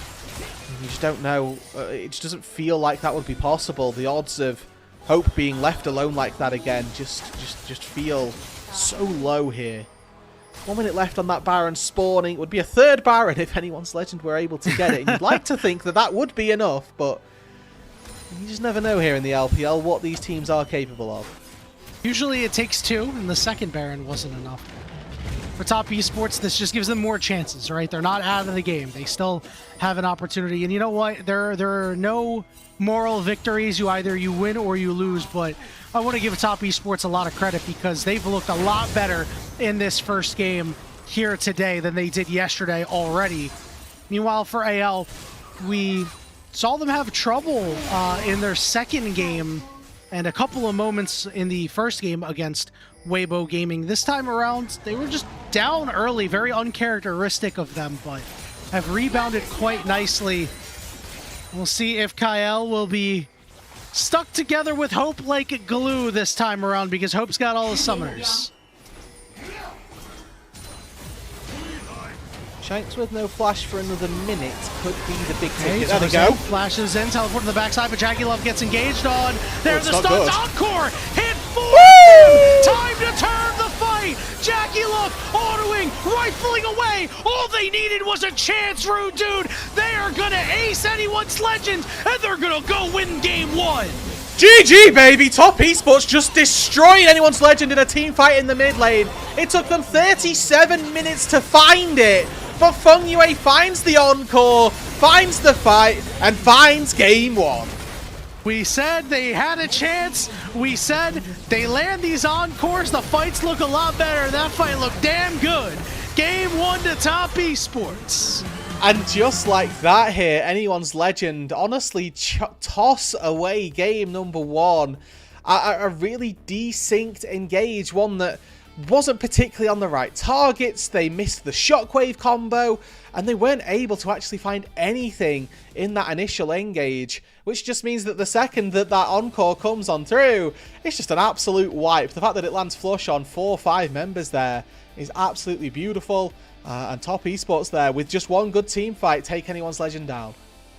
And it's so crazy that it looks like the moment that Kyle flashed over the wall when Shanks got stunned may have sealed the fate of anyone's legends, because that fight, had that fight gone differently, I mean, I think we're probably at break already, you know, waiting for game 2 and talking about what Top Esports can do to rebound. But now, I mean, anyone's legend, they just have to play a little bit more of a stable early game. I mean, TN once again had such a profound impact on this game. Again, like you say, he was forcing flashes out of crucial targets with those cataclysms. I was a little bit questioning rather, why we didn't get to see so many of those return ganks or any visits back to the scenes of the crime, let's say. But on the Jarvan, did his job, was quite serviceable. I think for me here, honestly, the fact that Fongyue finds that ulti in the final part is the big haymaker for me here. Yeah, gets a really good ulti, and as the Seraphine is able to just do so much work, so much healing coming through as well. And I mean, I talked about the fact that in the late game, you have to value the power of a Seraphine over a Lulu, and I think that was the real reason why right there. And, you know, for anyone's legend, hey, great credit to Tarzan. I think he played an excellent game from, you know, the mid-game fights onward, really making great things happen. For Shanks and Hope, you know, I have some worries. You know, I think the general consensus is that these are some really good players, but have yet to hit that elite status or have those moments that you're like, these guys can really carry a game. And there were opportunities for both of them to make big plays. And when the going got tough, they failed to do so. It did. And right, that's the hallmark, really, of anyone's legend. Like, when the chips are down, have they been able to do it? And the story of their split 1 was, well, no. And unfortunately, it feels like that's still plaguing them here in this series. Yesterday, they did well enough to find themselves a 2-0, but here in this one, you can see LPL Gold Graph alert, but that they just weren't quite able to make it work and push it over the line. Hope still outdamaged Jackie Love somehow after Jackie Love was rifling away at the end, but it doesn't matter because Cream was able to put in so much work. Zweon, although the mid game was a little bit rough after, again, that maligned play that happened near the Dragon, still played a really good early game, and then that second to last fight up on the top side played it very well, just as distraction.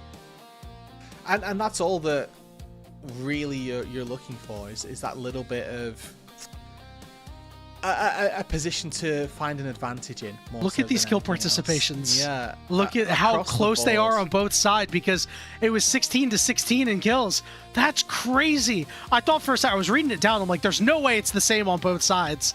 That damn Kyle, yeah, just a little too good sometimes.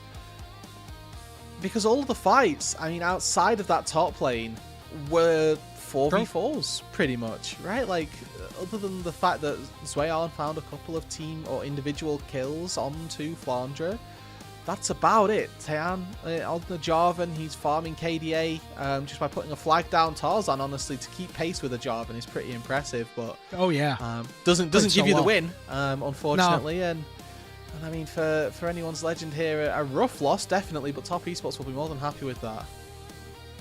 No doubt about it, Rududen. I mean, we had almost left Top Esports for dead.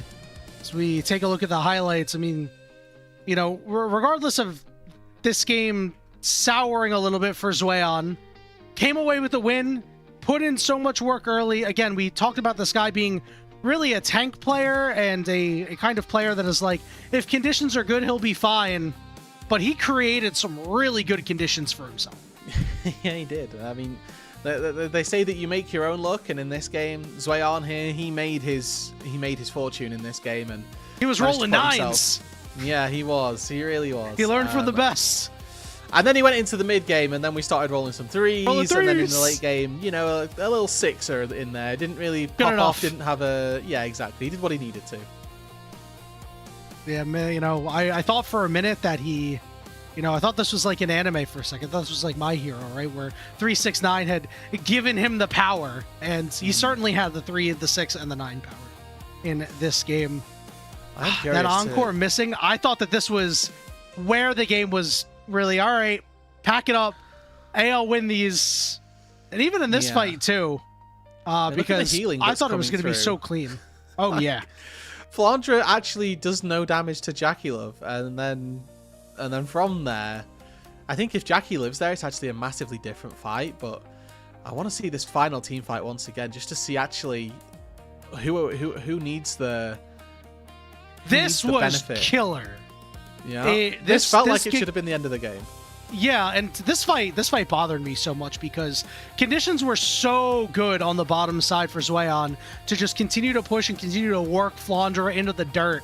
And I was thinking, man, all top esports have to do are just kind of like play back and stay away, and they got caught by the Ori Shockwave. Hope gets caught by a flag and drag there. This is the. I mean, this doesn't even turn the game, to be honest. This is just a reprieve Keeps you for alive. top esports. This is And it. then this hit, yeah.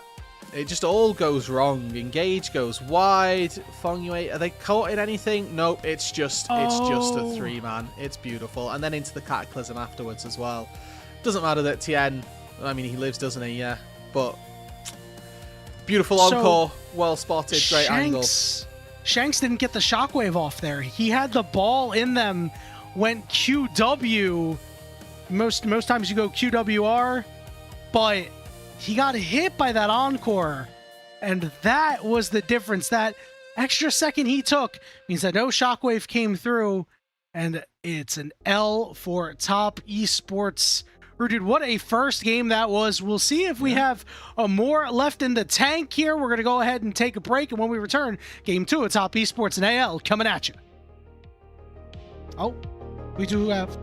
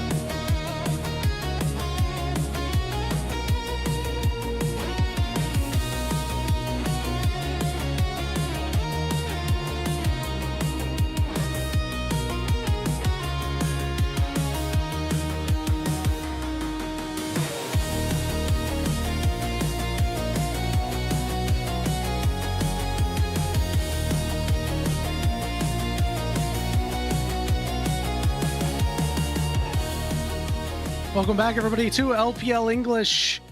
As Top Esports took a crazy game over Anyone's Legend in Game 1. Zweon was the MVP for Game 1. Sorry, guys, that's my bad. Supposed to go to break after that happens to peel back the curtain a little bit, and it's a shame. I ruined Zweon's first MVP, but if you were to tell me that Zweon was going to get the first MVP of the year for Top Esports in Split 2, I would have called you crazy after that first series. I know, and I mean, he really does have that credit that he deserves. I think he was the large proponent of why they were in the game for so long, through the early and mid stages of the game. Now, for me and my money, I think the reason they won the game was because of Feng Yue. I would have given him the MVP despite any of the transgressions that may have befallen him earlier on in the game.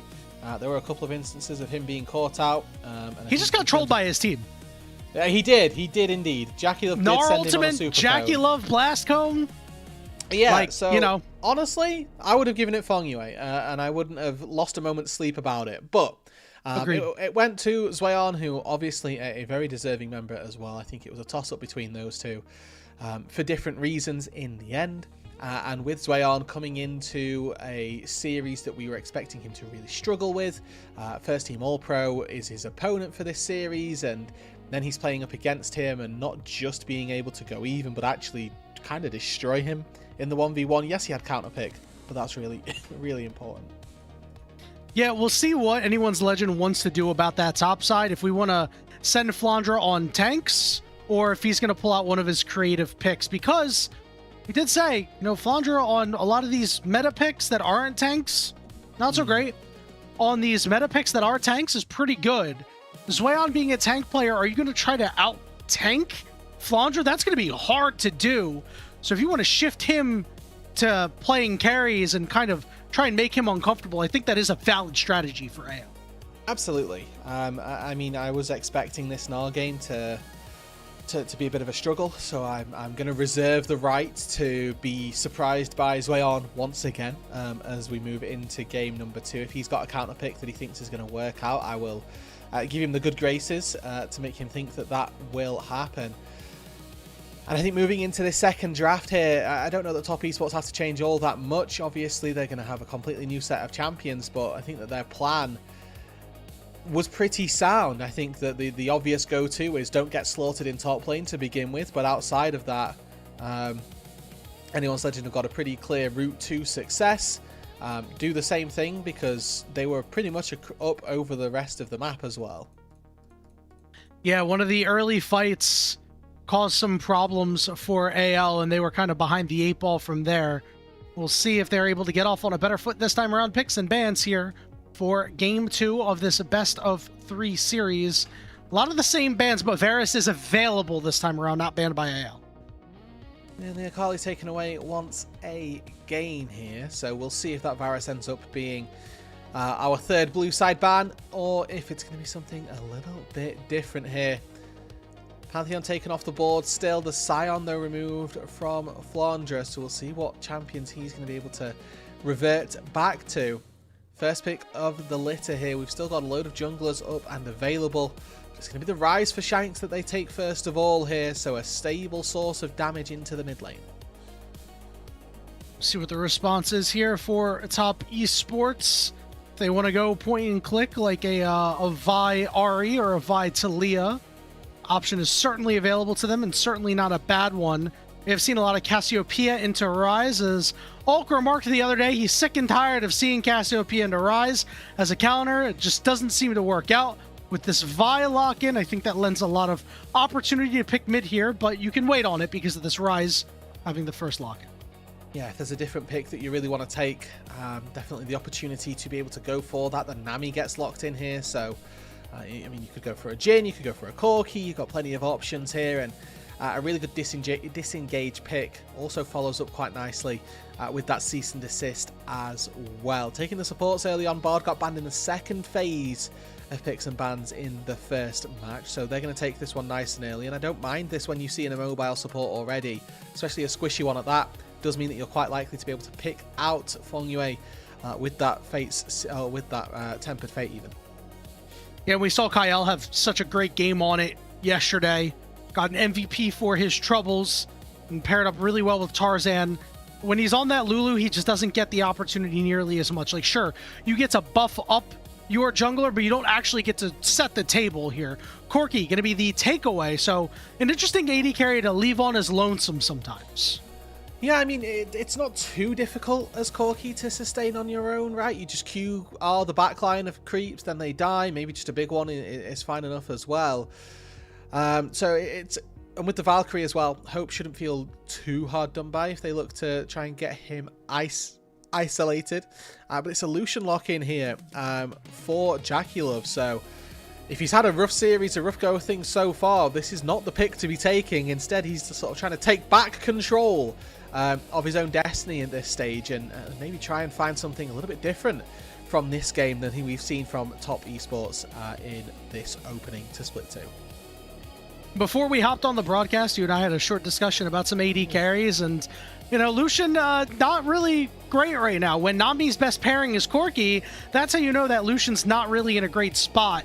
But against a Bard Corki, I think it's certainly a much better matchup than if you were against some of these longer range champions that are causing some problems. So we'll see how this bot lane shakes out. A couple of bans coming through. They're going to take away the Cassiopeia. They don't want Cream to get his hands on that one. The Nefiri ban, because Tarzan ran rampant with that champion in Game 2 yesterday. Nocturne taken off the board as well, so we've removed a lot of those AD junglers. Still Wukong available here for Tarzan if we're looking at those picks. Maybe a Trundle gets locked in as well. It's not a bag pick versus the Nami, but a couple of options still available to Tarzan if he so chooses. Now, other answers typically have been the Anivia, but I don't sense that as a ban toward Cream. Yeah, instead going for the Ambessa here, so opting into something a little bit different on that top side and giving the opportunity to Cream here to pick his fair share of mid. I like the Ahri pick a little bit more than the Taliyah, although the Taliyah does give you that global presence. The Ahri gives you a little bit of room to operate in a lot of these fights. And I think with JackieLove still trying to get up to speed a little bit here, you need somebody who can, get around these fights and kind of take over a little bit easier. On the other side, though, this Poppy is going to be real good into this top esports comp. That's a good pick. Undoubtedly, that just works. I look across the board, 3 Dash champions, I see Poppy, I slam. Very good pick for Tarzan here. We'll see if that can have the impact that we know this champion can do and that we know Tarzan can as well. I mean, for top esports here, it's a win early or don't win at all type situation with this composition. They've got the hallmark of mid-game power spikes with the Lucian Nami duo, with the Vi hitting 2 items, Ahri hitting 1-2 items, and this Jace, if it gets locked in as well, same sort of thing. You hit 1 to 2 items, and then you're going to be absolutely plain sailing. If it gets much further than that, gets much later, you have to imagine that the Ryze, the Yorick, they're going to start to absolutely run rampant. Yeah, AL should have a lot of split push pressure this time around. One note about Tarzan is this is going to be game 35 for him on Poppy in his career. 67.6% win rate. You typically only pick it when conditions are good, but Tarzan's Poppy in particular has been fairly impressive every time he's on the Rift. Yeah, I mean, that's a large amount of wins, right, out of those games. And I mean, the conditions here, they're perfect. To be clear, like, you have insane conditions to take the Poppy. I think that the Keeper's Verdict might be a little bit difficult, more so than anything else, just because if you're trying to knock away a target, all of those champions have dashes, so they should be able to get out of them, or get out of the way of that skill shot. But otherwise, this game should be one for Tarzan to run on the Poppy. I think that as well, in terms of cease and desists, the Vi going to have to pair up nicely with the Ahri, and it is going to test the synergy of top esports here, because if Fongyue is not ready with that tidal wave, if JackieLove isn't ready with the culling, and Zweon ready with that downtown shock blast, it is just going to be Tien sending himself into the fire without any flames to back him up. We'll see if he can make it through those fires and those flames as our bot lanes are matching as we are on the Summoner's Rift for Game 2 of this Best of 3 series.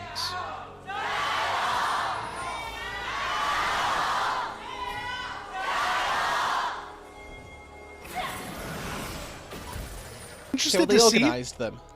Yeah, they did. Interested to see where our junglers are going to set focus here, because I think if you can get the Lucian behind, it bodes very well for the team that does not have the Lucian, mostly because the mid game is where he really takes over. You have the strong lane, you're able to farm very well because you have so much room to operate, and then you take over in the mid game by just trying to, you know, get callings off and get mid priority and work down that mid turret. If you set him behind, you can make things happen. Already an interesting development in that top lane as well. Both of those wards had gone down. Becky going to look to trade here. Barriers the phosphorus bomb, and it's coming out on top here, but Kyle with some consistent DPS back, gets an electrocute proc as well. Remember, Nami is going to be able to ebb and flow. Tarzan lost the 1v1 for the smite. Tien does pick that one up, and now Tarzan very much homeless on this popping. Yeah, a little tough, and a little tough for the top esports bot lane so far after that trade. Lots of trading going on everywhere. Cream getting the better end for now, but with Hope and Kyle having this advantage, already step one is complete with trying to keep this Lucian down.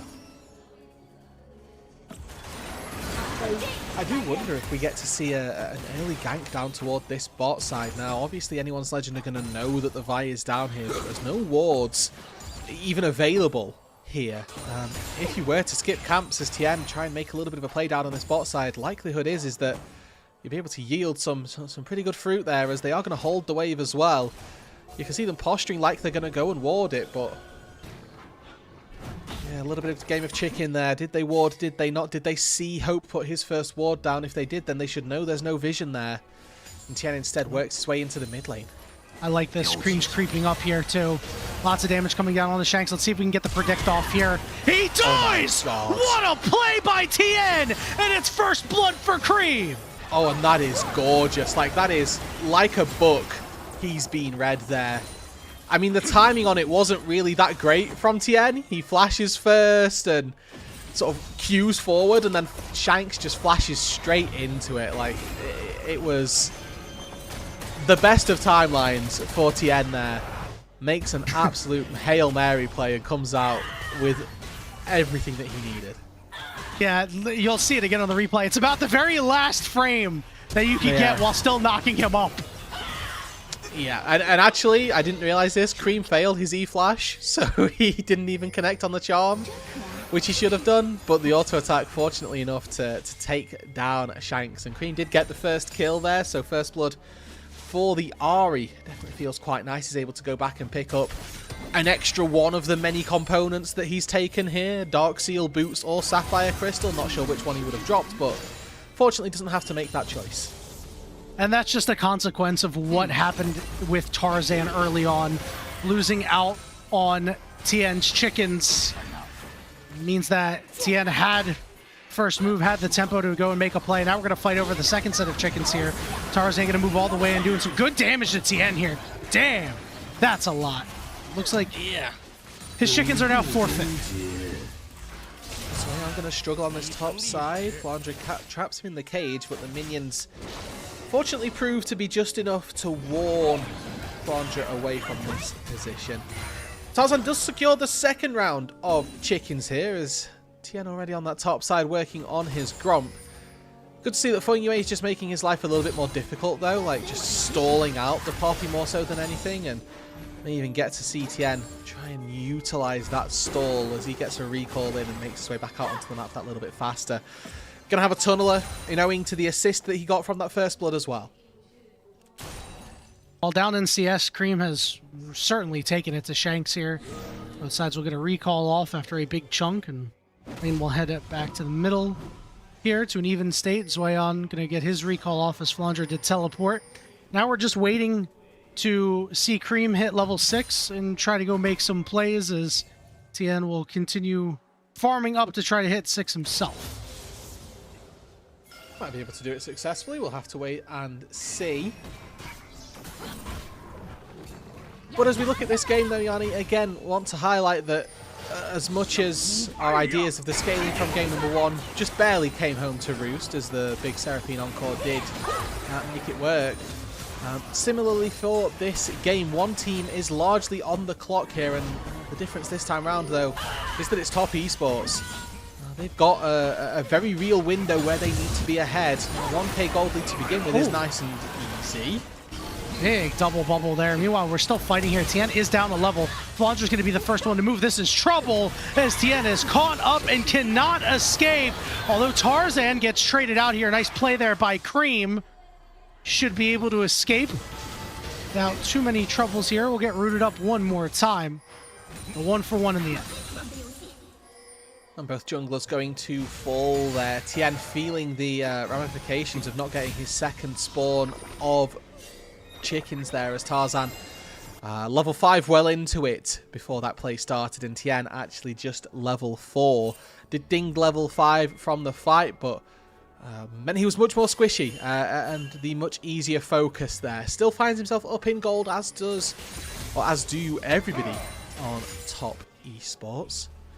Zweon with a 200 gold lead on this top side, coming from a little bit of plating gold, more so than anything. Now going to be a lot more tricky to try and push this Yorick under the turret, as he can quite easily clear out the majority of these creeps and get himself back to a brush to stay safe. You know, that's alright if he's not able to go and take out Flandre, right, and get solo kills like he was able to in the last game. As long as he can get some shock blasts in some of these fights, soften up this AL squad for Cream and Jackie Love to be able to do the rest. Cream is already in a solid position here in this game with Dragon up. Tarzan gonna head down here, look to clear out this ward at the back of the pit. We have Grubs in 40 seconds as well. We'll see if Top Esports wants to have a trade of objectives like they did in game 1. I mean, I think that they can... The idea that they can give up the Grubs isn't a bad one if they start stacking these Drakes nice and early, again with the composition that kind of needs to thrive through the first 10 to 15 minutes. I wouldn't be against them sort of trying to neutral objective Kingdom here, try and take both of them. We've already seen some really good trades from Jackie Love and Fengyue, which regardless of the outcome of this series, I think is a really good look. Their laning phases in the first series up against Weibo, definitely not Weibo, sorry, up against their opponents yesterday, who definitely not quite the take that we were looking for. A bubble on Corki. This could be bad. He'll flash away from the tidal wave, but guess what? Turnabout is fair play. Tarzan knocking Jackie Love over to the side. Here comes the Realm Warp, and Jackie Love is caught on an island. Will just try to clear out as much minions as he can, and he will fall to Hope. They're going to be able to secure a plating in the mid lane, the teleport from Shanks as well. There's these 3 Grubs on the top side, so it doesn't come for nothing. Jackie Love obviously going to fall, but be more than happy to take that trade if they are Cream Tien here finding something. Just good damage from Zweon. Here comes the rest of the squad. Cream is going to ult over the wall. And will chase down Flandre. No vision. Shouldn't be too much of a problem. Charm is there. Good flash from Flandre. See if Cream's able to pick up the rest. He doesn't have mana. Zweon's caught in the cage. Here comes Tien. It takes the might of 3, but they get it done. Yeah, I think it was always going to take 3 people there, and well played to Flandre for holding it out of the turret. The fact that it took so long, though, does mean that Shanks is able to get his own response plate in the mid lane. So I think they'll be quite happy with that trade now as anyone's legend. Yes, again, Flandre the one who falls, but Kael searching for his way on, not going to find him here. Really wise that he's able to back out all the way back to his turret. Could have been trouble, a little bit of wasted time as Flandre's going to TP back up to the top side, but Zweon should be able to do so as well. In terms of the Grubs, those things are still standing, so might see AL elect to contest there with Top Esports nursing about 1,000 gold lead, most of it on Zweon for the moment, as he's continued to have a solid series so far. Conditions, favorable for him as they elected to play toward him on that top side this time. Yeah, I mean, he's had counterpick in both games, so you would expect there to be a element here of him having the advantage, but much like game number 1, it's going to be about how well can he look to leverage this and sort of push the envelope of this game, because it's much more important in this game that they do that than it was in game number 1. They were always going to have that late game reliability in those team fights, and despite the disadvantage that they found themselves in, I do think they found that out in the best way possible by just absolutely acing a team fight and coming home with a win. On the flip side, though, you can see Shanks and Hope nursing gold leads themselves, respectively. It's like 50 each way, so there's nothing really to write home about. But you'd really want Jackie, Love, and Cream to be these ones who are fed, who are the people that can do the damage and can carry the team forward. Because they're your playmakers here in this game. They're the DPS threats. They're the ones who need to sort of stay consistently ahead. I think that all things considered, given that 4-man play was made on the bot side, things are okay. Going to make a play up on the top side with the cease and desist. Flandre, though, doesn't take a whole lot of damage because of the steel caps, but they can run this man down. Remember, he has no flash. Zweon gets the kill, but again, they're going to go after the bot lane here. Turret's going to kill Tarzan, so it ends up being a 1-for-1 trade for the moment. The kill goes over to Feng Yue. Good sidestep there from Hope. As Feng Yue with this red buff looking to be the battle Nami that everybody fears in their solo queue. But it is going to be the final grub picked up by TN on this top side. And once again, it is a play toward this top side for Top Esports. But Shanks no spotted. Oh, he is in big trouble. Tried to clear out that ward, but TN is everywhere right now. Nicely done here. TN once again. 5 out of 6 kill participation in his favor. The only one that he wasn't a part of was when the dive died down on that bot side. So everything that Top Esports are doing is coming from this jungler. I mean, Tarzan, coming into the end of split number 1, we were talking about being one of our best junglers, maybe not even just domestically. Tien here, game number 1 had a 20 CS lead and was doing very well on the Jarvan. Game number 2, no CS lead, but much more impact. Yeah, things are very good there. Feng Yue had to burn heal. He'll flash over the wall to escape, so no summoners there, but he will retain rights to his life. 90 seconds on that dragon. He can help with the clearing and setting and laying down a vision toward that dragon. We'll see whether or not it's something that Top Esports look for. Again, would like to think that they need to find as many of the neutral objectives as possible. Would not like to see them concede a second dragon in quick succession. Oh, this is bad news. Big damage onto Cream after that stun as well. He's forced to flash away. Tarzan, though, in the 2v1 got hit by the tidal wave. A bar doubleton keeps Tarzan golden for the moment, but Tien will get the kill. Kyle flashed over the wall. Cease and desist going to Hope, but here comes the culling from downtown, starting to deal a lot of damage. Tien will flash over the wall. Tien! Maybe looking to follow, but he's not going to be able to. But Tien gets the job done himself. Cream re-enters the fight, and Top Esports are running over AL. Cream just trying to keep Shanks in the area. Tien and the rest of the squad will not look for more. Well played by Top Esports, 4,000 gold lead. They're going to get the crab on the bottom side too and recall for this dragon. Yeah, well played by Top Esports, well played by Tien, man. This guy is absolutely turning up in this second game. Knows that his mid lane is being collapsed on and finds the window to catch Tarzan out, who's clearly just shopping or looking down on that bot side. Doesn't use his W there to interrupt the Vault Breaker. And instead of backing away knowing that he's getting collapsed on, just says, actually, I've got the damage to do this. What are you going to do? Flashes on top of Hope as well. Takes the 1v1 with the marksman. And then he's even able to sort of push that game, push this pace of it even further here. It's Feng Yue fishing with these bubbles, constantly looking to be a menace as well. Top Esports need to look toward this dragon down on that bot side, but for the time being looking to protect Zweon as he does take the first turret here on that top lane. They're playing for the young man upstairs. Certainly making the most of it for now. Again, we'll see what his impact is in these fights. It's going to be a much different role than he had in the last game. In Top Esports, again, looking good. Even their composition is not firing on all cylinders.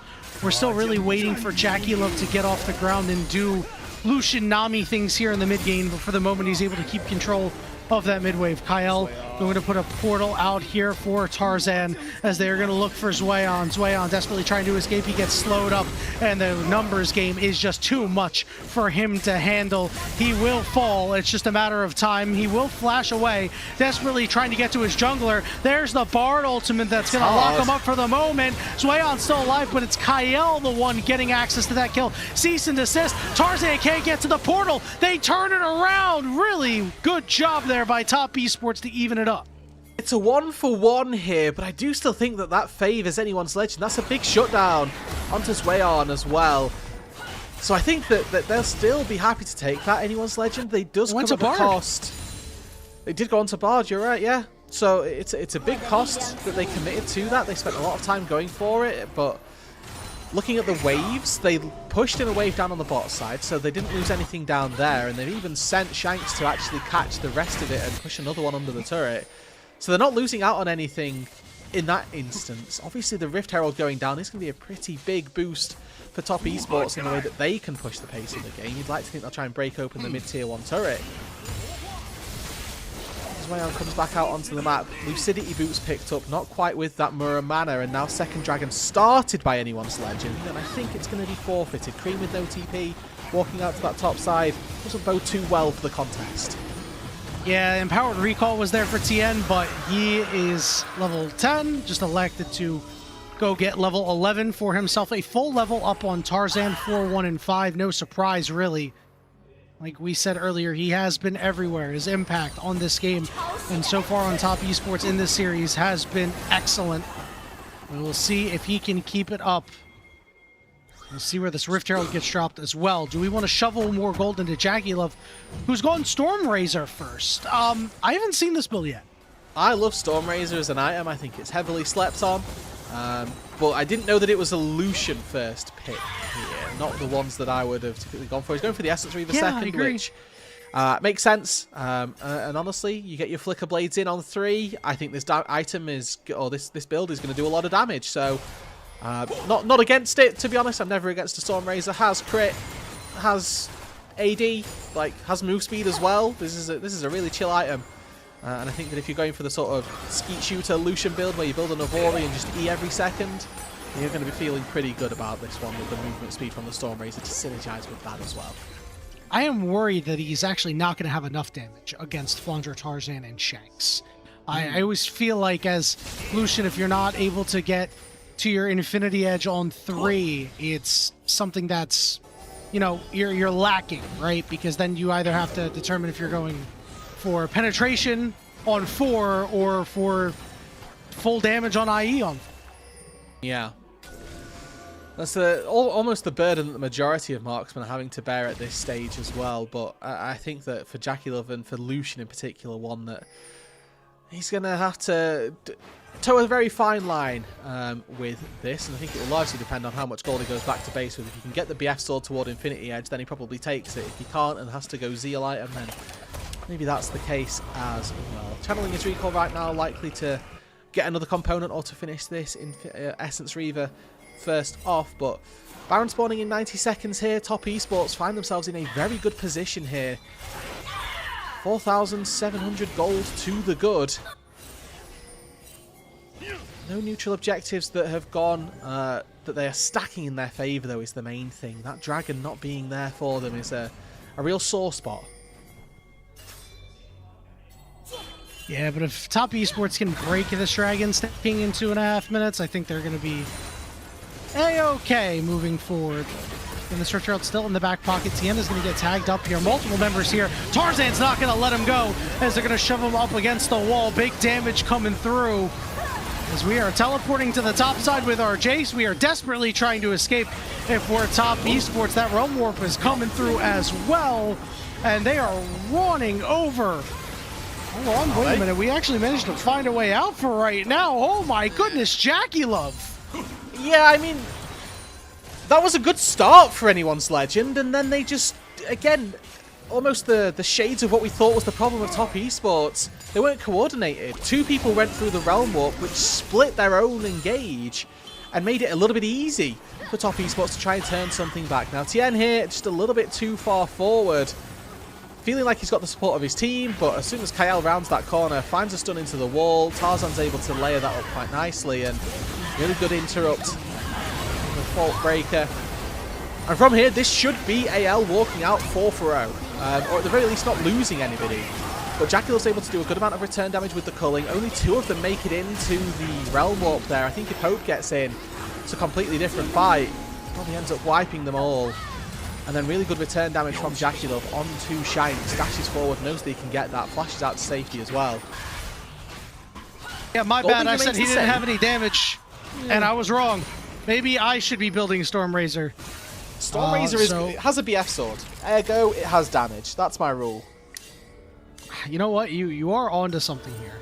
So I'm not gonna doubt you. Maybe I'm the problem. That's why I'm hard stuck Emerald even in season 16. 30 seconds until this dragon is up. Tien does have his flash available. In fact, a lot of tools available for the side of top esports.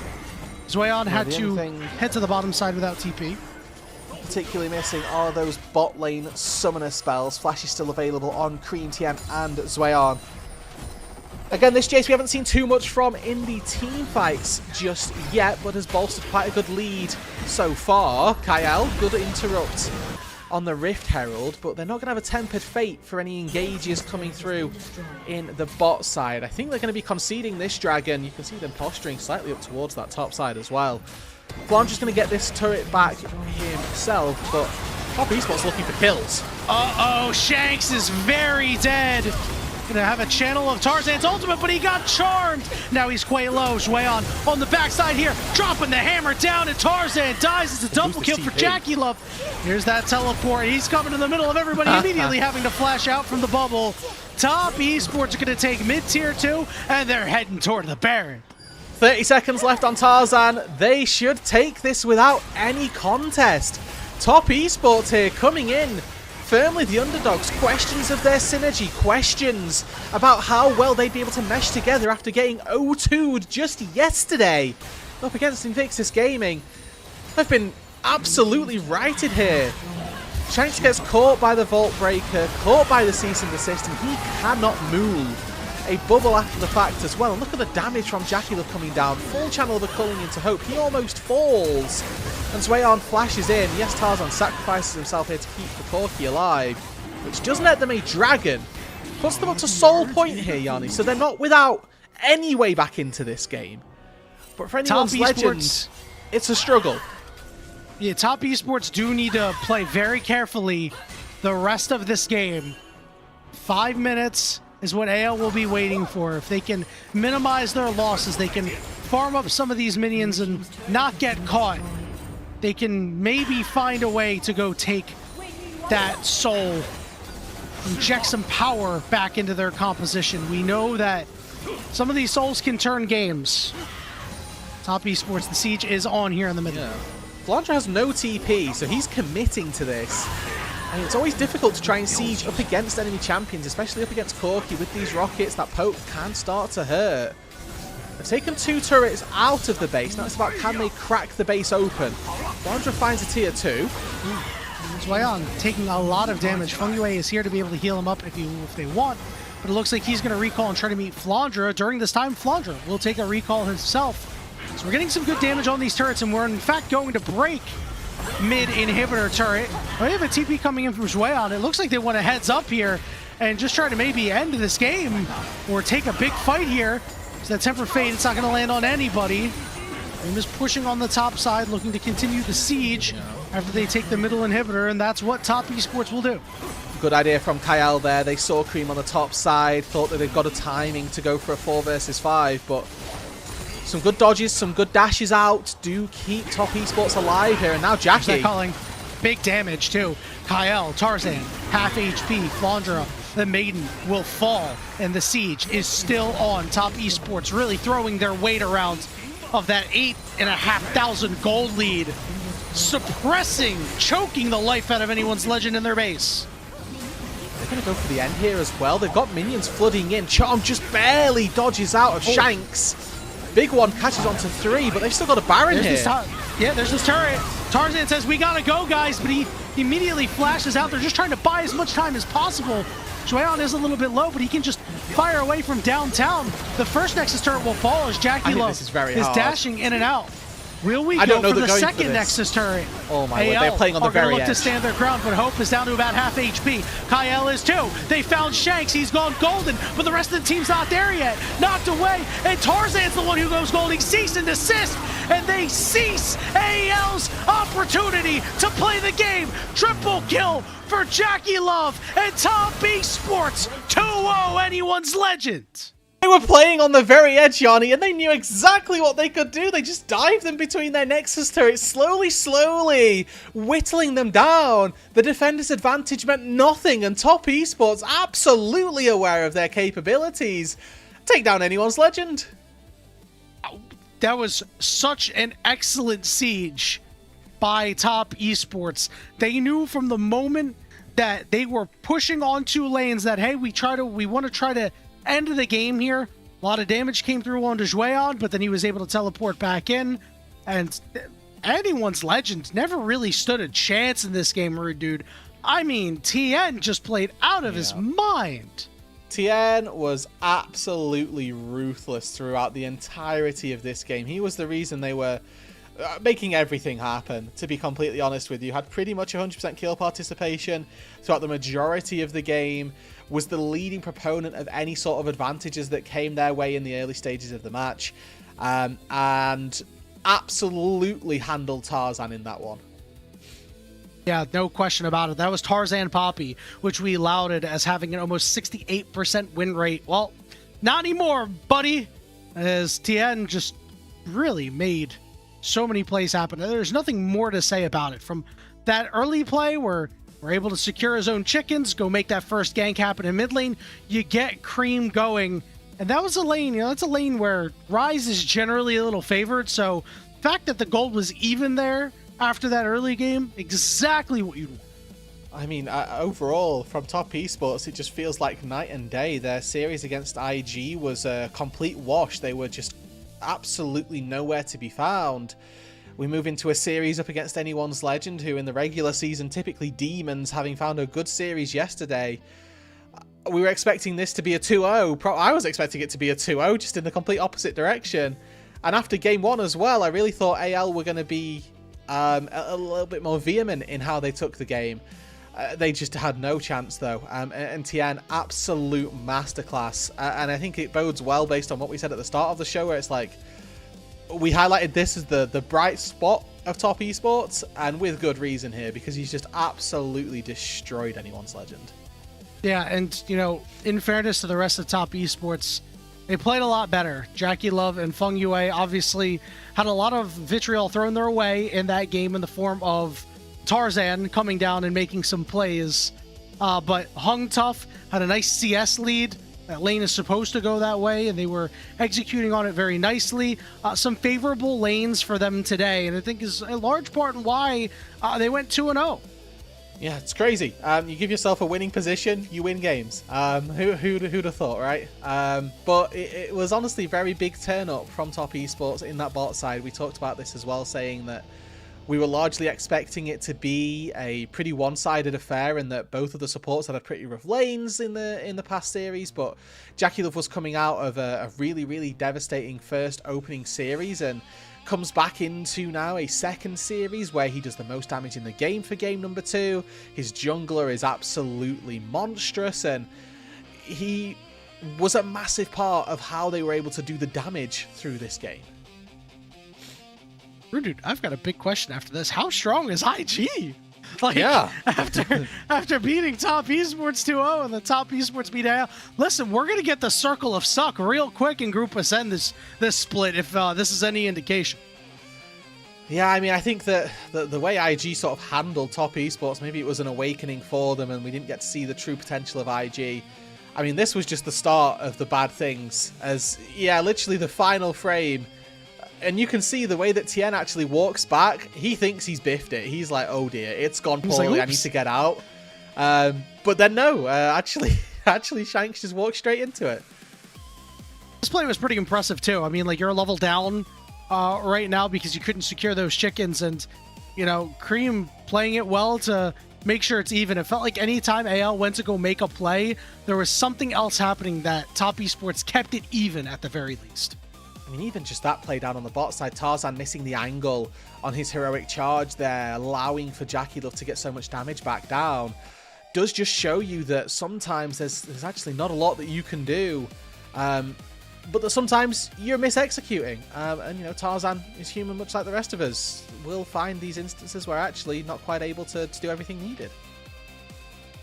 Well, bold play by TN there, just going to follow the Corki, and Kyle gets himself caught with his pants down, and it just felt like AL was never really able to recover. We have, this start here, which is really nice. You go and get the pick, and all of a sudden, the turnaround from Jackie Love here was crazy. The boldness to go look at that Realm Warp and know this is where the Bard is showing up. I'm going to go blow him up and get out, and then I can go back in. I mean, from that felt like the play that should have turned it back in favor of anyone's Legend, but they just slightly misexecuted. Again, Hope not getting into the ulti in time was a big problem for them. The fact that they weren't able to turn it around, and the fact that here, Top Esports are playing at the very edges of their limits here. They've got the healing coming from a Nami. They're running on minimal mana bars as well, because all they've done is siege for the last minute. But they were still able to make it work. Hey, well done to them. And have thoroughly deserved here game number 2 victory.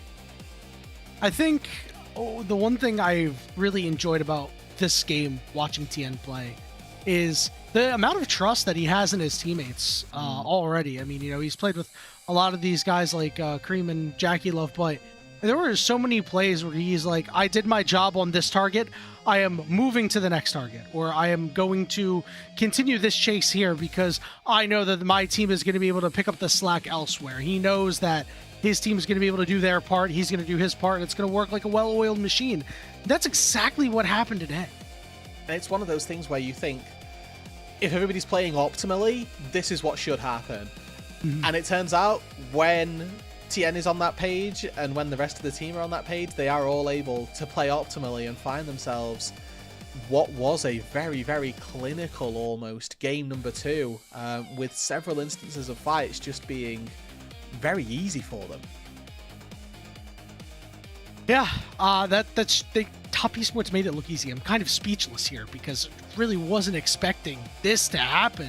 Not just a win, but a 2-0 win. So let's go ahead and take a look at our standings. It's obviously still very early. We have only had 2 game days so far, but so far so good. IG, NIP, BLG leading the way with a win each.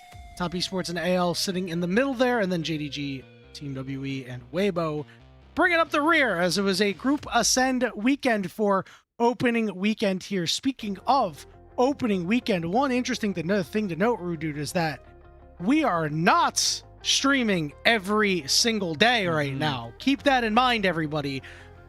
Right now, for the moment, Wednesday, Thursday, Friday, Saturday, and Sunday are going to be game days. Tuesdays will be returning during weeks 5 and weeks 7 in the split. So do keep that in mind. If you use the LPL to kind of get you through your Monday morning blues at work, unfortunately, you won't be able to do that. Yeah. Not this week. It sucks. Sorry. And not going forward in Split 2 either. The occasional Tuesday is the best we can offer you. And for that, I'm not going to apologize. It wasn't my choice. But hey, that's where we are. Yep, that's listen, we don't make the schedule. The cookie has crumbled, I'm afraid. Exactly. And you know what? It's a little nice that some of these there's a couple days to digest like what happens. Obviously, I love League of Legends every day, so missing that is a little disappointing, but there are silver linings to it, Rude Dude. We wanted to tune in for the interview for just a moment because I love that so much, man. I love when players show emotion like that. Especially with how things went in the first series yesterday, and how things went for TN last year as well. It was not ideal. Sure, this is going to be his player of the series interview. He certainly earned player of the game in my book, and I'd imagine that player of the series would go to him as well. Yeah, I mean, this game was a complete stomp, and it was off the back of him in particular. So much deserved credit, props, all of the flowers go to him for what was an incredible game number 2 here. Yeah, long road for him, but really happy to see that he's getting an opportunity to talk about things. Maybe one day we'll get a translation for that, because honestly, I really want to know what's up. Thank you for cutting away, Shivam, because somebody is cutting something. It might be onions in my room. So to avoid crying on broadcast, we want to thank our elite coffee supporters, Aaron, Soup, and Mung, because their pledged financial contribution helps level up the broadcast and gives back to the cast and crew who try to give you an English LPL product every single day. As mentioned just a few moments ago, we are not going to have a broadcast on Monday and Tuesday. We will be back on Wednesday with IG versus NIP, casted by Cubby and Dia, and then Team WE versus Top Esports. That'll be covered by K-Man and myself. So please enjoy your Monday and Tuesday, our couple days off, and we'll see you back here on Wednesday. For myself, for my co-caster Rude Dude, for Shivam behind the glass, and the entire LPL English family, we want to thank you all so much for being here today, and we hope to see you on Wednesday for some more LPL action.